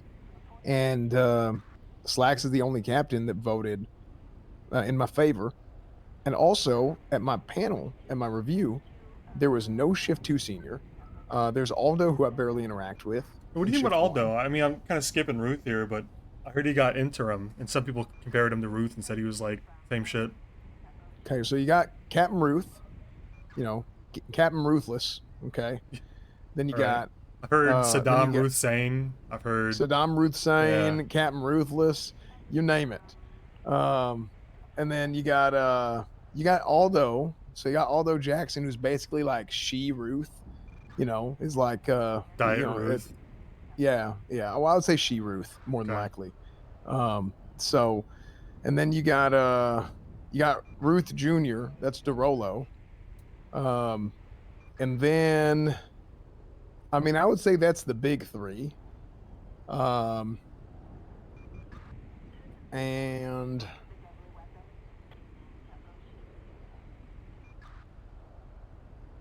what's your take on Aldo? You think he's a good interim captain, or? I think it's kind of odd that Captain Ruth had Aldo come to my review as an additional member of the panel. There was no senior that I interact with regularly at the panel. She had Aldo come instead, and then she suspended herself when the heat was on, after this talk about this murder charge got out, and after she suspended herself, she put Aldo in her place. I mean, how does that look to you?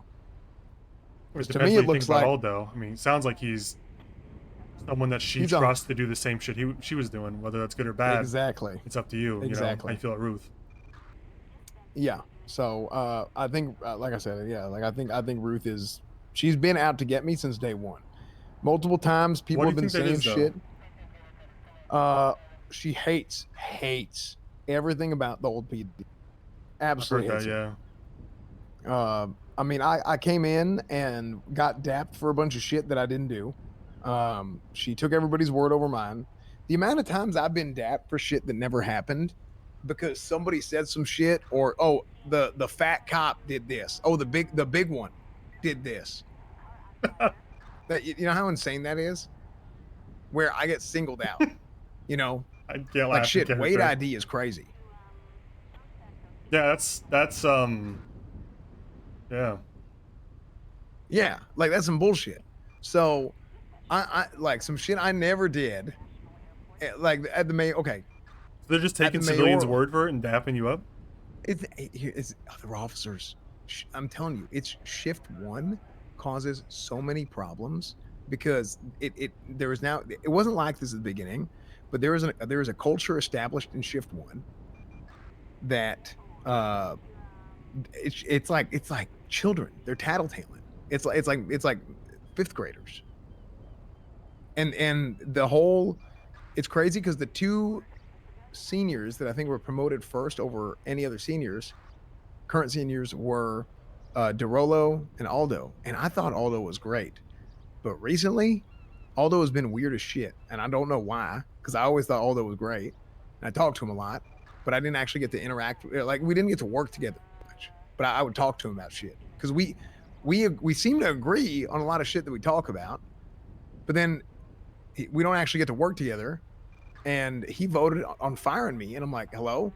I got dapped because he gave me a softball to introduce myself as a sheriff after I got a dap for calling myself sheriff as a joke to Vivian Gray, who had just gotten hired, right?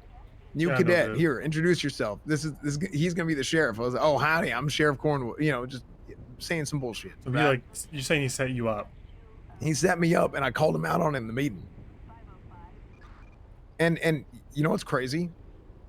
We had a review, and Ruth is talking about how I would overstep her, and I would I wouldn't respect chain of command and shit. But I'm telling you, you know how people in the city are. There was a day where I was gone. Entire city turned into disaster. They did in my opinion, massive failure in procedure against Mr. K. He was shot in the head. He did not test GSR positive. He was frisked. They found a gun on him. There was a report that there were shots fired. There was a report there was a gun. There were multiple people at the scene, but the only two people that got GSR'd were Rami and Mr. K. And the other guys who reported, hey, Mr. K has a gun, said he had a gun and ran off. So I don't even know who the witness was. They said the witness didn't want to testify in the case and all this shit. So the fact that the witness didn't want to testify, that Mr. K had a gun in the first place, and the fact that all this shit happened, 11. I'll be honest, I would not have pressed that charge. Like, you have to use prosecutional discretion. So I'm talking about two separate problems here, right? But this whole thing led to an not illegal. To me, I thought it was improper. An improper raid that Captain Ruth pressed. However, she was the captain, and I will listen to her, and I did all this shit. And Mr. K was screaming. You know how they are, right?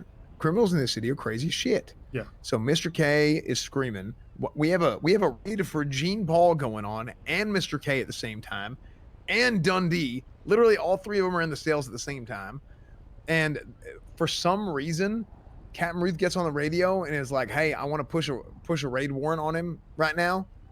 And okay, she pushed the raid warrant, and we have to listen. And it turned into a disaster. And the only person that was able to communicate with Mr. K was me, because I actually know how to talk to him. Because you have like a rapport with him. Right. But how do you build that rapport? By treating people in good faith. And the problem wrong, is actually. a lot of people have this preconceived notion about It's the also PD hard to blame cops for being upset. they are not being at treated people in who try to good kill faith. them. And a lot of that comes from, like I said earlier, goes back to the beginning of the conversation. Just how What's up, do you Munch? interact Thanks for with the people. tier 1, dude. And you Come might have undone. one Thanks for interaction that you 7 get to have months. with somebody, and that interaction can last a lifetime. So, for example, and this is gonna be some crazy shit. They wanted to push this murder charge on me, right? So let's fast forward a little bit, right? They decided to suspend me, yada yada yada. I yelled at them or I didn't yell at them. I stood up for myself when they said I was skipping the chain of command and said, "I'm sorry, that's never going to change about an officer is getting berated and mistreated, and I ain't going to step up and say some shit to stop it, and we can get a move on." And, Who's getting and y'all mistreated? don't have Captain Ruth and Vivian Gray. Okay. And I stepped up because she was getting, pressed, and also Judge Gatsby, which I have a text message from Judge Gatsby, which she didn't have my number beforehand.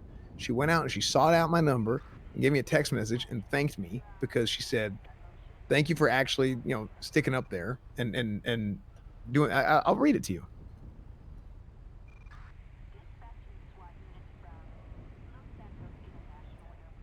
Wanted to thank you for trying to mitigate Mr. K's berating earlier. I appreciate you making the effort.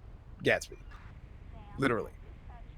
And so that's the difference between like a Judge Gatsby and a Captain Ruth, for example, who was upset that I was overstepping the chain of command when she was getting absolutely shit on. And that whole situation probably went 2 hours faster because of me. And if I had really taken over instead of kind of pussyfooting around because I was worried about hurting, Captain Ruth's feelings or hurting Vivian Gray's feelings about, oh, I don't want to be like, I'm not trying to push y'all out here and actually overstep command, so I didn't do it. But if I did, that shit would have been done in about an hour, tops. And she dapped me 3 times for that. Because they didn't even know how to find where he lived. I spend damn near 20 hours a day in this city. So you knew already? I know shit. So just come on now. You got part of the best leaders know how to follow.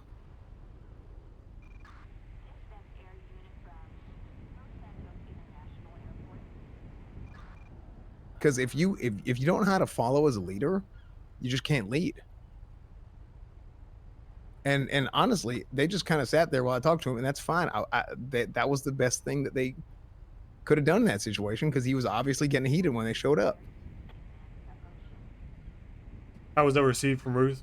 Because I imagine he said something about like a perceived overstep. How was that regarded from Ruth? Well, that's what I was saying. She dapped me 3 times. Okay, 3 times? Yeah, I got 3 daps for that. What was the articulation on that? Because I was overstepping another officer's scene, and even when another captain was there, and I shouldn't have done that. I was like, well, shit, you're taking up half the PD's night. There's people out there getting robbed and shit. What are we like?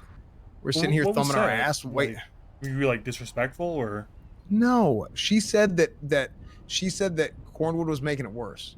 Well, I'm sorry, ma'am, but I cannot control him saying Cornwood is the only good police officer. Cornwood is the only good cop, especially when I stood there and I was yelling at Group 6 when we were trying to raid his car, and I told him, no, Mr. K, that ain't true. We have a lot of good police officers here. I understand that you're, upset with Captain Ruth or whatever, but look, let's just get a move on, and then, oh, look how humble Cornwood is. Oh, holy shit. Like, we're in public around Group 6 drivers and all this shit. You know what I mean? Like, he's obviously being inflammatory, but look, you are a grown ass adult.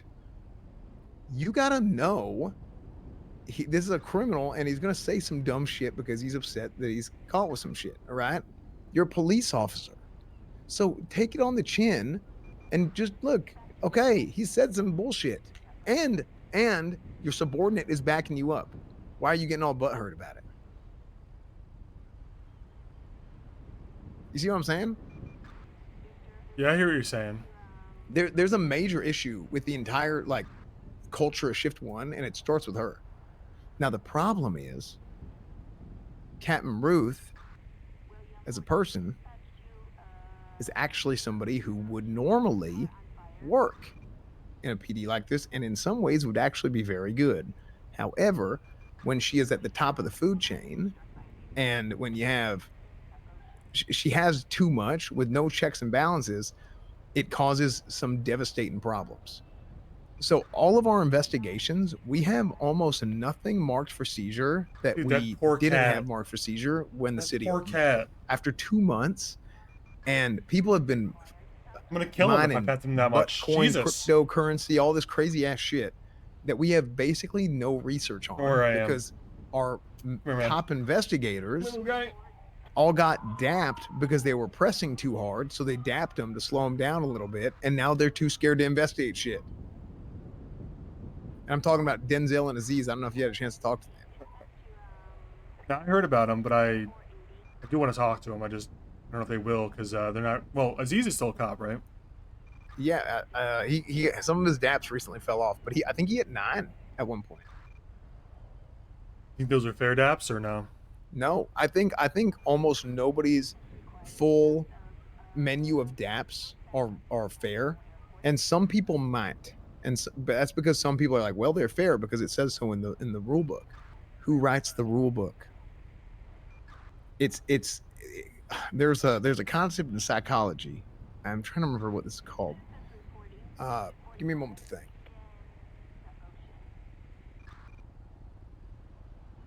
You're gonna make me kill this cat with all this petting, dude.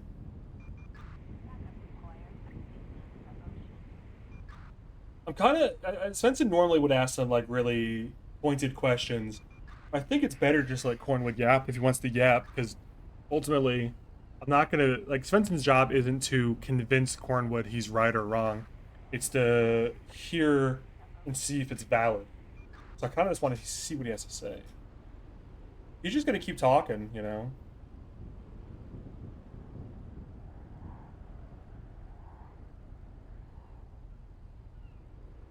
Svensen no Lenny. Does he? Boy, does he. I can't remember what the shit it's called, but basically there's a concept of psychology that essentially says, you know, as you get older and you learn more about how the world works and your like free will, you do things because you're like told, hey, this is right and this is wrong. And then the next level of understanding is you do things not because you're told what is right or wrong, but you do them because you believe that they're right or wrong based on a certain like type of moral compass. You have the judgment and the wisdom in order to be able to do that. Now, people look at this two ways. You know, in one way you look at it as like, oh, you know, we're soldiers in the damn army here, and we have to do what we're told. And sometimes you do, right? And I think part of having that understanding of doing things because it's right or wrong, right, because of your moral compass, part of your understanding is, yeah, you know, sometimes you do have to just kind of do shit because that's what you're told, because the ends justify the means, essentially, right? Like we have to do that to keep everybody on the same page. I get it. But then there's the other side of it where people look at it when you're looking at everything and questioning everything, people see it as insubordinance, right? Because you ain't being a damn bootlicker, right? And there's a major difference between insubordinance and questioning the procedures that you do in order to better the entire program and the whole organization from top to bottom. I'm gonna. And I got a ahead. question that's like bothering me. Why do you like Barrick? I think Barrick and I both see the principles of leadership very similarly. I think Barrick is well respected in the organization, and I think that Barrick has the means to be able to communicate in a way that people will follow along with and respect. What do you say about people that, you know, point out he's shift 3 and they don't, you know, the most important time zone in the shift, he's always been shift 2. It's when the most crime happens, it's when the most politics happen, etc. Who cares? I mean, that's some bitch. He's the only. I think if you're talking about availability and time, there's two people that are. If that's the concern, there's two people that are even remotely close to being available, and that's Barrick and myself. If we're talking about time. What about McNulty? I've heard good things about him. He's like a strict patrol officer, right? McNulty is an unbelievable field officer. Yeah, patrol guy. You need him out on the field. He's not a commissioner type. That's not the type of person that he is. I agree. Sounds like he fucking hates meetings, and that's just not going to work for high commands. Right. Now, someone like Barrick or somebody like myself, for example, like we'll sit there and we'll talk to people, but more importantly than talk to people, we'll listen to people, which is the reason why I got in this shit in the first place, because everybody would come talk to me and give me their gripes, and I would try and pass them up the chain of command, and they would get ignored. What about what about Bones? He's like, you know, I got a bias. He's my protege. You know, I trained him up. I was his mentor. Yeah, I'll tell you directly. I love Bones, but he ain't there yet. In what way? He's not a listener. Like when he yelled taser, taser, taser and shot that guy? Yeah, well, Happens, right? it happens. Knight did the same thing that Naughty lied on that report, by the way, with me. And I went and I was the one who went and documented all his shit, and I didn't document it in a way which not forgot. You know, oh, look at this guy who was trying to cover shit up. I was doing it proper just to cover his ass because he's dealing with the suspect. You know. But regardless, Bones, he's just too young. You know, Bones is one of those guys that is, these are the rules, so I will follow them. I don't think Bones has he don't have the laugh experience, right? To be able to put his own sort of his own sort of flavor on things based on what he's seen. So, and also he's like McNulty. He don't care about the bullshit. He just wants to go out there and patrol and do shit. He's a field guy. Okay. What about Ruby? You mentioned Ruby too. Ruby is a listener. Ruby is phenomenal, and I have one of the highest opinions of Ruby York. She is a fantastic FTO. She is I personally believe she's good at de-escalating, but I've heard from others that she is not always. And I think it's just because she's New Zealish and people don't understand New Zealish. You know, maybe her sense of humor or something. Is that the proper term, New Zealish? Hell, I don't know. I don't know if I've ever heard that. I don't know if I've ever heard how you refer to New Zealand people. Yeah, but hey, look, I'm from Texas, and people from Texas, from my experience, we like folks from Australia and New Zealand. So they still got a damn sense of humor out there. Yeah. So that's how I feel. I think Ruby York is phenomenal, and I think because the fact that she's a listener is really, really good. Barrick is a listener. Flop is a listener. Who else is a real good listener?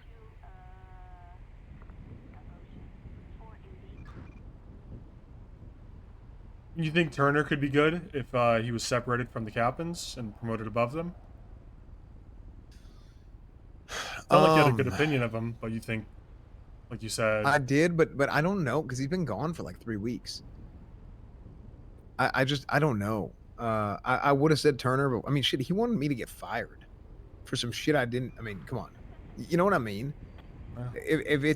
I think if it's any of the captains or the commissioner, and I wanted I think I would still consider Turner for a chief of police type of position, but as commissioner, the captains don't realize we live in a separate world than the rest of the damn city lives in. If I'm sitting here getting dapped for wearing a hat, or I have my vest on, Aziz got 3 daps for wearing a.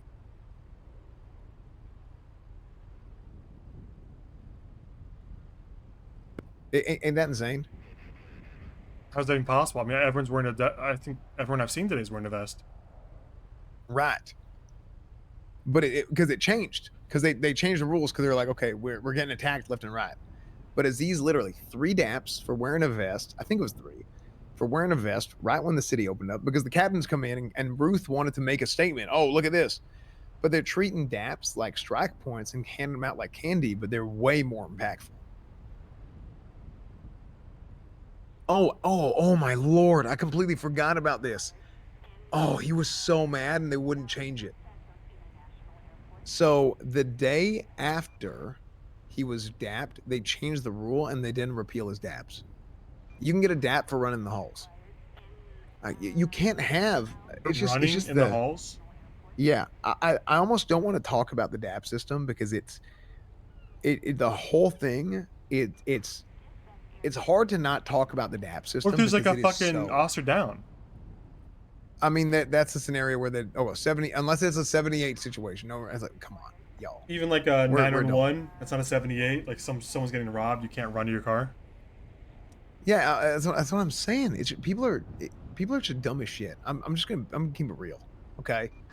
And we don't have we got some folks that that they have some experience here, but I mean, hell, Svensen, you know pretty crazy. what I was That's pretty doing crazy. years ago. I mean, I hell, heard I was that. a senior captain, and we only got one guy as part of our current PD who was a higher rank than me back then. That's Rhodes. Rhodes was undersheriff. Yeah. You know, he was. And Rhodes and I talk, and it's funny. I think Rhodes is a little. Have you talked to Rhodes recently? No, not in some time. When Rhodes and I get a chance to talk, it's just we're just this. It's literally this. We're saying the same shit over and over again because he gets it, right? Look around the room and who is sticking around. It's the people that this is what they do, right? Like Barrick Johnson is a police officer and he's going to be a police officer, and that's who he is, right? Cletus Cornwood, right? Well, shit, I don't know. I almost didn't come back, Svensen. I'm going to be 100% honest with you. I did way more police work and way better shit in the last few days than I did in the 2 weeks prior. Like community outreach? Yeah. And the problem, we had somebody charge somebody for $20,000 for a murder they didn't commit, and then led them to believe that they couldn't plead guilty because they tried to plead no contest, and they had to say they were guilty, not no contest. So they were like, fine, I guess I'm guilty then. And that ended up getting him sent to jail and 360 months in jail and $20,000 Do you think they were fine. guilty though? I mean, let's be honest. If they broke the law, who gives a fuck about them? Well, the problem is, see, Svensen, you're singing to me right now. I mean, shit. That I love saying shit like that, but I know how this thing works. You can't do shit that is going to make a severe impact on civilians in the city in a negative way, and it all comes down to good faith and bad faith. Now, I love saying shit, and I love having the big because it's funny. I like making jokes. Look, where do you live? Well, look around us. This isn't it's not the Discovery Channel that we live in here. Okay. It's now there's a line. This city is not a Discovery Channel documentary. Los Santos is a strange place. Okay. Hell, it's like a damn, people say it's just a TV show, but from what I'm seeing, Reno 911 and Brooklyn Nine-Nine, shit like that is much more similar to real life than anything I've seen on damn Discovery Channel documentaries. So why the hell are we trying to be something that we're not? And it is the fact that, look, if I want to do a little Sam Bass salute, all right, if I want to do a little SBS sometimes where the impact of my actions is little to none, in fact, almost always absolutely none, as in Hey, listen, hey, you never got to apologize for saluting Sam Bass. A lot of people hated him, but you talked to Divine, right? Yeah. Yeah. I love Divine. Divine is great. I mean, we're pretty close. Yeah, I absolutely love Divine. I drove around with Divine and Malton for about an hour. Like I said, and he tried to give me a history lesson and everything. So, yeah, either way, it's just one of them things that the impact of your actions is what matters. And until people get a grasp around, look, people talk about old guard this, old guard that. Hell, I'm 47 years old. I was around, 8 That is years a long ago. mention. 7, 8 years ago, I was. But, and I know, Svensen, I know you were one of those guys, but I think it's hard to. I think if people living in Los Santos nowadays don't see that we live in a different world today than we did 10 years ago or more, then I think they're just not, they got to open their eyes. I know you're one of the guys who was around back then. Am I wrong? I think the more things change, the more they say the same. I mean, if I can be blunt, a lot of the issues, the broad issues, are things Los Santos face as long as I've been here. You know what? So 5 years since I left office, and then I was in there for 7. I mean, I see a lot of similarities in the issues that are being faced, a lot of trials and tribulations that many, many, many different iterations of High Command have tried to tackle. You know, Right. I in a lot of ways, I commend the effort they're making to try to a new approach, but it sucks to see them Yeah. falling for the same pitfalls that I saw, you know, Bob Smith or Vladimir Raven or Jack Ripley or myself or whoever. Yeah. You know, so many different people have tried to do it, and it's a real fucking shame they haven't learned any lessons from it all. But, you know, it sucks because it's the same fucking issues at the end of the day, right? You got people that don't Right. like discipline actions and they have a problem with the way it's going, and they think they want, you know, they think they deserve representation when they're being disciplined. You got people who don't like the way they're being treated by the cops. You got civilians who don't think the cops are being harsh enough, you know? It's a lot of push and pull where PD is being pulled in different directions, and you got to make compromises in some areas. And I think the most important part is prioritizing what you can, like triage, right? Let's say, you know, you got a cut on your arm, you got a cut on your neck. You definitely got to take care of the cut on your neck before the cut on the arm. So when we're talking about, like, you know, if objectively criminals are upset about the way they're being treated, and objectively civilians are upset about the way they're being treated, I think you've got to triage and you got to go for the civilians first. I'm not saying, listen, I like to joke too and say we should just put them to death, all the fucking criminals, but I know it's never going to happen. But I think if a civilian and a criminal walk in and they both got the same issue, you got to help the civilian first, because ultimately only one of them really is trying to. Only one of them is not going to kill you in a dark alley, right? Right. I mean, it's one of them things that I want people to understand that there has to be an acting of a good faith that you need to have with people, and that is what makes people upset. Good faith is tough, man. I remember that being a huge issue with Randy Wrangler. He never understood the concept of good faith. I didn't hate the guy like many did, but I don't know if you even remember him, but he always had a big fucking problem with good faith. He'd arrest people up and down on what I considered bad faith. He'd get results. He'd get drugs off the street, guns off the street. He'd wrangle their ass. It was 90% bad faith. You know, like, yeah, I mean, because you know what I'm saying, right? Like, if you pull somebody over, you know that if you think they have a gun, you can order them out of the car and you can order them to be frisked. That's all constitutional, right? But it's based on good faith. Do you actually think they have a gun, or do you actually think that they're a danger to you? Because it's different, right? Thinking they have a gun isn't enough. Thinking they have a gun and you're a danger to you is enough. I think that's the good faith argument, right? Some cops would weaponize that bad faith and be like, I think you got drugs on you, or I think you got a weapon, and I'm just going to pull you out and frisk your ass, versus I think you're actually a danger to me. Only one of those is actually legal, but it's impossible to prove good faith. Yeah, I mean, I'm Thanks for the 6 months, Stellar Knot. Appreciate it. Yeah, I mean, for me, good faith comes from. I don't want to ask people to prove their good faith. Truthfully, I'm going to ask people: are you a dumbass or are you not?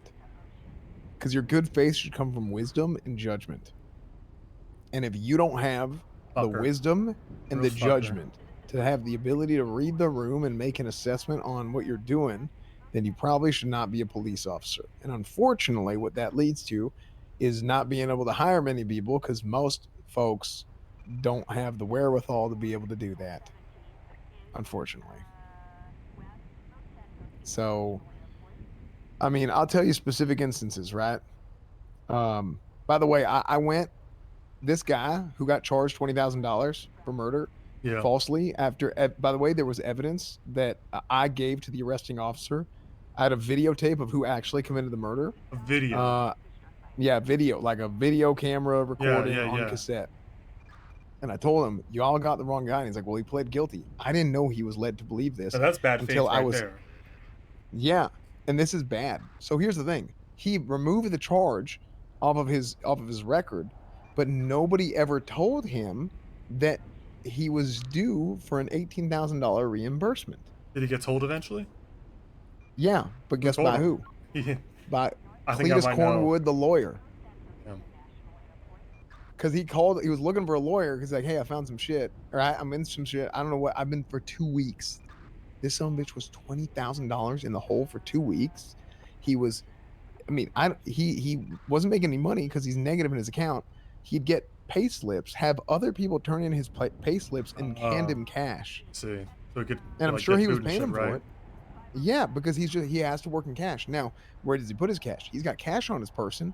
Somebody could rob him for everything he's got easily because he doesn't have anywhere safe to put it.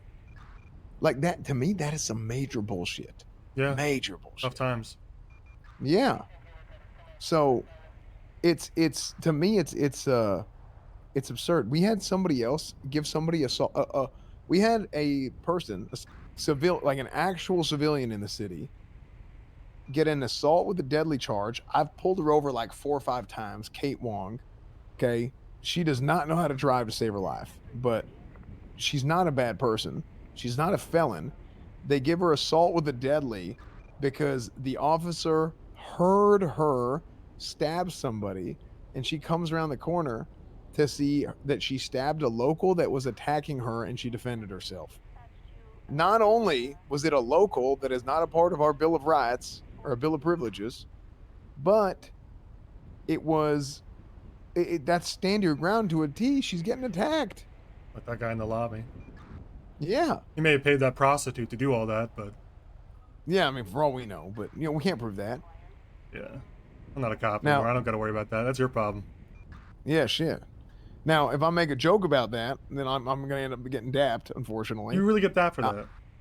I mean, I got dapped for joking about the commission on an adoption fraud charge, and then I also got claimed that I was trying to falsify evidence for it with Aziz. That was the old lying knife. Did you like make any movement towards that? Like you start writing charges or anything, or is it just a joke? No, Aziz was starting to write charges because the guy committed it. The guy claimed that he was doing adoption fraud. Now, I think adoption fraud is some bullshit, but you know why? What is the adoption fraud? I've heard about it that. Is it is a $60,000 charge that is placed on somebody if they claim.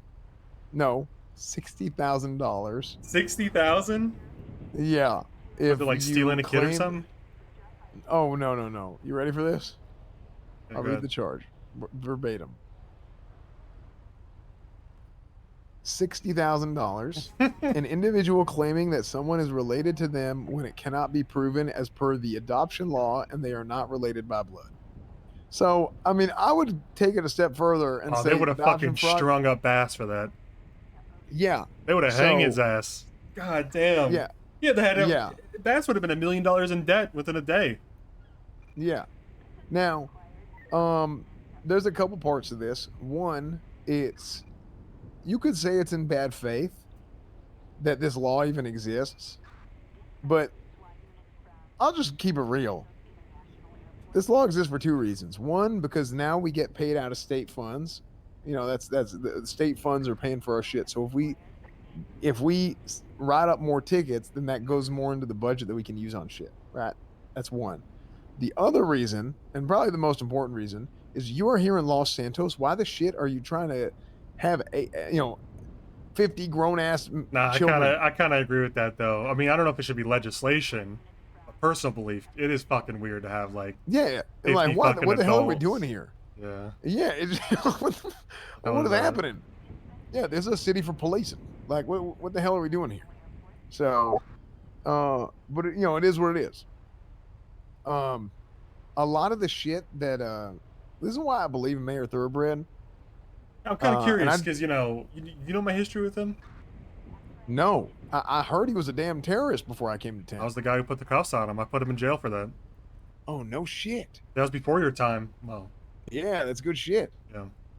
Curious how he got to be the mayor, but honestly, people ask me like, why am I working with him? But he doesn't pay me anything right now, and if I felt like he was working in bad faith, I'd stop doing it. I wouldn't tell him shit. Ultimately, I'm kind of curious how the PD's going without me, and it's giving me an opportunity to do it. Some people vouch for him, but I figure, you know what they say about keeping your enemies close, right? If I can figure out his intentions from the inside, it's better than judging from the outside. So I'm kind of curious what you think about him. You think he's changed his ways? Is it all good faith? He just wants the best for the city? Or you think he's up to some bullshit? I have yet to have anything but a bad experience with Mayor Thoroughbred. Only bad experiences? And no, anything but a good experience. Oh, okay, yeah. Yeah. I've yet to have anything but a good experience with him. And I think it's been phenomenal. I think the way that he has mayored so far and the shit that's happened.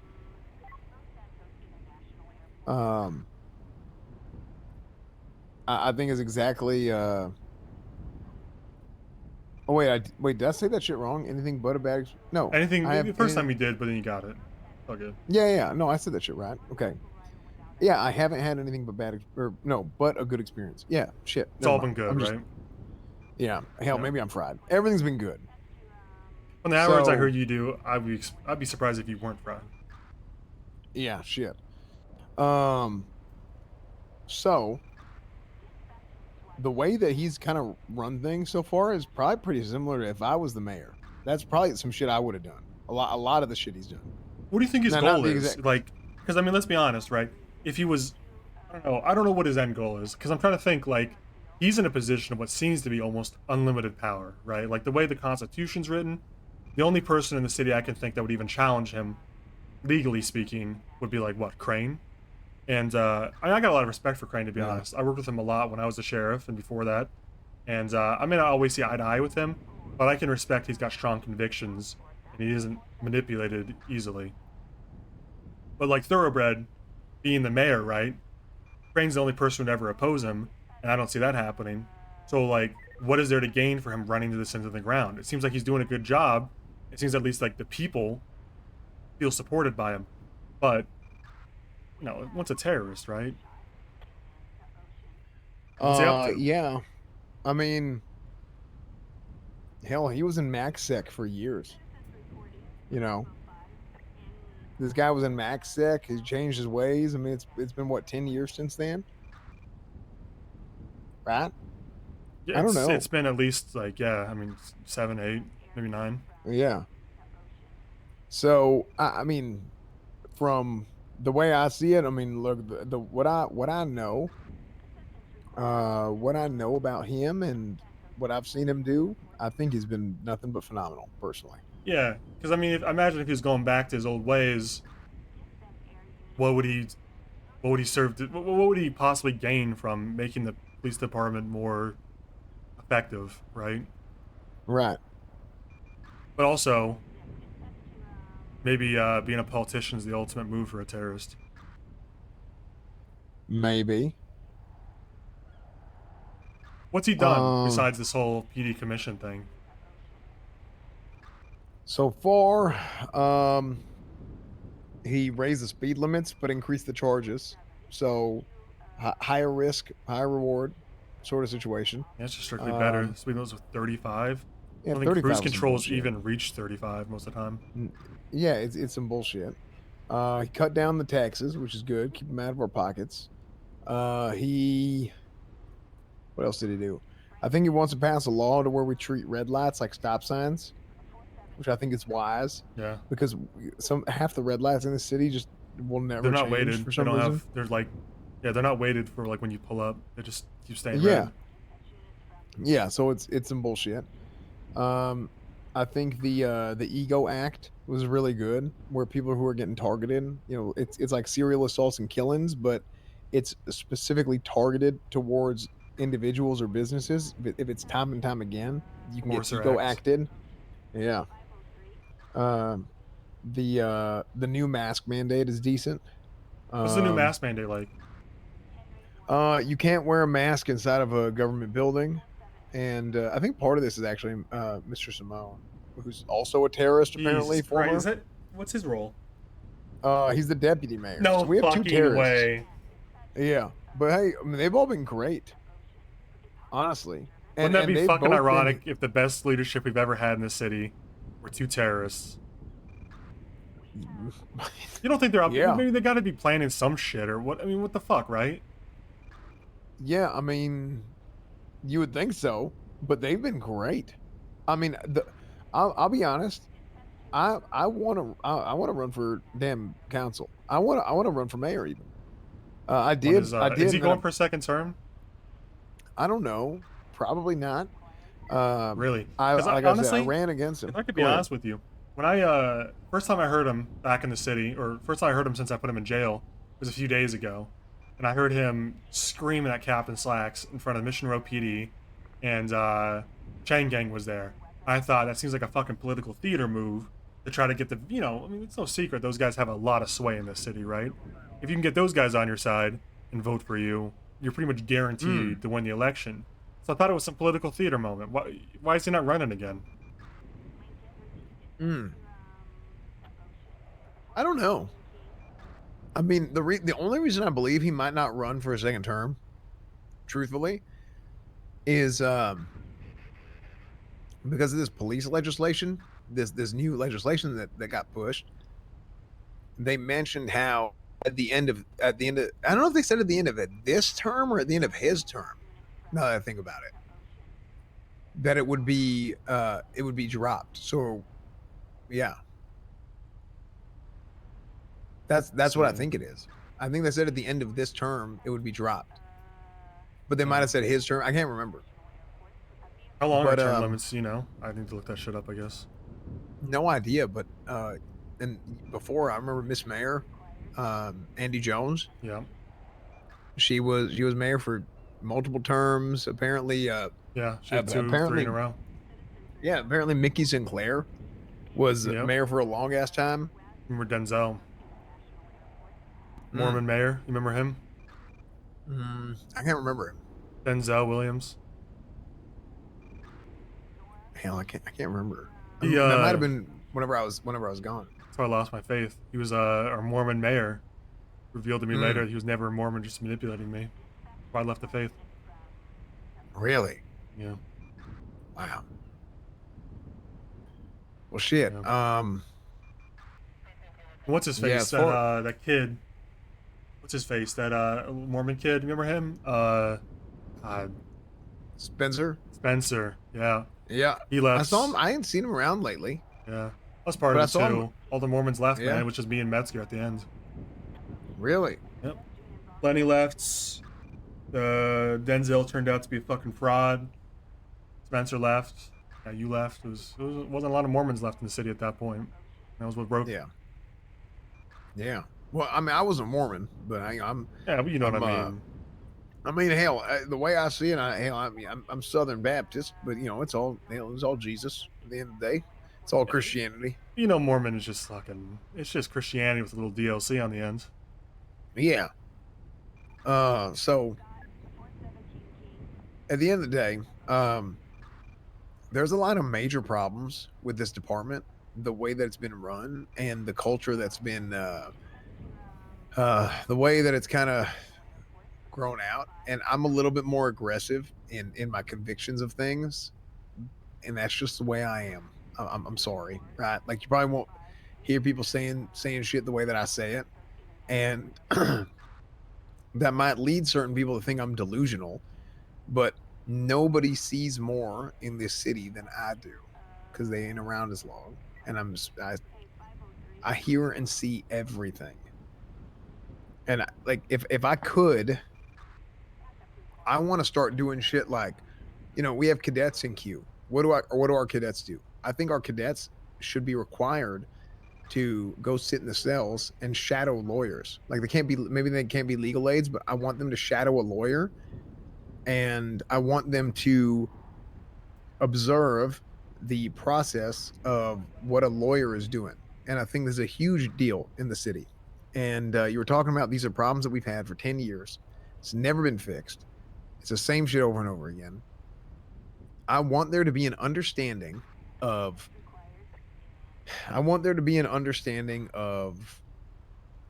as a police officer, I want to know what a lawyer's job is. When that lawyer comes in to argue charges that I'm trying to press, what does he want to do? As a lawyer, I want a lawyer to know what a police officer does. I want to know what a judge is trying to do.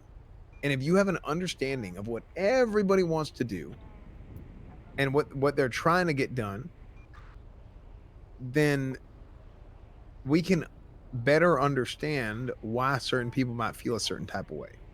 So again, this is something else that happened a couple days ago while I was suspended because Yeah. I hear about Perspective, more right? shit.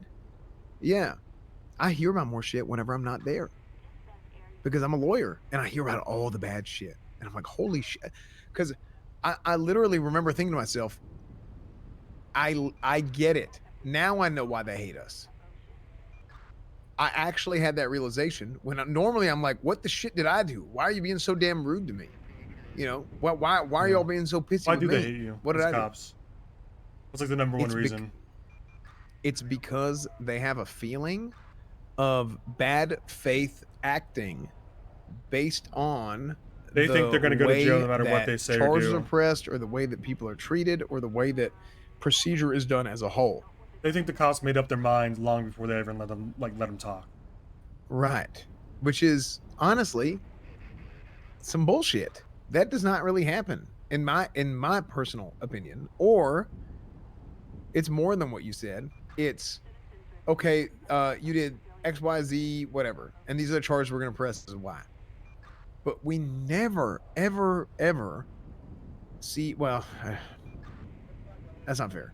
We almost never use prosecutorial discretion in order to look at a situation and say, well, if the law says X, then you did X, right? You did what you did, and this, according to this charge would stick.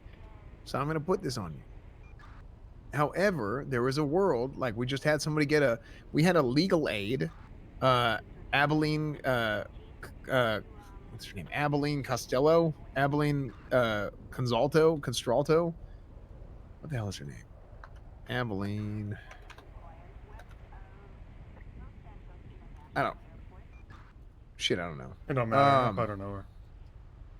Regardless, she's a legal aid. She was prosecuting Mr. K's gun possession charge case as a legal aid for Oliver Hall. And oh, lo and behold, look at what we have here. She ends up with a possession charge after a shots fired call, and she was found beat upside the head in the middle of nowhere. Oh, how could she? She had GSR. You know what I mean? She had a gun? She had a gun. But if you look at all the facts of the case, there's so much reasonable doubt to the situation. Did they arrest her? They arrested her, but they held off on pressing charges. I was her defense attorney in that situation. I was her cell rep. And I explained why it does not make sense to push these charges. Yeah, if you want to take this to court and you want to put this charge on somebody, yeah, you absolutely can do that and it would stick based on the letter of the law. Now, I also was a believer in the fact that I don't think Mr. K should have been charged given the scenario that was presented to us. And I wasn't there. Otherwise, I would have stepped in and said, y'all, we should not do this bullshit. Trust me, because there's a lot of reasonable doubt here and it is wrong. And there was a horrible display of police procedure in that scenario because literally nobody was detained and we just let people drive off after shots fired calling shit. And it's like, hello? These two folks are GSR negative. This guy was shot. He has a bullet wound to the head. How in the hell do you not look at this scenario and say, he is GSR negative, there's a shots fired call, there's a brandishing call, we have no ballistics, we have no DNA at the time, we don't have any of that shit. We have no forensics. And if he is there, I mean, here's the thing, I don't know the truth, but what I know You just don't think there's enough evidence to convict. There's not enough evidence. I mean, if isn't it the job of the common courts sense to decide if there's evidence? Cops are just supposed to go with what, the crimes in front of them. Well, not necessarily. I think it's the job of the courts to come in and it'd say, be a DA, right? We don't have a DA, so I guess it does. Right, and we don't have a DA, and I don't think we ever will. I feel like in that particular situation, about a month ago, which I think was a prime example of a lot of the problems that we have here in so many small ways that has now turned into what we have right now, and a lot of those. Do you think a issues. district attorney would be bad for the city, or you just don't think it's like? Because I mean, in theory, a district attorney would have like discretionary power to not press charges in situations like that, like equal to the commissioner or captains or whatever the fuck. I Yes, and I initially thought that would be good, but I don't have the wisdom and the insight of Chief Justice Crane, and I've heard in the past that Chief Justice Crane uh, was completely against the district attorney position because apparently it caused a lot of problems. I mean, it has in the past, that's for sure. What kind of problems it caused? So I mean, it becomes a political position, right? So whoever the DA is carries a lot of power, and sometimes they would swing that power, that powerful. I was gonna make a dick joke, but they would use that to try to manipulate the way the police would work or the courts. So you know, case A would be if they don't like how the police are acting, like the police aren't giving them enough respect or enough like notice about stuff, or they don't think the police are doing their job, they'd refuse to push charges, good charges, because they wanted to annoy the police department. And they can do that. There's no recourse for the police department. So like for instance, I see you shoot somebody, like you shoot Carmine in the face, right? I try to arrest you for it, and Right. Carmine contests it and goes to court. DA can just say I'm dropping the charges, and there's nothing I can do about it. I can't take it to court on my own. And that was a huge So- issue with the DA's office, is that they would do that sometimes. So why don't they just have a DA that's not a dumbass? Well, that's what I was saying. I think a DA might be helpful in situations like this, because if you have a committed DA who kind of... I mean, here's the problem, though, right? Is if a DA decided to not press charges on Mr. K, like you said, would the cops view that as like a slight? Like, why the fuck aren't you pressing charges on this guy? We hate this guy. Would the cops be upset? Because, you know, you remember when Andrews straight up gave us like... Absolutely. He gave us an order. Don't go to court. Andrewsy. Don't go to court. Oh, I thought you were talking about when he just Nah. mowed down Gene Paul in the cells.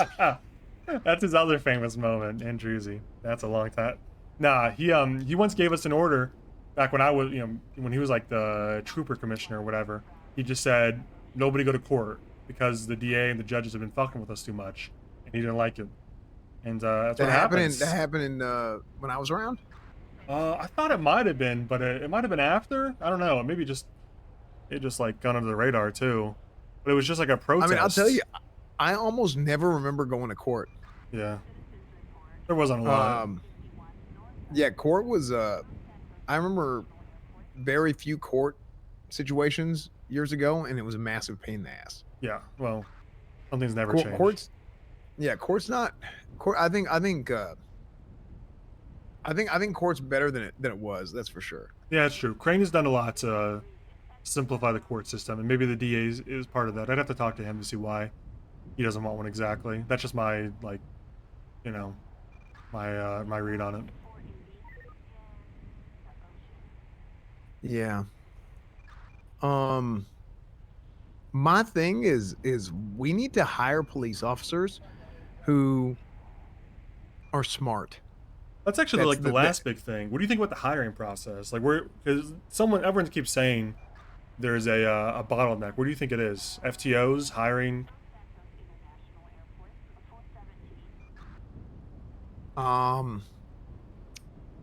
We have a training issue because we don't have enough people to train folks. A lot of that's because we don't want to hire old police officers because we're trying to basically retrain the police department because I think there were a lot of issues in how things were done. Or not because I think that is why. And they want to basically start fresh. Failed PD, this and that, whatever the hell. But like I said, same shit the road says, look around. Who's here? It's mostly the old folks. And most of the new folks come in, they're like, oh shit, this is not me. Either this is not for me, or they say this is not me, and because it's not me. They don't know what they're getting into. Right. One or the other, you know, because sometimes you come in there and you're like, you know, if I show up one day and it's like, this ain't me. I ain't Cletus Cornwood no more. At a certain point, you know, I'm like, maybe I should go be Cletus Cornwood somewhere else. If I can't be Cletus Cornwood in the PD. I legitimately felt that way during my suspension. I was like, I don't think the PD wants a Cletus Cornwood. I think it's because the culture the captains have made. Yeah, and it has festered, but it's really only shift one. It's crazy. How is that only shift 1? Now, You think that's the to cause be of the whole fair- hiring? Like, not freeze, right? Obviously, Oh, there are not- some, but like, I think that's a big part of the hiring. Because Yeah. the big reason we got put on this audit was like, there's not enough cops in the streets, right? So like, I mean, what do we do about that? Like, you think it's? I mean, you just hire more you have people? to hire people. Yeah, you have to hire more people, but the problem is you hire more people and then you can't take them because of how the cadet system works, the cadet queue system works. What's going on with And, that? Just people get in queue, they can't go out, they can't do anything, they can't even sign in until an FTO takes them. Maybe they'll sign in, they'll sit around MRPD for 2 or 3 hours. People got shit to do. They can't just do that. What would you do? Just send cadets out there on their own? I mean, I don't know. Here's what I would do. Like I said, I would have them go sit in the cells and I would have them watch that process because it's very. That is the main issue that we have right now. Like more shit like for cadets to do that isn't just patrol. Actually, I was thinking about that. One thing I wanted to do back in the day was have them run like paddy wagons. The cadets, they wouldn't have any arrest powers on their own, but they can drive around like vans essentially. They can't pull people over or anything, but they can pull up to scenes and take people back to the cells if there's a lot of people. They can help corral people on scenes. They don't have any arresting powers. They can't go patrol, but they got like a truck, like a van or whatever. And they can go pick people up and take them back to the station. One of the dispatchers, Jordan, we were talking before that guy came in, me and Chase, that prostitute, was saying she would want some of the cops to be like on desk duty with her to understand how it is to be a dispatcher. So like maybe cadets in their downtime could spend some time like as a receptionist to like understand what civilians are going through, like when they come in, if they complain, etc. Can they do that? Yeah, right now, learning to take reports, stuff like that. Yeah, learn how to take a statement. Just give them shit to do that isn't with FTOs, so they can maximize the amount of time they can learn in the car. Because like there's a lot of shit you learn with an FTO that you could have learned on your own, and it's a waste of their time. Right. Yeah. I mean, it's a lot of stuff like that. I mean, I'm telling you. I know for a number of reasons that I likely would not be somebody who'd be in the running for the commissioner position. I feel like if they just tried to fire you, and then the mayor steps in and he keeps you from getting fired, and it's like, okay, this is dumb as shit. Of course, we're gonna keep you on. Then all of a sudden he makes me the commissioner, let's say. I think that might look poorly on him. Now, do I think that's something that Max Thoroughbred would do and not give a shit about? Yes. I can't add that. Yeah. But my goal has always been I need to get that sheriff's office open. That's what I want. I want to open up the sheriff's office. What would you call it? That's the first question. The Little Alamo Sheriff's Office. As long as you don't call it the fucking Sandy Shores Sheriff's Department. I remember. You were ever around for the SDSO? Might be after. I was not. That's No. That's whenever I came back when Pred and Toretti split. Yeah, I was with Toretti during that, and I remember I came up with the name SDSO because we were considering what do you want to call it, right?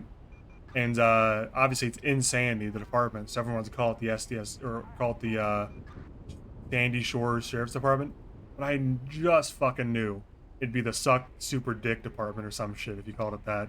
So I was like, let's call it the SDSO, because we can like mix up the letters a little bit. Sonora Desert Sheriff's Office. As long as you don't call it the Sandy Shores, I'm okay with that. Yeah. Shit, maybe we call it the SBSO, but I gotta find out what that B stands for. The Sam Bass Sheriff's Office? Sam Bass Sheriff's Office. And Johnny would like that. I mean, truthfully, look, it's not, we're not out here trying to do some bullshit all the damn time, right? It's people see a damn video or some shit of something that I did, or kind of like the acronym LASSO, though. That's kind of sick. There's a lot of good shit. LASO, LASSO. That's good. Goes on in this city, and people. Little Alamo Sheriff's Office. They just have this preconceived notion because that's of whatever actually really good. Because of whatever they saw then, Yeah. And it does frustrate me a little bit because I feel like we have a real opportunity here to do something really good, and I think that if we just come in here and it's gonna take it's gonna take a massive shock to the system to get this thing going right. And I think there's problems with this thing that other people don't think are problems that will be problems in the future. Pretty much everything that's happened that's negative in the last few days, I predicted like 2 months ago. And everybody talks about doom spiraling and the negativity and I'm like, I ain't being negative, and we weren't being negative at all. But when you bring these things up and then you're proven right months later, it's like, holy shit, how come y'all couldn't listen? Well, like I ain't no damn bullshitter, okay? You can say what I want to say. You can say what you want to say. I'm a little older. Maybe I wasn't here for some years. I'm a little rusty. Maybe I don't have some experience here in the city of Los Santos, right? But I have a lot of experience policing, for many years, 30 years of experience, right? But also, look, my family, I come from a family of well-established businessmen, okay? Like Cornwood Family Farms it's been incredibly successful for many years, right? And I know shit. I know how to get shit done, and I understand how people work. And when we're in a situation where the number one thing that matters is the impact of what we do, that is what we need to focus on, is shit that matters. Because that's what makes people mad. Example. If somebody... Okay, we have a rule right now. If you have a violent felony charge, then that's when we swap you for DNA. You're convicted of a violent felony, you're arrested for a violent felony, that's when we swap you.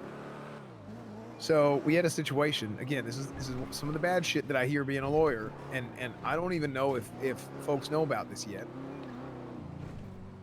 We had a scenario where we had 2 officers arrest this guy, violent felony, ended up forgetting to swab his DNA.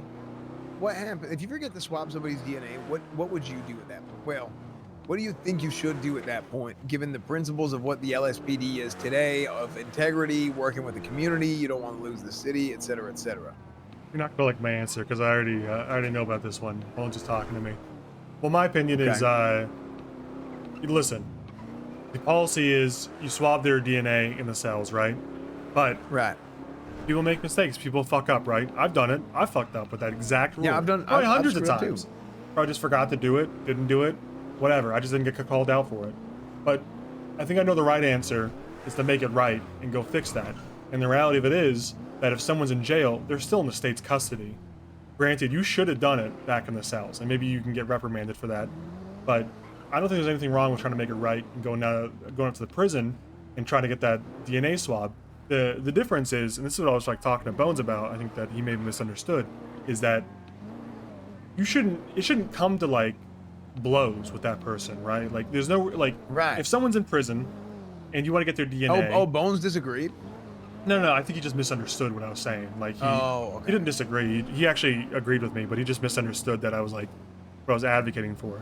My opinion is like if they're in prison, they're still the state's, property is a fucking terrible term, but they're still the state's custody. They're still the state's ward or whatever. Yeah, they're in the state's ward. custody. Yeah, the ward, or the ward of the state, right? Yeah. And so it's like, can you go do it legally? Yes. Is it worth hurting somebody or killing somebody to get that? Fuck no. But I think that's a discrepancy. If I don't understand why it came to that, because it sounded like someone got hurt up there, and I don't know if it was just like agitated prisoner who's gonna attack no matter what, or the cops came at him with an attitude, and the guy was just like, fuck this, you're gonna have to fucking kill me to get me to do that or whatever. That's the question, I don't know. Yeah.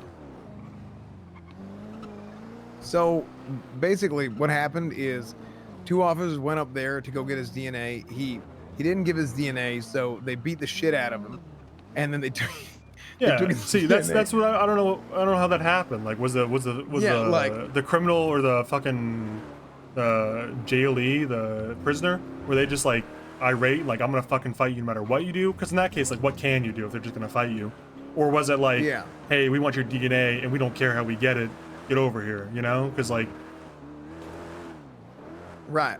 So here's the thing. sometimes there's a little bit of bullshit like that happens, and when some bullshit like that happens, oh yeah, they beat the shit out of him and they gave him money as well, you know, Settlement. like some hush money. Yeah, and they sent it to him through the bank. They didn't even give him cash, so there's a statement there. You know, it's tracked.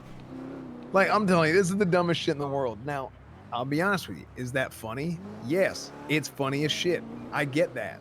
However, here's where the line is. And this is something that I think a lot of people don't understand when it comes to being how people feel about it. What is the impact of what happened there? The impact is when you feel like you have lost or gained something, or if you have lost something or somebody has gained something at your expense, then that is when having a little bit of fun and having a story to tell and having an experience now becomes something it ain't. So as a criminal, I'm thinking, oh shit, they didn't take my DNA, I got away. That's good shit. I'm excited about that. Especially given that we are not even allowed to take those swabs outside of the cells. We're not allowed to take them. So whenever you take one up there and you try and swab them up north in the prison, then these guys feel like, wait a second. Oh, you know, it's all fun and games. I have something to talk about. Oh, in the cells, this happened. I don't just have to sit here and you know, thumb my ass for 25 minutes. I actually have something going on, right? So in one respect, I would normally say that's good shit. But at the point in which he feels like he has now lost something, which is his DNA sample that the police can now use in a conviction of a crime in the future, they have no idea how that shit works. Now they feel like they were wronged, and now a little bit of fun turned into something that was done in bad faith in their eyes. Now, in my opinion, if the DNA wasn't a part of it, and then they wanted to sue him for that, then I would be saying that the damn criminal was acting out of bad faith. Because let's be honest, at the end, are you dead, son? No, you ain't dead. You're gonna be fine, and you had some shit to do for a while, and they took care of you. Okay, get over it. But because they took that DNA, the impact that was made out of that situation now makes the civilian, the criminal in this case, feel like they were wronged. And that is, I know that might be a little bit of a new age style of thinking, but I'm sorry, that is just the way people think, and a lot of folks don't want to admit it, right? It's the same reason why you see some people, you know, hey, some people might get shot 20 times and they're in ICU for a week, and then other folks get shot 20 times and they're up and walking right at the scene. Yeah. Okay? Yeah. Like me. I'll do that shit. Why? I've been playing with guns since I was 2 years old. I don't give a damn. You think getting shot by a gun's gonna bother me? Hell no. It's a cultural issue. The culture of the PD is different than the culture of the rest of the city. And you think it's the like understanding, more serious? Like I think it's very, very serious. Yeah. To a degree of so much so. You think that they're it's harsher to a with degree cops of, than criminals? Oh, absolutely. It is. There is so much red tape around being a police officer that like I said, for me, Cletus Cornwood, to consider no longer being a police officer after getting suspended because I was having so much damn fun off duty is insane. Nobody would have ever thought that was a legitimate thought 2 months ago. I mean, isn't it a good thing though, in some degree? I mean, people would argue that you want cops to have more, because like they're held to a higher standard, right? Like the civilians, there's no standard. They're not doing a job. They didn't agree to anything. Yes and no, because what ends up happening is you end up developing police officers that work against what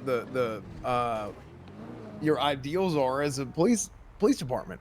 I want people that are not going to lose their damn minds and act outside of the character of who they are. I want folks that have a little bit of personality to them. Not everybody needs to be a damn comedian. Hell, can you imagine if we had 200 Lenny Hawks running around? This place would be a disaster. If you had 200 Lenny Hawks, wouldn't be a lot of people Cletus breaking Cornwood, laws. Yeah, it would be horrible. You just can't have that. Right. Just like you can't have, I mean, you can't have 200 of anybody. You know. You Yeah. can't have a bunch You of wouldn't people want who are it the either. same. I Yeah, mean, you in wouldn't the want end, to be it's horrible. tough because people demand consistency from the police department. But if they Right. got But- consistency, I think they'd fucking hate it. Well, consistency needs to come not from consistency on paper, but consistency from the impact of their actions and how things are judged. Things should be judged based on impact. And I think people need to have the ability to understand what that impact is in order to have the proper judgment, and it's a huge part of being a police officer. And we have a You guys still do like fucking meetings at in like was that a minute? Yeah. You coming back for that? Uh All right for now. I probably won't. I'm just asking. I almost always do. I can. You want me to? No, it's all right. I was thinking about not doing it either. I just wanted to say a few things, and I really appreciate your forthrightness with all this whole thing. You know, I don't know what I'm gonna say or what's gonna happen if anything. Maybe you know the council or whoever I report to looks at this and says what a bunch of bullshit and moves on. I got no guarantees, but I do appreciate you being honest with me. Yeah, I love talking about this shit. And hell, send me an email if you got questions or you're actually wondering about how people feel. I know more than anybody. It's true. So, Like a just lot of shoot me a hours. damn email. But yeah. But Yeah, I mean, if I can level with you, I don't know how much I'll get out, what time we got left, but I think when you spend as much time as you do on duty, I've seen this before with a few different officers, you know a lot about the city, right? But everything seems like a much bigger deal because you're there to experience more of it, right? Like the captain, let's say for example, Officer A spends 10 minutes. Oh shit, might be time. Oh, there it is. Yeah. All right, man. I'll catch up with you like tomorrow or the next day or some shit then. Later yeah, on. yeah, I would love that. All right. We'll talk. I'll see you. All right, sounds good. We'll see you later. Good seeing you, Svensen. That was a good talk. That was a good talk.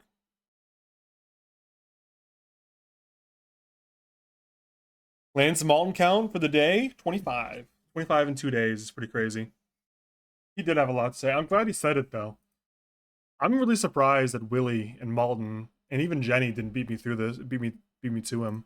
I guess he's been, like, pretty busy with being suspended and all, though.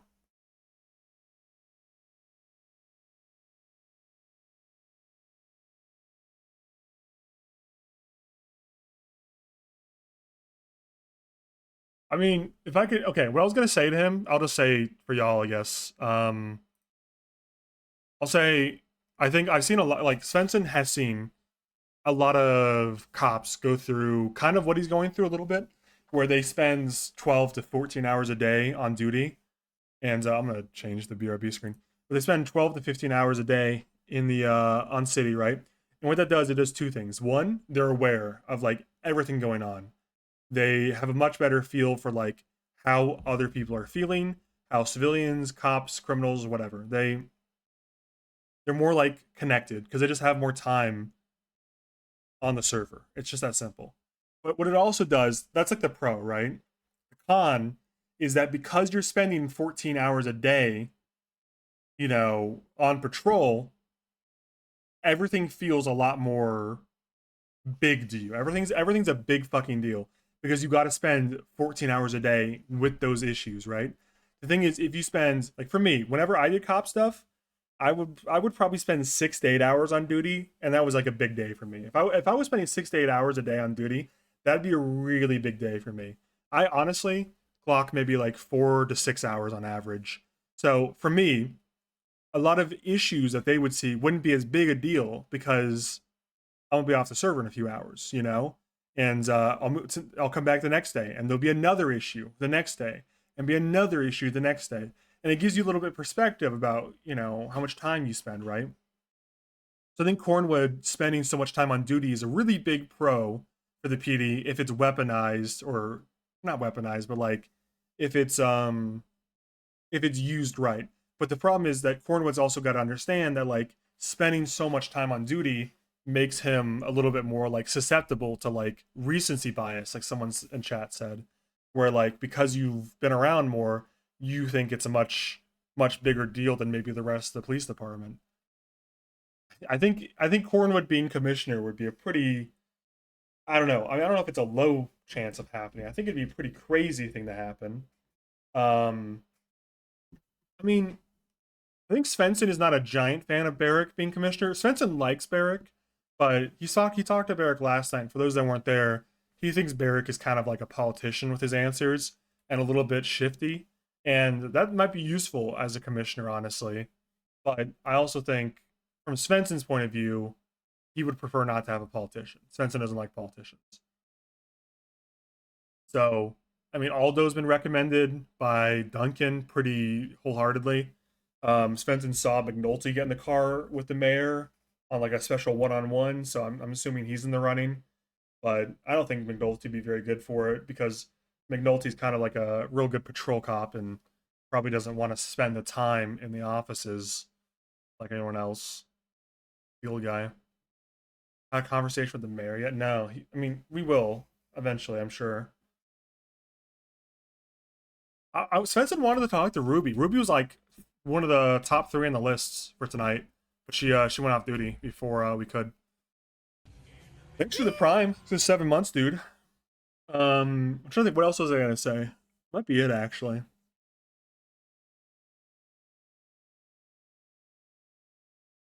I think what else there was. I mean, so Svensen's position right now is he's suspicious of the mayor's motives for this whole thing, but I mean it seems to be in good faith because why else would you pick Svensen, the guy who put you in jail for it?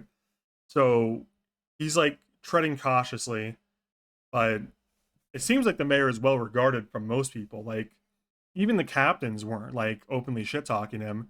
They were like, yeah, I think he's doing the right thing, but kind of the wrong way.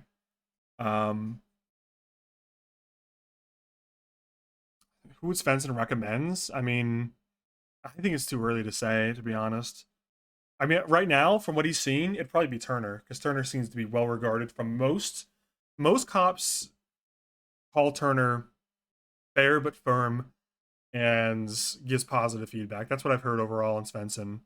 So, I mean, he'd probably recommend Turner if he had to, gun to his head right now. But I think I'd rather not recommend anybody until Svensen's talked to like a few more officers at minimum. Like on the list of officers that Svensen wants to talk to from who's been mentioned, it's got to be like number 1 has to be Denzel Shiesty, and then like Aziz would be really good to figure out because a lot of the complaints are around punishments, right? So it'd be good to talk to the other victims of this, and then the other people it'd be good to talk to is McNulty because he seems like a no nonsense kind of guy. Ruth would probably be at the top of the list, honestly, because so many people got shit to say about Ruth. And I think from a management standpoint, Svensen and Ruth are like so close together. But like I said earlier, Ruth will probably think Svensen is an old cop, which he is, so she hates him. And then Ruth will probably also think Svensen has been hired by the mayor, which he has been, and will hate him. So I don't know if Ruth will even talk to Svensen. I think Ruth and Svensen will see eye to eye on a lot of stuff if they got to talk. Besides Ruth, Aziz, Denzel, it'd probably be Aldo Jackson. It'd probably be talking to McNulty up there, Ruby for sure. I don't remember his name, but Lolo or whatever. Rolo, the other Shift 1 senior. I mean, all the seniors, to be honest, by default, it'd be nice to talk with. Rolo, yeah.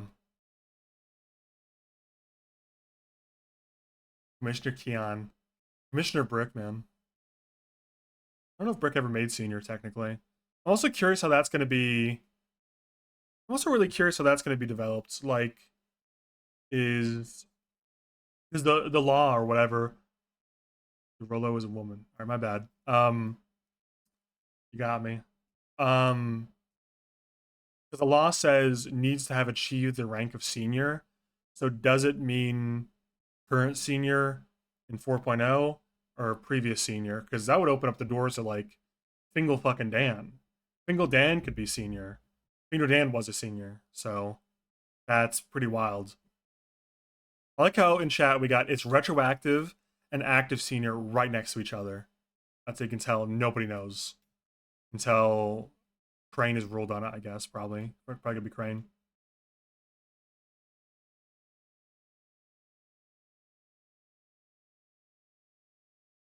Ain't nobody in this chat knows shit. Well, Max can say whatever he wants, and Dab can say whatever he wants, and Moon can say whatever he wants, but I think Crane is the ultimate authority on that because he's like the head justice or whatever. So that's who really matters. I guess it doesn't matter if Dab chooses an active senior and doesn't consider old seniors, then it doesn't matter anyway. But Crane is who matters for the legal definition of it anyway.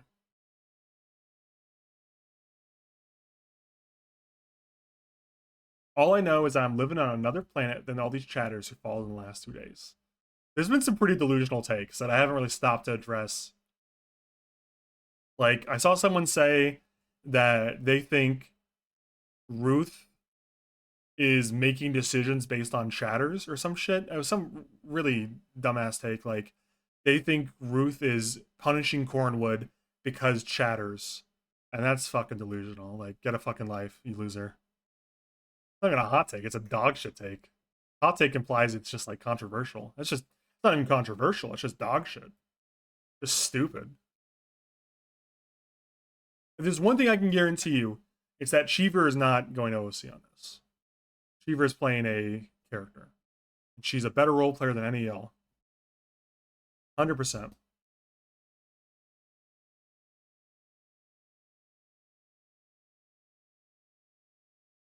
I think a lot of you might have been watching that and got the impression that Svensen agrees with Cornwood and everything. So it'll be interesting when Svensen talks to, like, the mayor and gives his findings or his analysis, and you find out what Svensen really thinks. Because, you know, just because you listen and get all the information doesn't mean you necessarily agree. And not that he disagrees full heart, like, all the way, but, you know, Svensen's coming from the perspective of a recent sheriff. He might agree more with the captains than you think. But we'll see, you know. There's some saying about this. Not that Cornwood is Svensen's enemy in any shape or form, but there's some saying about when your enemy is making a mistake, don't stop them. League? You know I love League. You trying to play League, KZ? There's no way you're trying to play League right now. You're just saying that to get me up. You're just saying that shit, man. You don't mean it. It's fucking 1 a.m.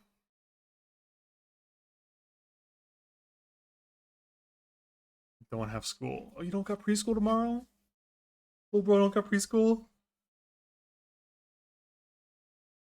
I gotta make dinner, man. I haven't eaten in like 9 hours. I'll play League, but it'll be off stream if you want to in like an hour. I gotta make dinner.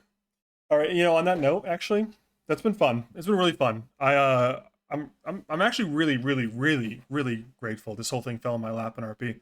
Because Svensen didn't have anything to do, so this has been perfect. It's been like actually perfect to have something to do and like something that Svensen would do and is good at. So it's been fun. It's been real. If you guys aren't following, drop a follow so you can see when I go live next. If you're not subbed, consider it. And I'll catch you guys later. Thanks for watching. I might host someone, I guess. I don't know who the fuck is live at 1 a.m. I don't think anyone's live, but I'm like immediately